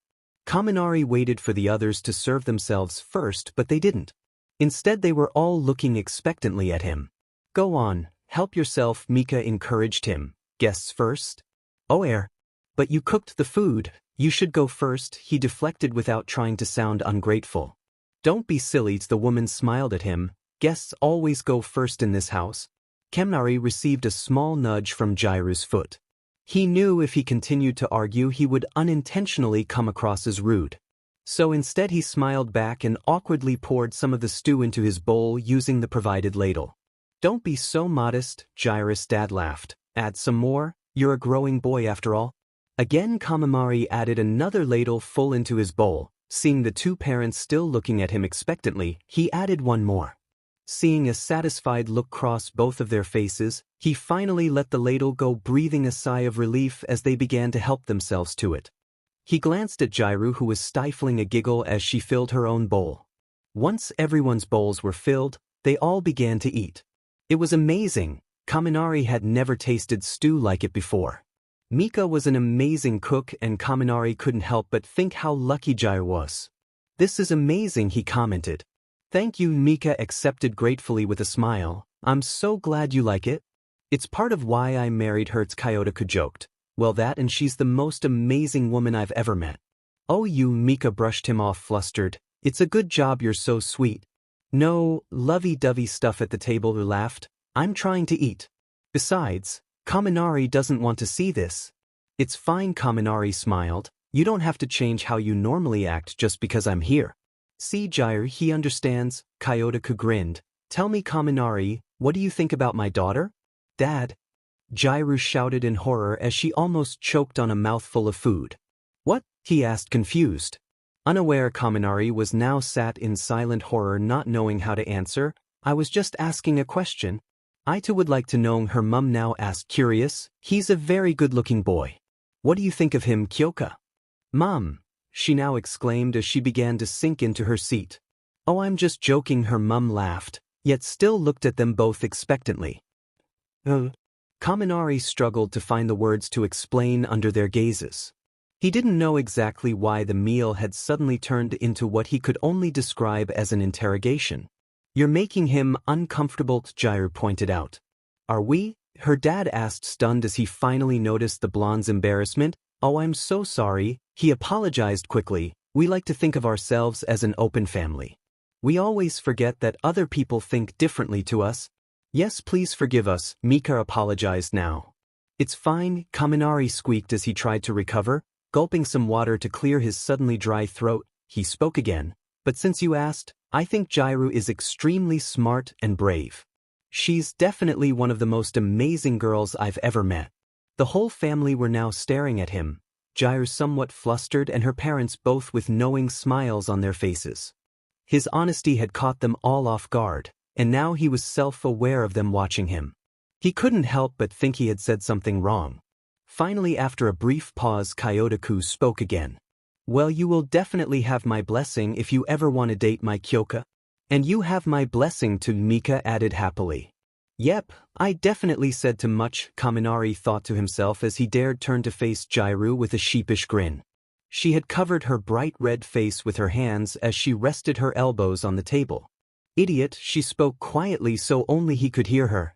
"Kyoka, please take your elbows off the table," her mum requested politely.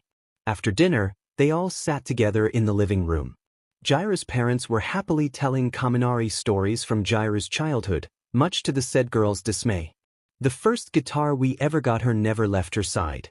She would sleep with it like a teddy bear, have little tea parties with it and even bathe with it," Mika giggled.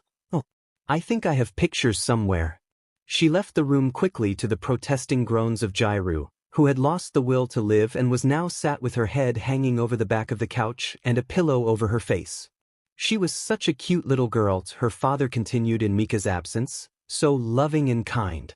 She would always write little songs to sing to us. I think we still have them somewhere to—" "Please don't grab them too," Jirou begged, shooting up in her seat. "Why not? I'm quite interested to see how talented you were back then too," Kaminari teased. However, her dad took him seriously. "Oh, she was very talented back then too. She has a lot of trophies in her room from competitions she won. In fact, her room is almost full of them," he bragged proudly. "That's a slight exaggeration," Jirou grunted. "You should show him and he can see for himself," Kyotoku suggested. "Go on, you have a few minutes to kill before your mother gets back with the albums she'll be collecting." "Fine." Jirou agreed, anything to get away from a bit of embarrassment. She gestured for Kaminari to follow her. He did so, though he was somewhat surprised she would even want him to see her childhood room. He had only seen her room once, and that was back at the dorm when they were giving tours on their first night. "Make sure you leave the door open," her dad shouted after them. Jirou could have died on the spot and Kaminari wasn't far behind. That was one thing she wasn't expecting her dad to say right now. What exactly did he think was going to happen? Or what exactly did he think about his daughter? She put it down to him being protective. At least she could forgive him for that. "Sorry about that," she apologized to Kaminari as they arrived outside of her bedroom door. "Don't worry about it," he smiled reassuringly, trying to hide his embarrassment.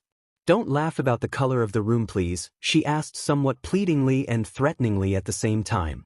This left Kaminari somewhat perplexed as to what could possibly be so bad about the color to need that reaction from her. She opened the door and moved aside so he could step into. Immediately the color pink hit his eyes. It was on the walls, the bed, and even the curtains were pink. The only other color was the white ceiling and cream carpet.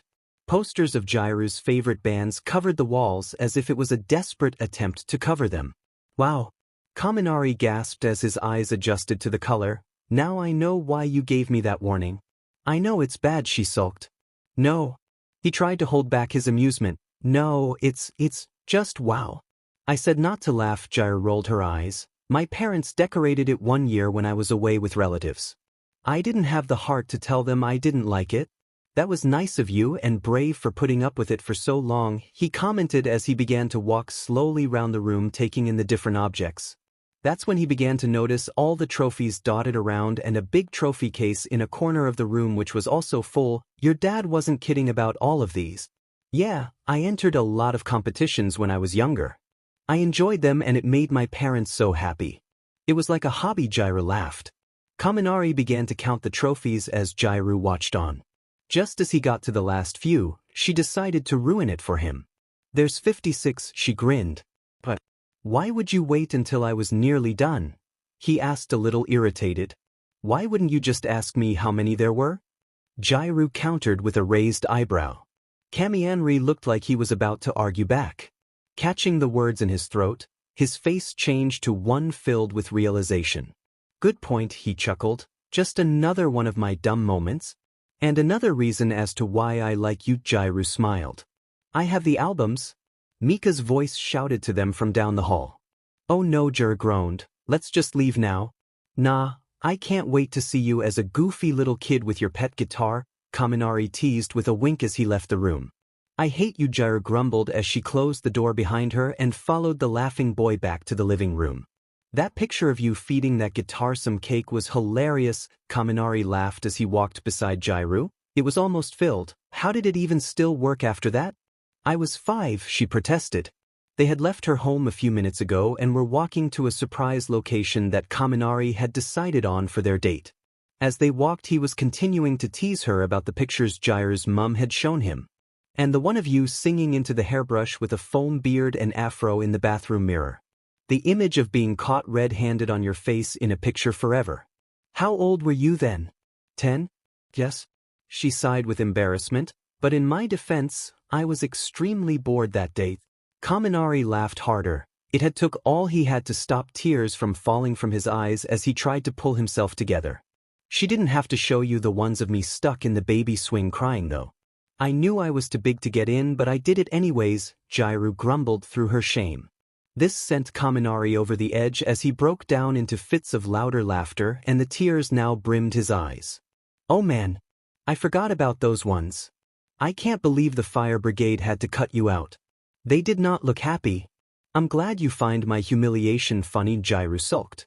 I'm so sorry, Kaminari apologized through gasps of air, but come on, you did some pretty funny stuff as a kid. It's hard to believe you were that dumb once.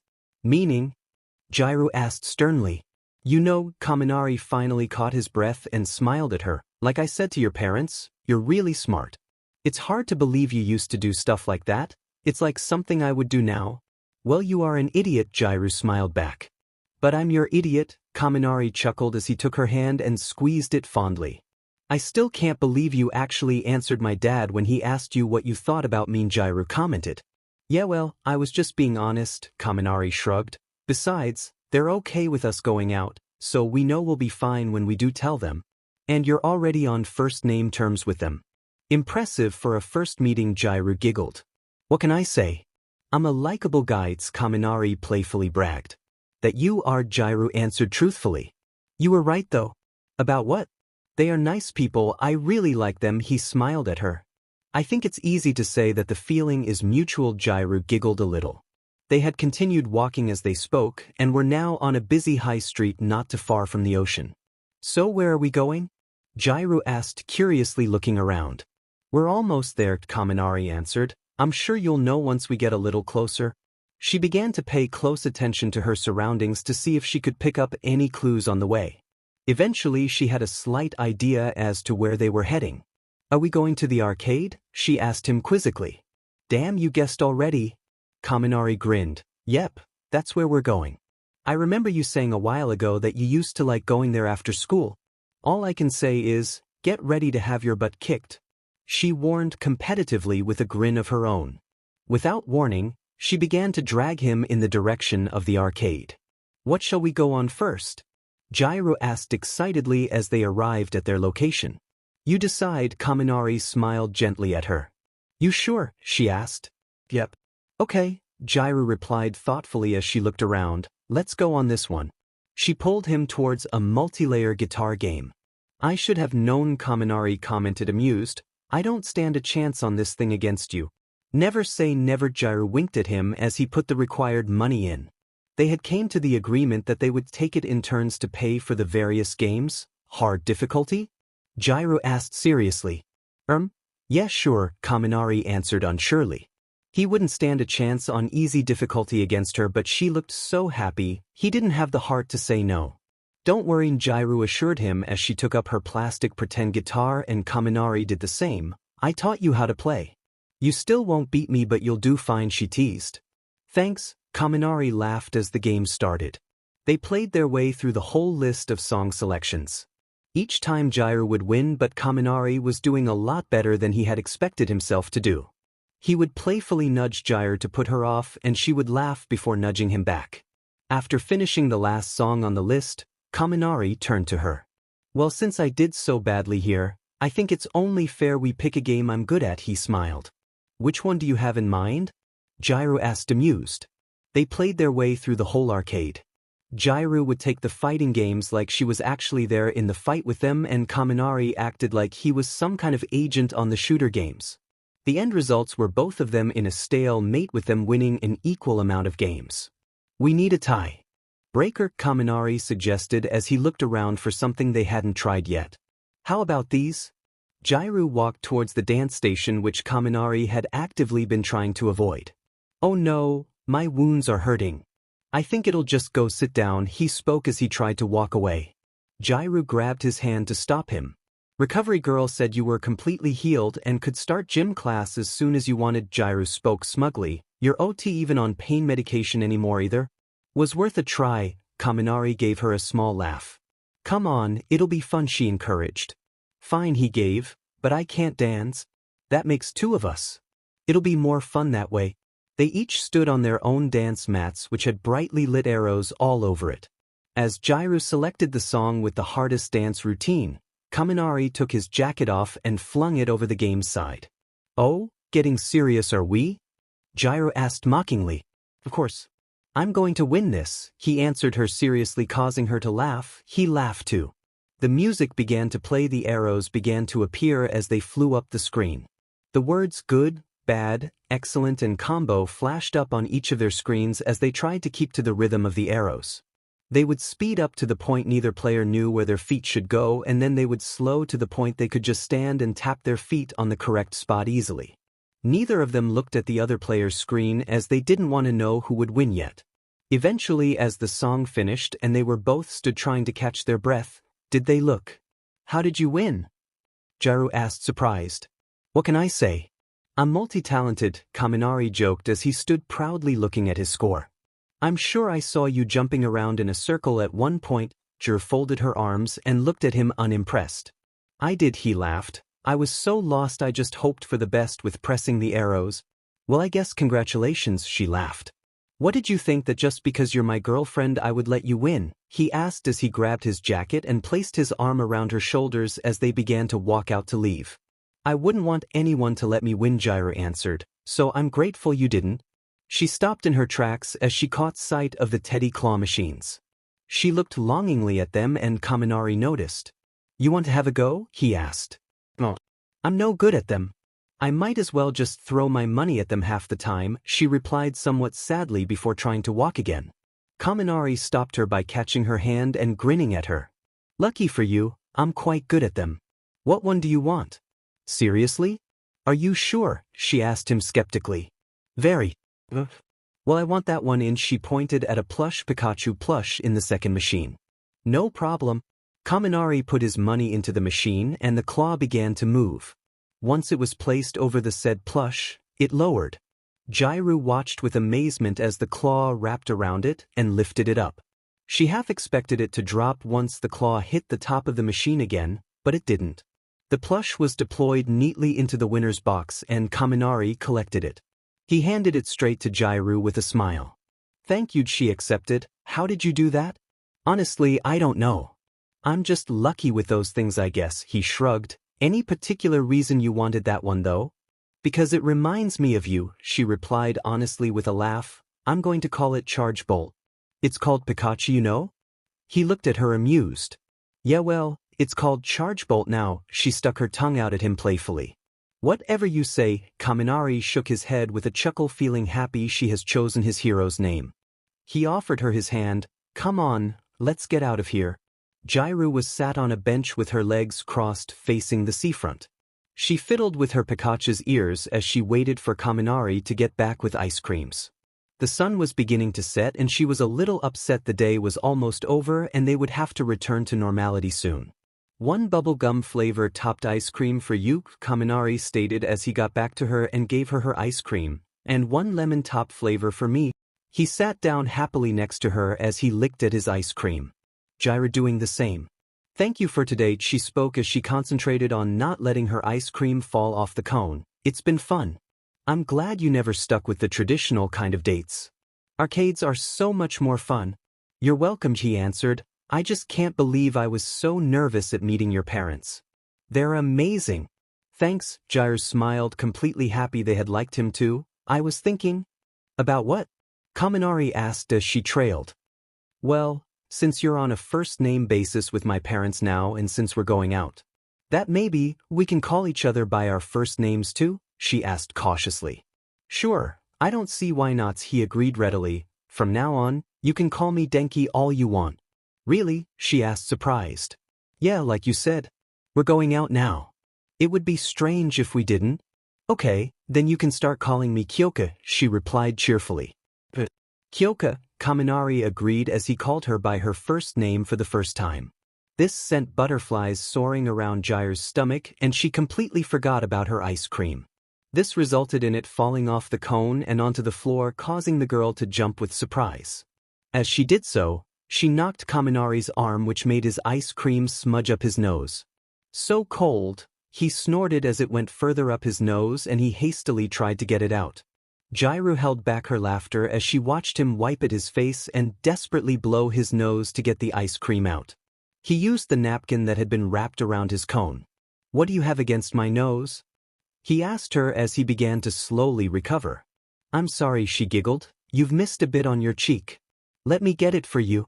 She took her own napkin and gently began to wipe away the remaining ice cream from his face. Even once it was gone, she found herself still wiping at the area, completely lost in his eyes as he gazed back at her, realizing just how close she was to him right now. Slowly their faces began to move closer together until eventually their lips met. They sank into the kiss, which seemed to last forever. If Jiro hadn't been certain it was her body sending electrifying feelings around her body, she would have believed it was Kaminari himself. They moved away from each other. Both of their faces were slightly blushed as they stared at each other shyly. Jiro quickly looked away. That was, she stuttered. Well, it's so much better than last time, Kaminari commented confidently, putting Jiro at ease again as she looked back at him. At least no one ran away or freaked out this time, he laughed. Jiro smiled, still shy. Come on, Kaminari began reluctantly. We need to get back to the dorm before curfew. As she got up to follow him, she decided to ask him a question.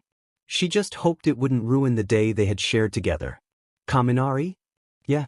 Do you want to tell the others about us now? She asked quietly. I mean, it's okay if you're not ready yet. But I just thought that since today has been amazing and we did what you wanted to do before we told them. So maybe we can now? Kaminari listened to what she was saying intently, and when she was finished he turned and grinned at her. Of course I want to tell them, he admitted. I want the whole world to know you're my girlfriend. To be honest, I regret not telling anyone sooner. Especially seeing how accepting your parents were of it, and they don't even know yet either. So let's tell them when we get back, Jiro suggested excitedly. Okay, Kaminari agreed, just as excited as she was. They got back to the dorm just before curfew. Aizawa was there as well, just about to enter the building when he saw them both strolling up, lost in happy conversation, completely unaware that their teacher had caught them holding hands. What's going on here then? He asked, a little interested as they got closer. Mr. Aizawa, when did you get here? Kaminari asked sheepishly, a little startled. We were just Jiro began. She was embarrassed they had been caught out like that. Listen, what you do in your spare time is up to you, Aizawa interrupted them. Just don't let me catch you sneaking into each other's rooms. Again with that? They were both mortified as their teacher turned away and headed inside. Steadying their breath, Kaminari turned to Jiro. Do you still want to tell the others now? He asked, hoping she still would. Well, we might as well now, Jiro laughed. Come on, the sooner the better. They walked through the dorm until they reached the main living area. They walked straight in, still holding hands. They had both agreed to wing it and see how long it would take for people to notice. And to be fair on them, it didn't take long. It wasn't until the door had closed did people notice their arrival. A few heads turned their way, followed by gasps and squeals of joy. Suddenly, nearly the whole class had surrounded them. When did this happen? Ashido gushed with happiness for them. Just a few days ago, Jirou answered truthfully. Why did you keep it from us? We just wanted to see how things went first. You guys are so cute, Uraraka commented with glee. I'm so glad you finally told him how you felt. I knew something had happened that day you came back from the hospital. You were all smiley and giggly for the rest of the night. Momo spoke now. Who asked who? I asked her, Kaminari answered now with a smile. Way to go, man, you finally did it.